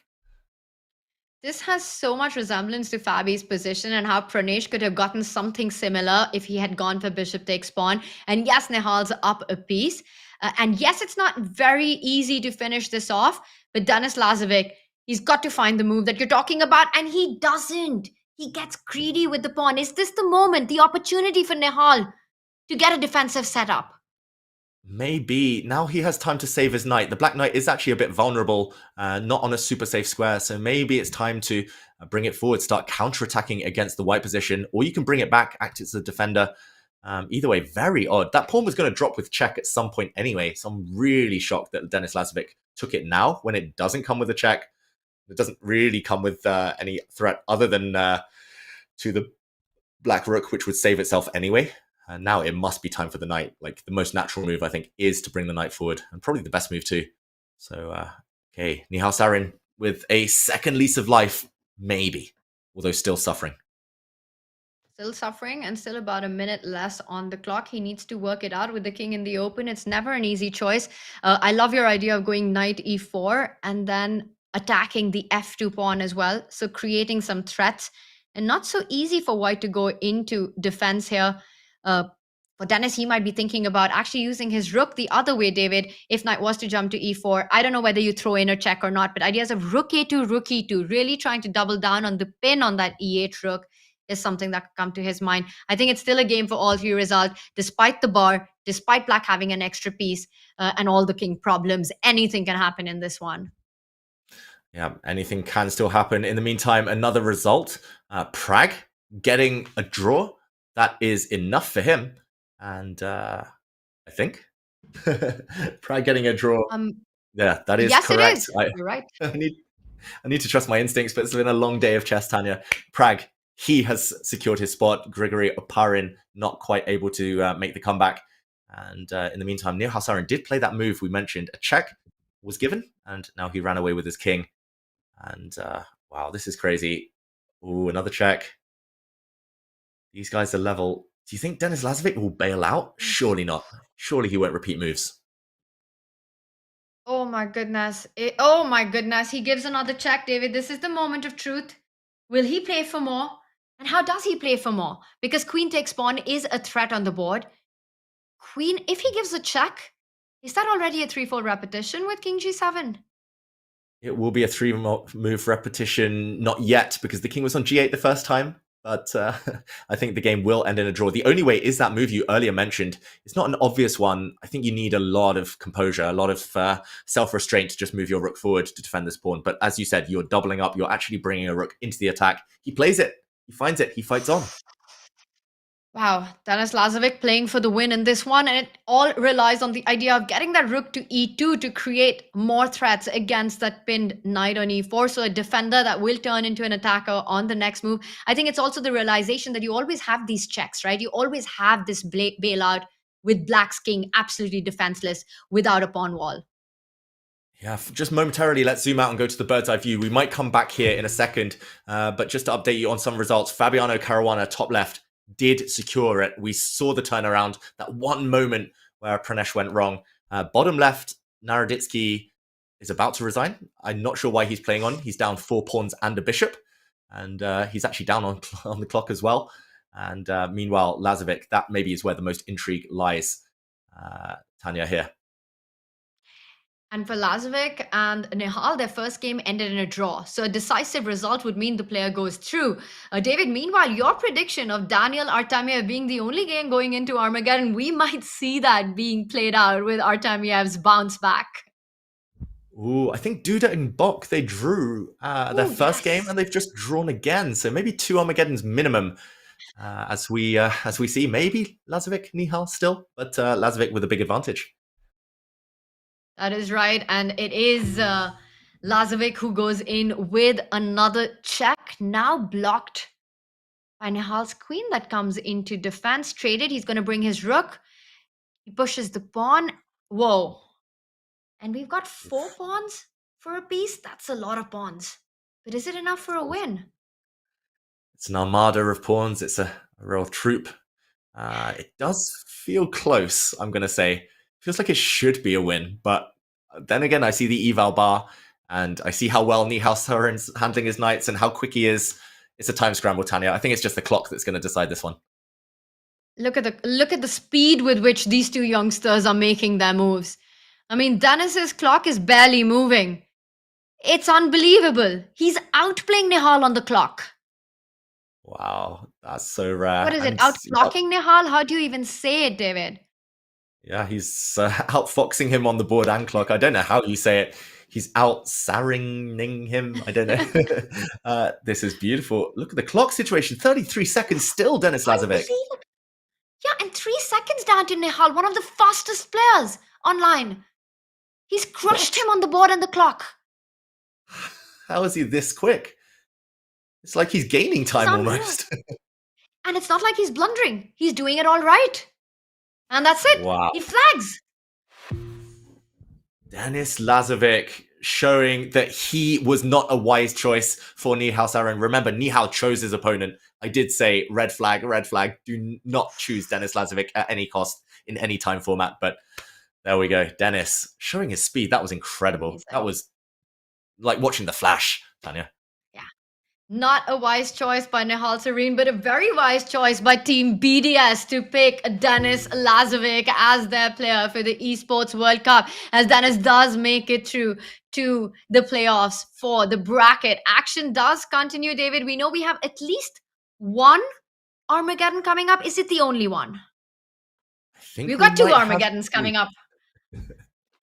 That's right. It is Artemiev against Naroditsky, and it is Duda against Bok. It's going to be fast, furious. Time will be bid for, and we know what that means. This is such high stakes chess, Tanya.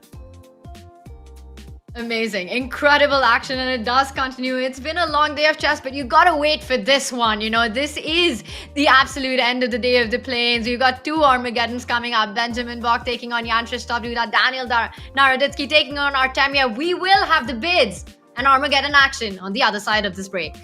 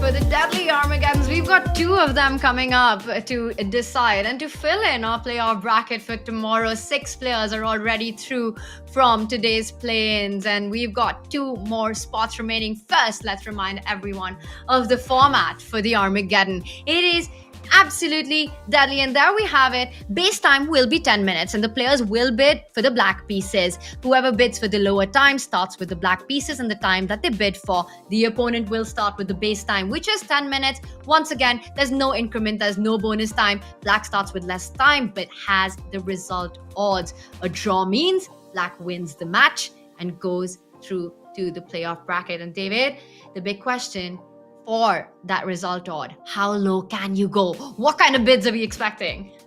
Oof. Well, the danger zone is normally around 7.5 minutes. I'm going to say that's the absolute lowest you can really consider, just judging on past form, history in the Champions Chess Tour. I think anyone under 7 is really playing with fire. You cannot give your opponent that much of a head start with no increment. But we'll see. Some are braver than others, Tanya.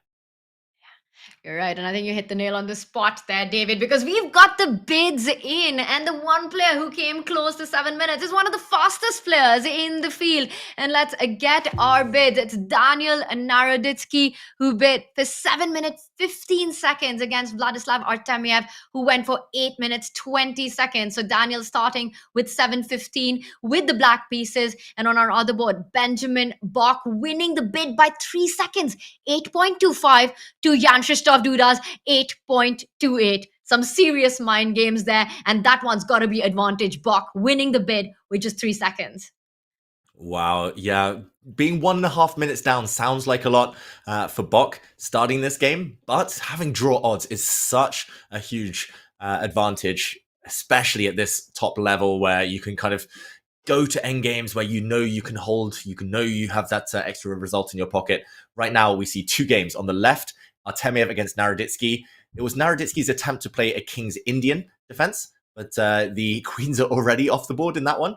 It looks like Artemiev has gone for a slightly drier endgame. That really suits his style. Artemiev, very positional player.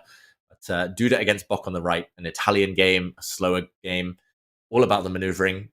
Tanya, I'm going to say for Naroditsky, this isn't necessarily the best start. He's giving up a pawn here. He's trying to get the bishop pair in return, though. He's trying to create some sort of an imbalance in the position right now, and he does pick up that pawn. In fact, you'll get the bishop pair, but will it be enough? Now, again, a draw would mean Daniel does go through, so he'll have to find a way to hold that endgame. And we've got both our players on cam this time. First time in the day that we're seeing Daniel Naroditsky on the camera. Nice to see him. I've missed him. It's been too long. But okay, he's pausing. That makes me think he might be considering not just chopping off the white bishop on e3, which is also possible, but there we go. Pawn to b5, undermining this knight. The downside is you open up this white bishop, more targets now, but the good thing is you might be kicking this knight to a bad square. If, for example, it retreats to the edge of the board, I'm sure the black rook will just happily slide across. Threats to capture this bishop, threats to push forward even further on this diagonal. Tanya, I'm actually coming around to his position. I didn't like dropping a pawn, but he does have activity in return. We all know how much you love your pawns, David Howell. You are a pawn grabber. You are very materialistic, but I can understand your emotion right now. I think Daniel's just done Daniel things, right? He loves to play for that initiative, that activity, creating that imbalance. He's not allowing Artemiev the time to develop his pieces right now. And it does feel like he would get enough compensation. White's still thinking about what move to make. I don't see so many squares for the knight. I mean, it's hard to come up with a move except knight coming back to a3. For d2 just feels like a move that you really don't want to make. You know, after trading on e3, the rook eyeing that d2 knight, making it even more difficult for white to finish development. What is Artemiev thinking about here? Unless he wants to take this knight in the center, maybe that's one option, just to prevent the bishop on e3 being captured. But no, he goes back to the edge of the board, and I was predicting the black rook moving. You could also just make an argument for pawn stepping forward. Actually, I totally forgot that was even legal. But there we go. He plays it. Daniel Naroditsky attacking the knight on the edge of the board. Be careful. The bishop is poised. It's staring down at white's whole queenside. I love his position. And look at the time advantage. It's only down to 1 and a bit minutes now. So he's eating away at the clock there, Naroditsky. This is going to get absolutely crazy, right? Because if you were to take the bishop, white doesn't need to take the knight. White would recapture the knight on c6. I mean, you take a knight, but the other one, hitting the black rook. In return, black comes in with a fork with knight c2. And it's absolute chaos. I mean, I don't even know how to make head or tail of that line or who's better or who's not. I will say though that Artemiev with this last move of the knight jump is setting up ideas of his own. Bishop takes knight, knight c7 coming in with the fork. Yeah, that is definitely one to avoid for Naroditsky. The downside as well, if you move your rook across, there are ideas of knight takes pawn. Not sure the consequences there. Again, it gets really, really complicated. There's so many exchanges. This is calculation. People always ask me, Tanya, like, what is calculation? It's always kind of nicest to explain when it's just take, followed by a take, followed by another threat, followed by a capture, followed by non-stop threats, non-stop action moves. And it begins that variation you mentioned. And he does pause. He's going to pick up one of those two knights. I would be very tempted to go for the knight on c6, hitting that rook, but he's calculating, like you said, a very direct line, a very direct approach. Black, of course, can't move the rook because then you end up down a piece. David, I think it's hard to actually evaluate this position on intuition, and it does require you to go down that calculation path. What do you think? Bishop takes knight, knight c2. Who would that favor? Bishop takes rook. And I would assume knight takes the rook on e1. Mm-hmm. Let's put it on the board very quickly. Let's do it. Let's just help people visualize. As you said, you have to move your knight before it's captured. The rook is hanging, so you kind of have to counterattack. I agree. I would definitely want to take this rook, just because the rook in the corner is such a target. You're coming round back for it. And actually, the white knight can't develop from b1, so it's a real problem. Or maybe it can.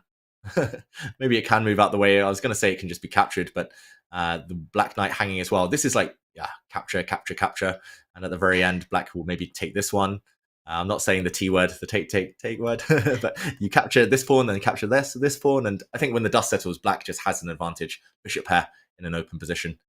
The knight, knight struggling for squares. But okay, we're still waiting for a move actually in this position. The other move you mentioned, pawn takes this knight. Black will just defend this one, and black has a beautiful bishop now, and horrible pawns for white. I think he has to just...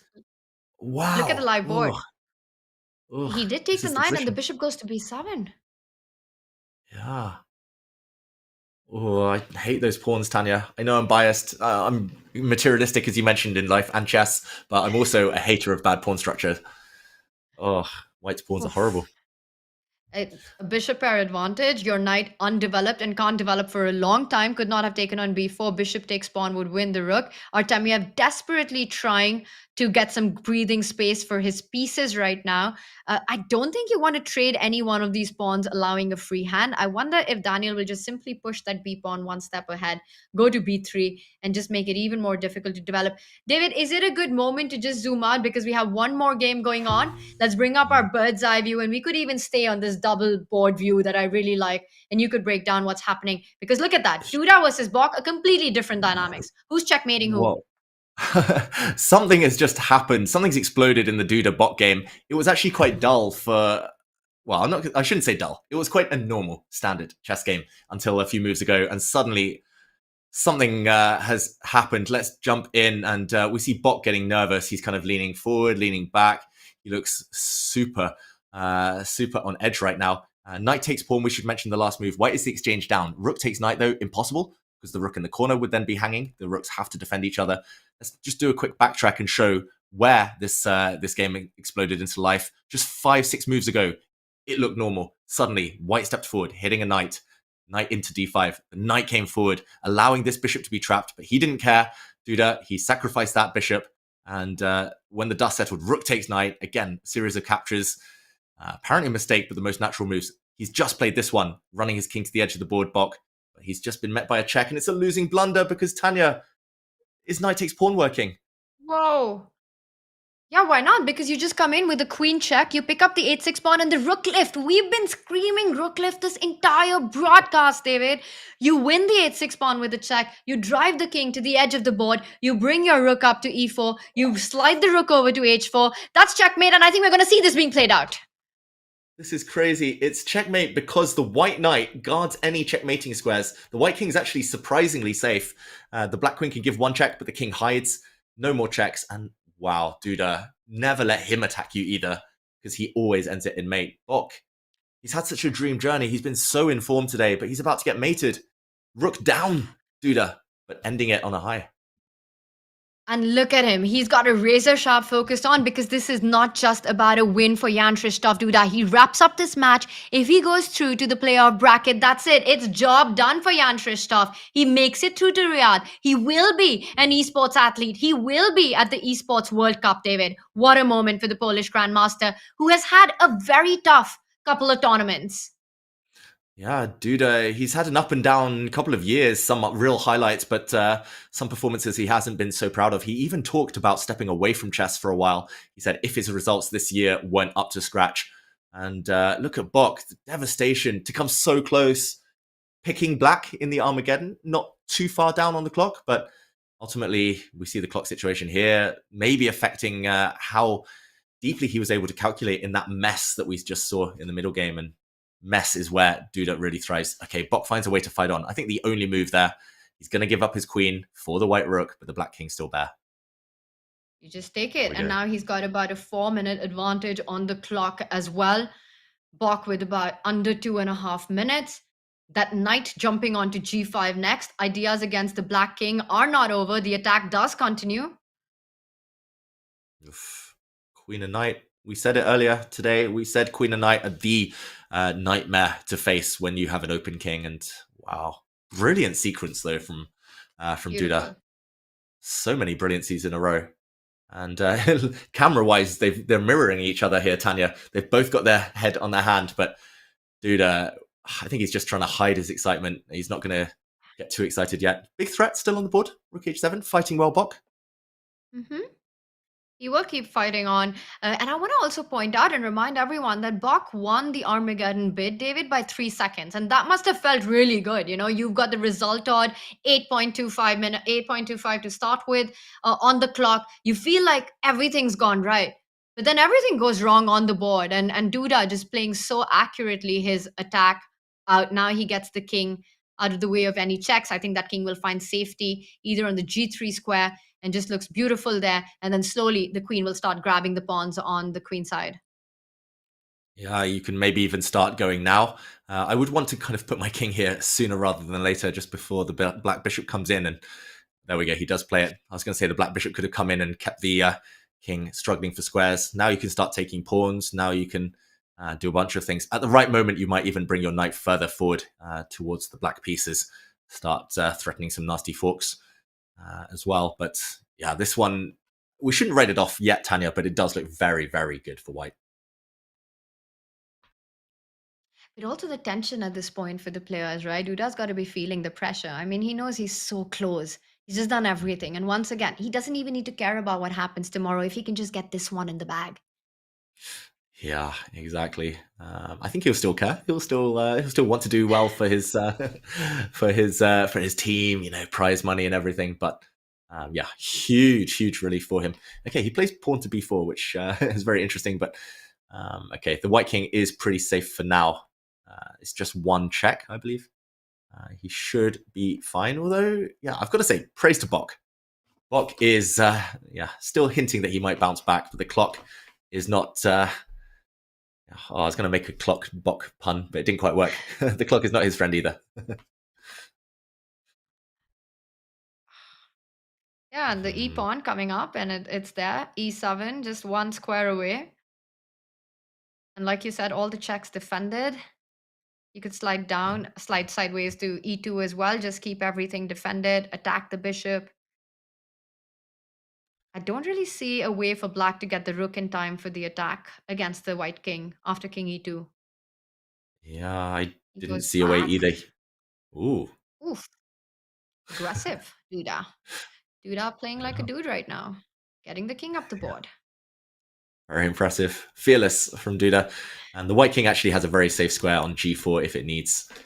King near a knight nearly never gets mated, especially when you're just facing rooks and a bishop. So, ooh, okay, there's still some threats. Duda's, yeah, he's having to dodge some pitfalls.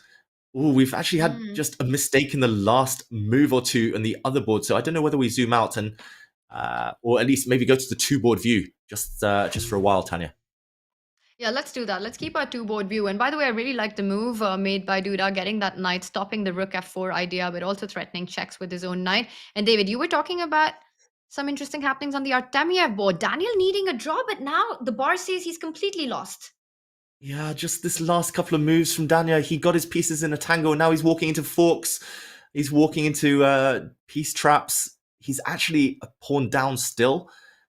It's not over, but Naroditsky down on the clock, down on the board. Oh, I don't think he's going to make it. Artemiev too cool a customer right now.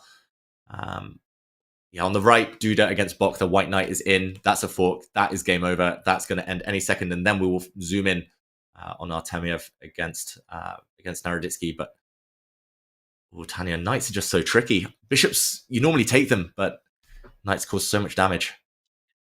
For Daniel, this is such heartbreak, right? He won the first game in their match play, then lost the second one, goes into Armageddon, gets the black pieces, gets the bid, gets what he wants, and then also the position looking absolutely fine, sacrificing a pawn, but getting more than enough compensation, and now in this bind with the pins and the knight just being so much more active than the bishop pair. And the rook just doesn't have enough squares. You have to move to d6. Ooh. Move into So d6. precarious. Oh, there's some nasty knight forks. Like knight e4 looks like a move now. Knight e7 looks like a move. Knight e7 looks like a great move with a check. The bishop is pinned. Then you can take this rook. But he first plays b3. Apparently not the best.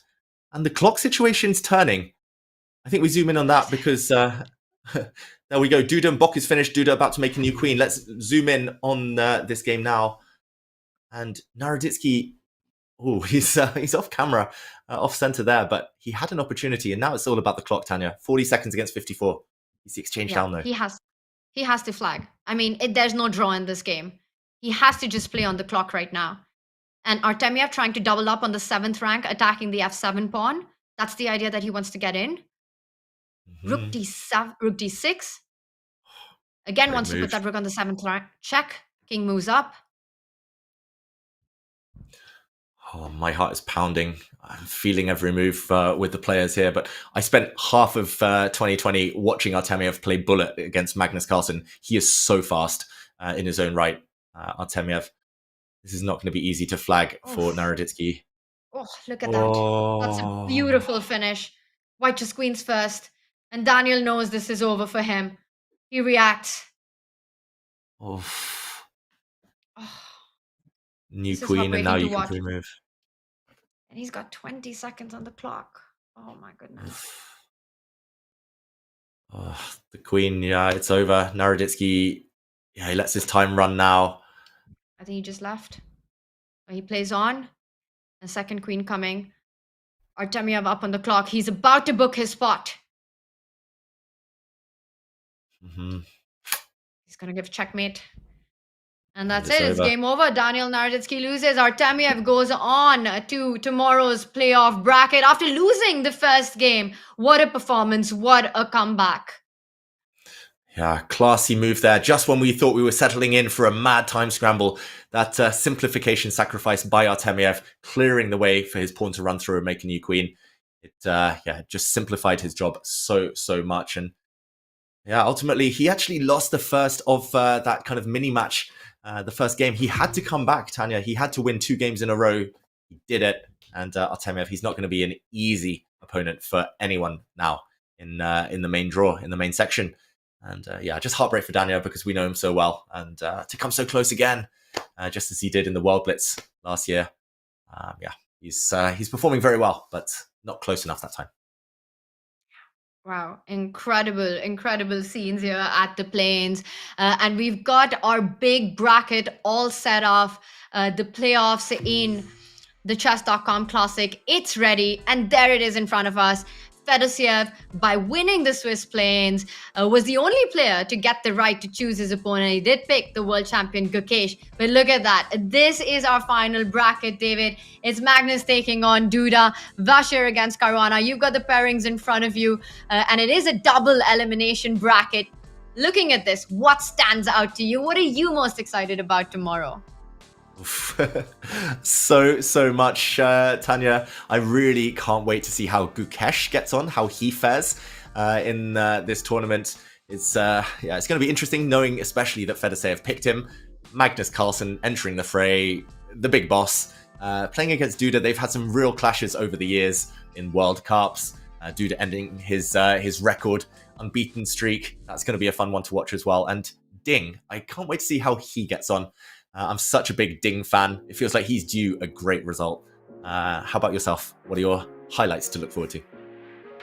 Just all of it, right? It's gonna be fantastic day of chess, David. And I think for Jan-Krzysztof Duda, if he had to meet Magnus Carlsen in the very first round, it really helps to know that, you know what, I'm already through to Riyadh. So he can play pressure free, he can play with motivation, and perhaps we'll see the Jan-Krzysztof Duda that we all love to watch, you know, the one who did beat Magnus Carlsen.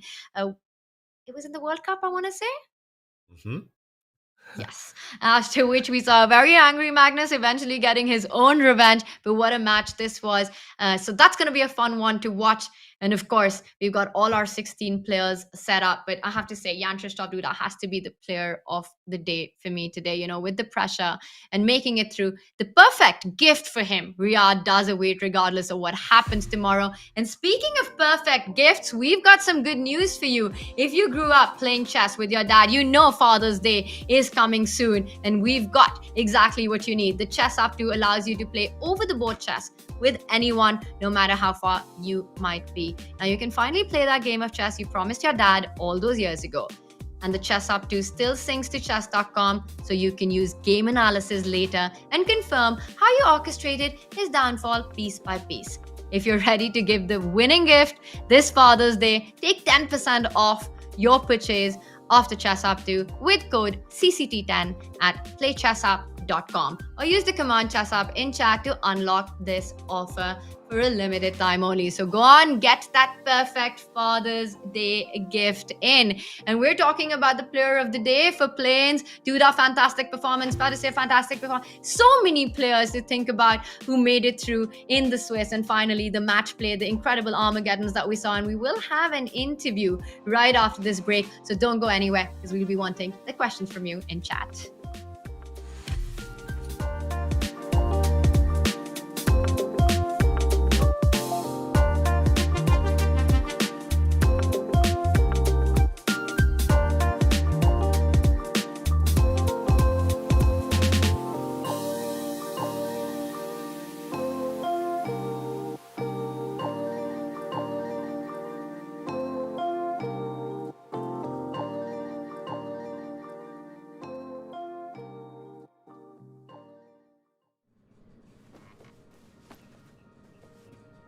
Mom wore this to my wedding.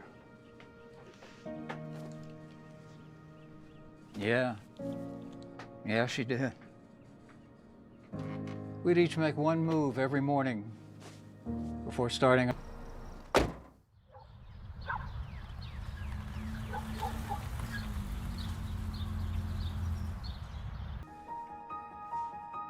Are you sure about that? Mm-hmm. Okay, we'll just see. All right, well.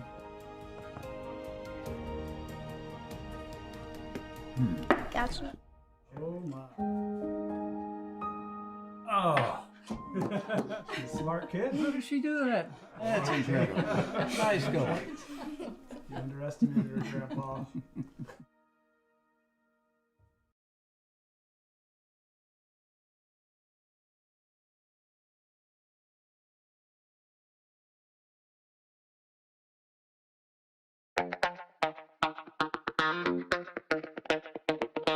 Personally, I chose to play the Sicilian as my main weapon with black about 35 years ago. E4, C5. C5 is an excellent move that controls the D4 square, and when white plays D4, we're ready to capture it. This is, of course, on the Sicilian, and I think it's a really good opening for beginner and intermediate players. And one of the reasons is a lot of lower level club players only know E4, E5. I really enjoy the combative play. You'll have excellent chances out of the opening, and I chose the variations carefully based on my own experience of playing the Sicilian and based on the ease of which you can learn and understand the ideas. Knight B5, we play Queen B4. Now our queen can escape to A5, which defends C7. It looks good to fork the pieces, but after King D8, all of white's pieces are attacked. So knight takes, Queen takes c3 check, attacking the king. We're going to take the bishop next move. Black has an extra pawn, and this knight is trapped.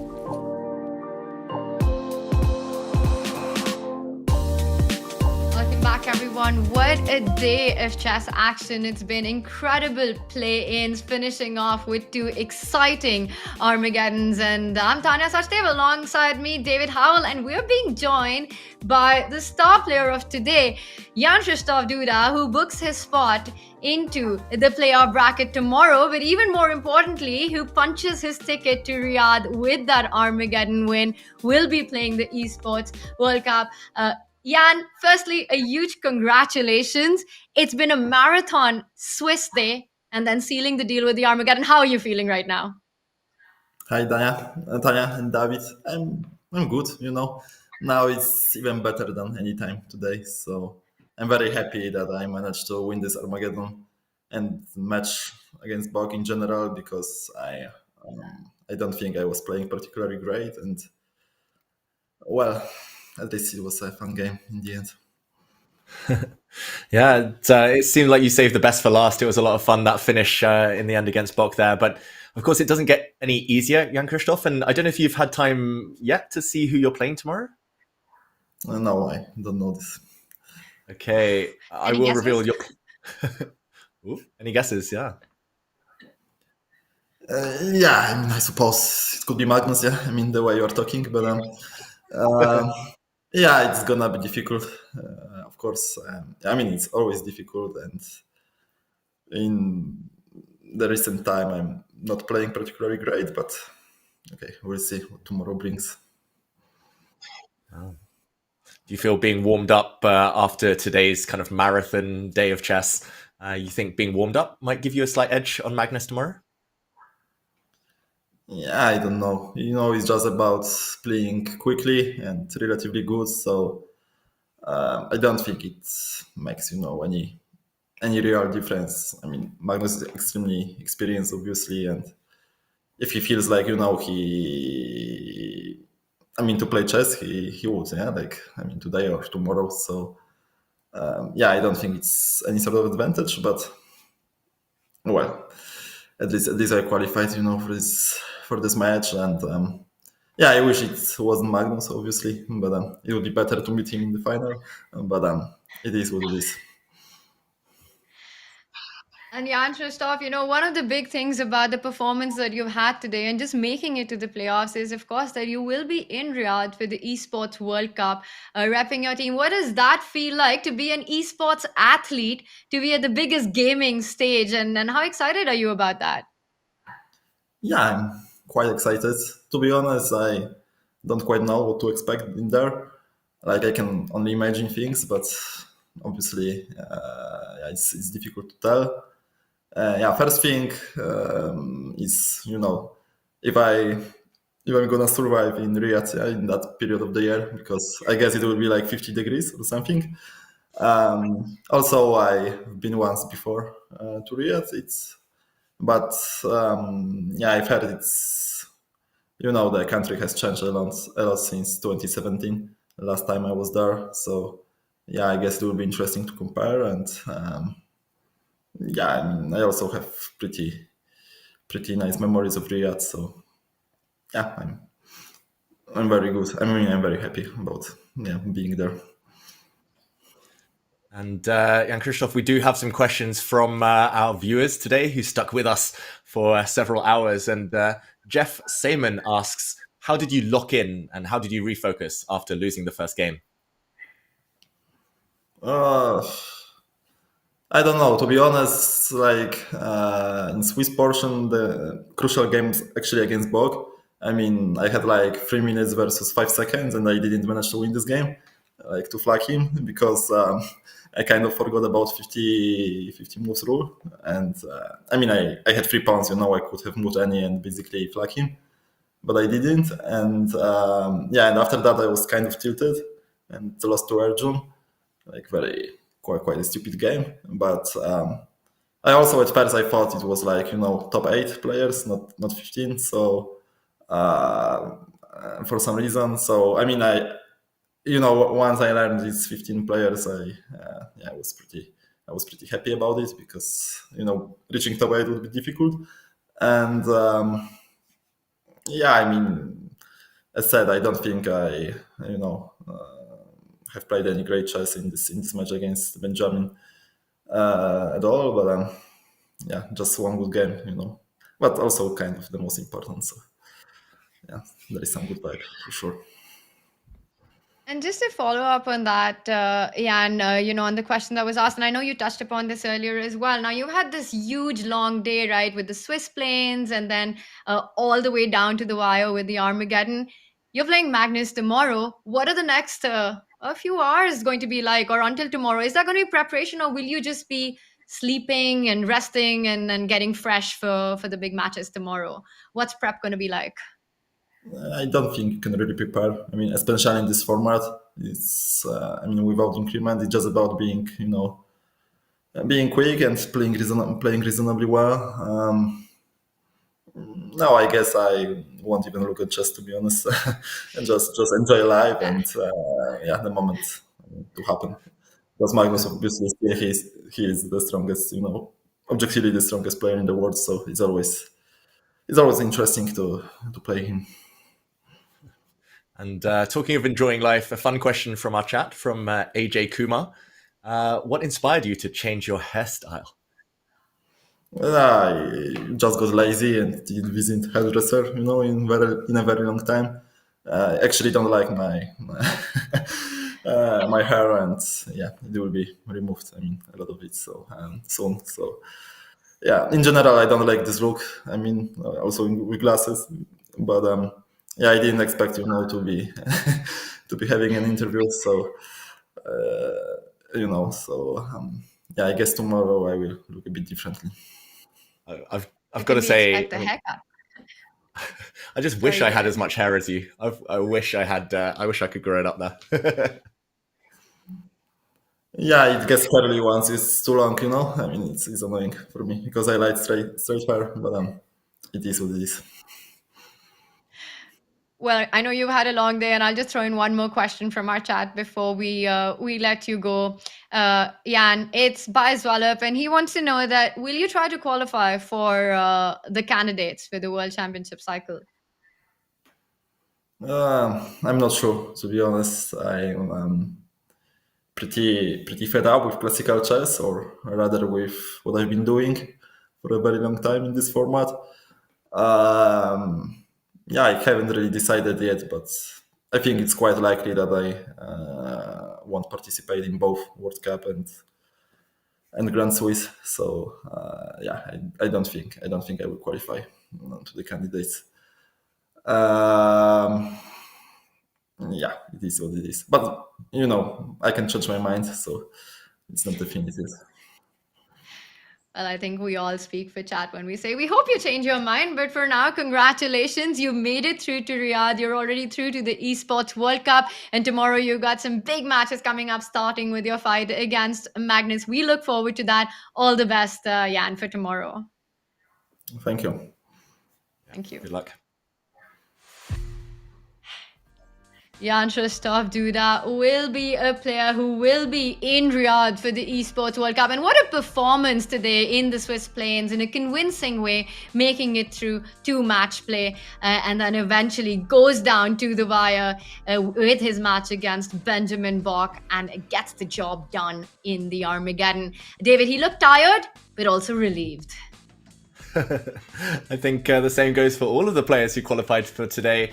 I think they all deserve a nice long rest, but they all did a great job. Those 8 who made it through, of course, Fedoseev coming top of the play-ins, and the other 7 who won their matches.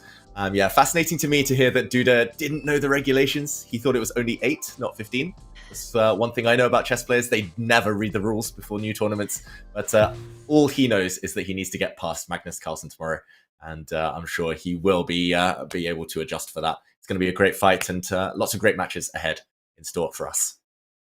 Wow, Krzysztof Duda is part of Twisted Minds esports, so I think they're got to be happy that their player has booked his spot into Riyadh there, but he's got Magnus ahead. And I think, David, it will take the pressure off Jan to know that, well, the big picture has sort of solved itself for him, and he can just play pressure-free and go take his chances whenever they present themselves. Exactly. I think the chess world is a better place when Duda's playing well, and he always plays his best when the pressure is off, when he's not expecting too much, when he's able to just kind of let the attacks flow. So I'm expecting a lot from him tomorrow. But yeah, his summer is basically sorted. Esports World Cup, he's going to be there. And I'm sure he'll have a lot of fans cheering him on.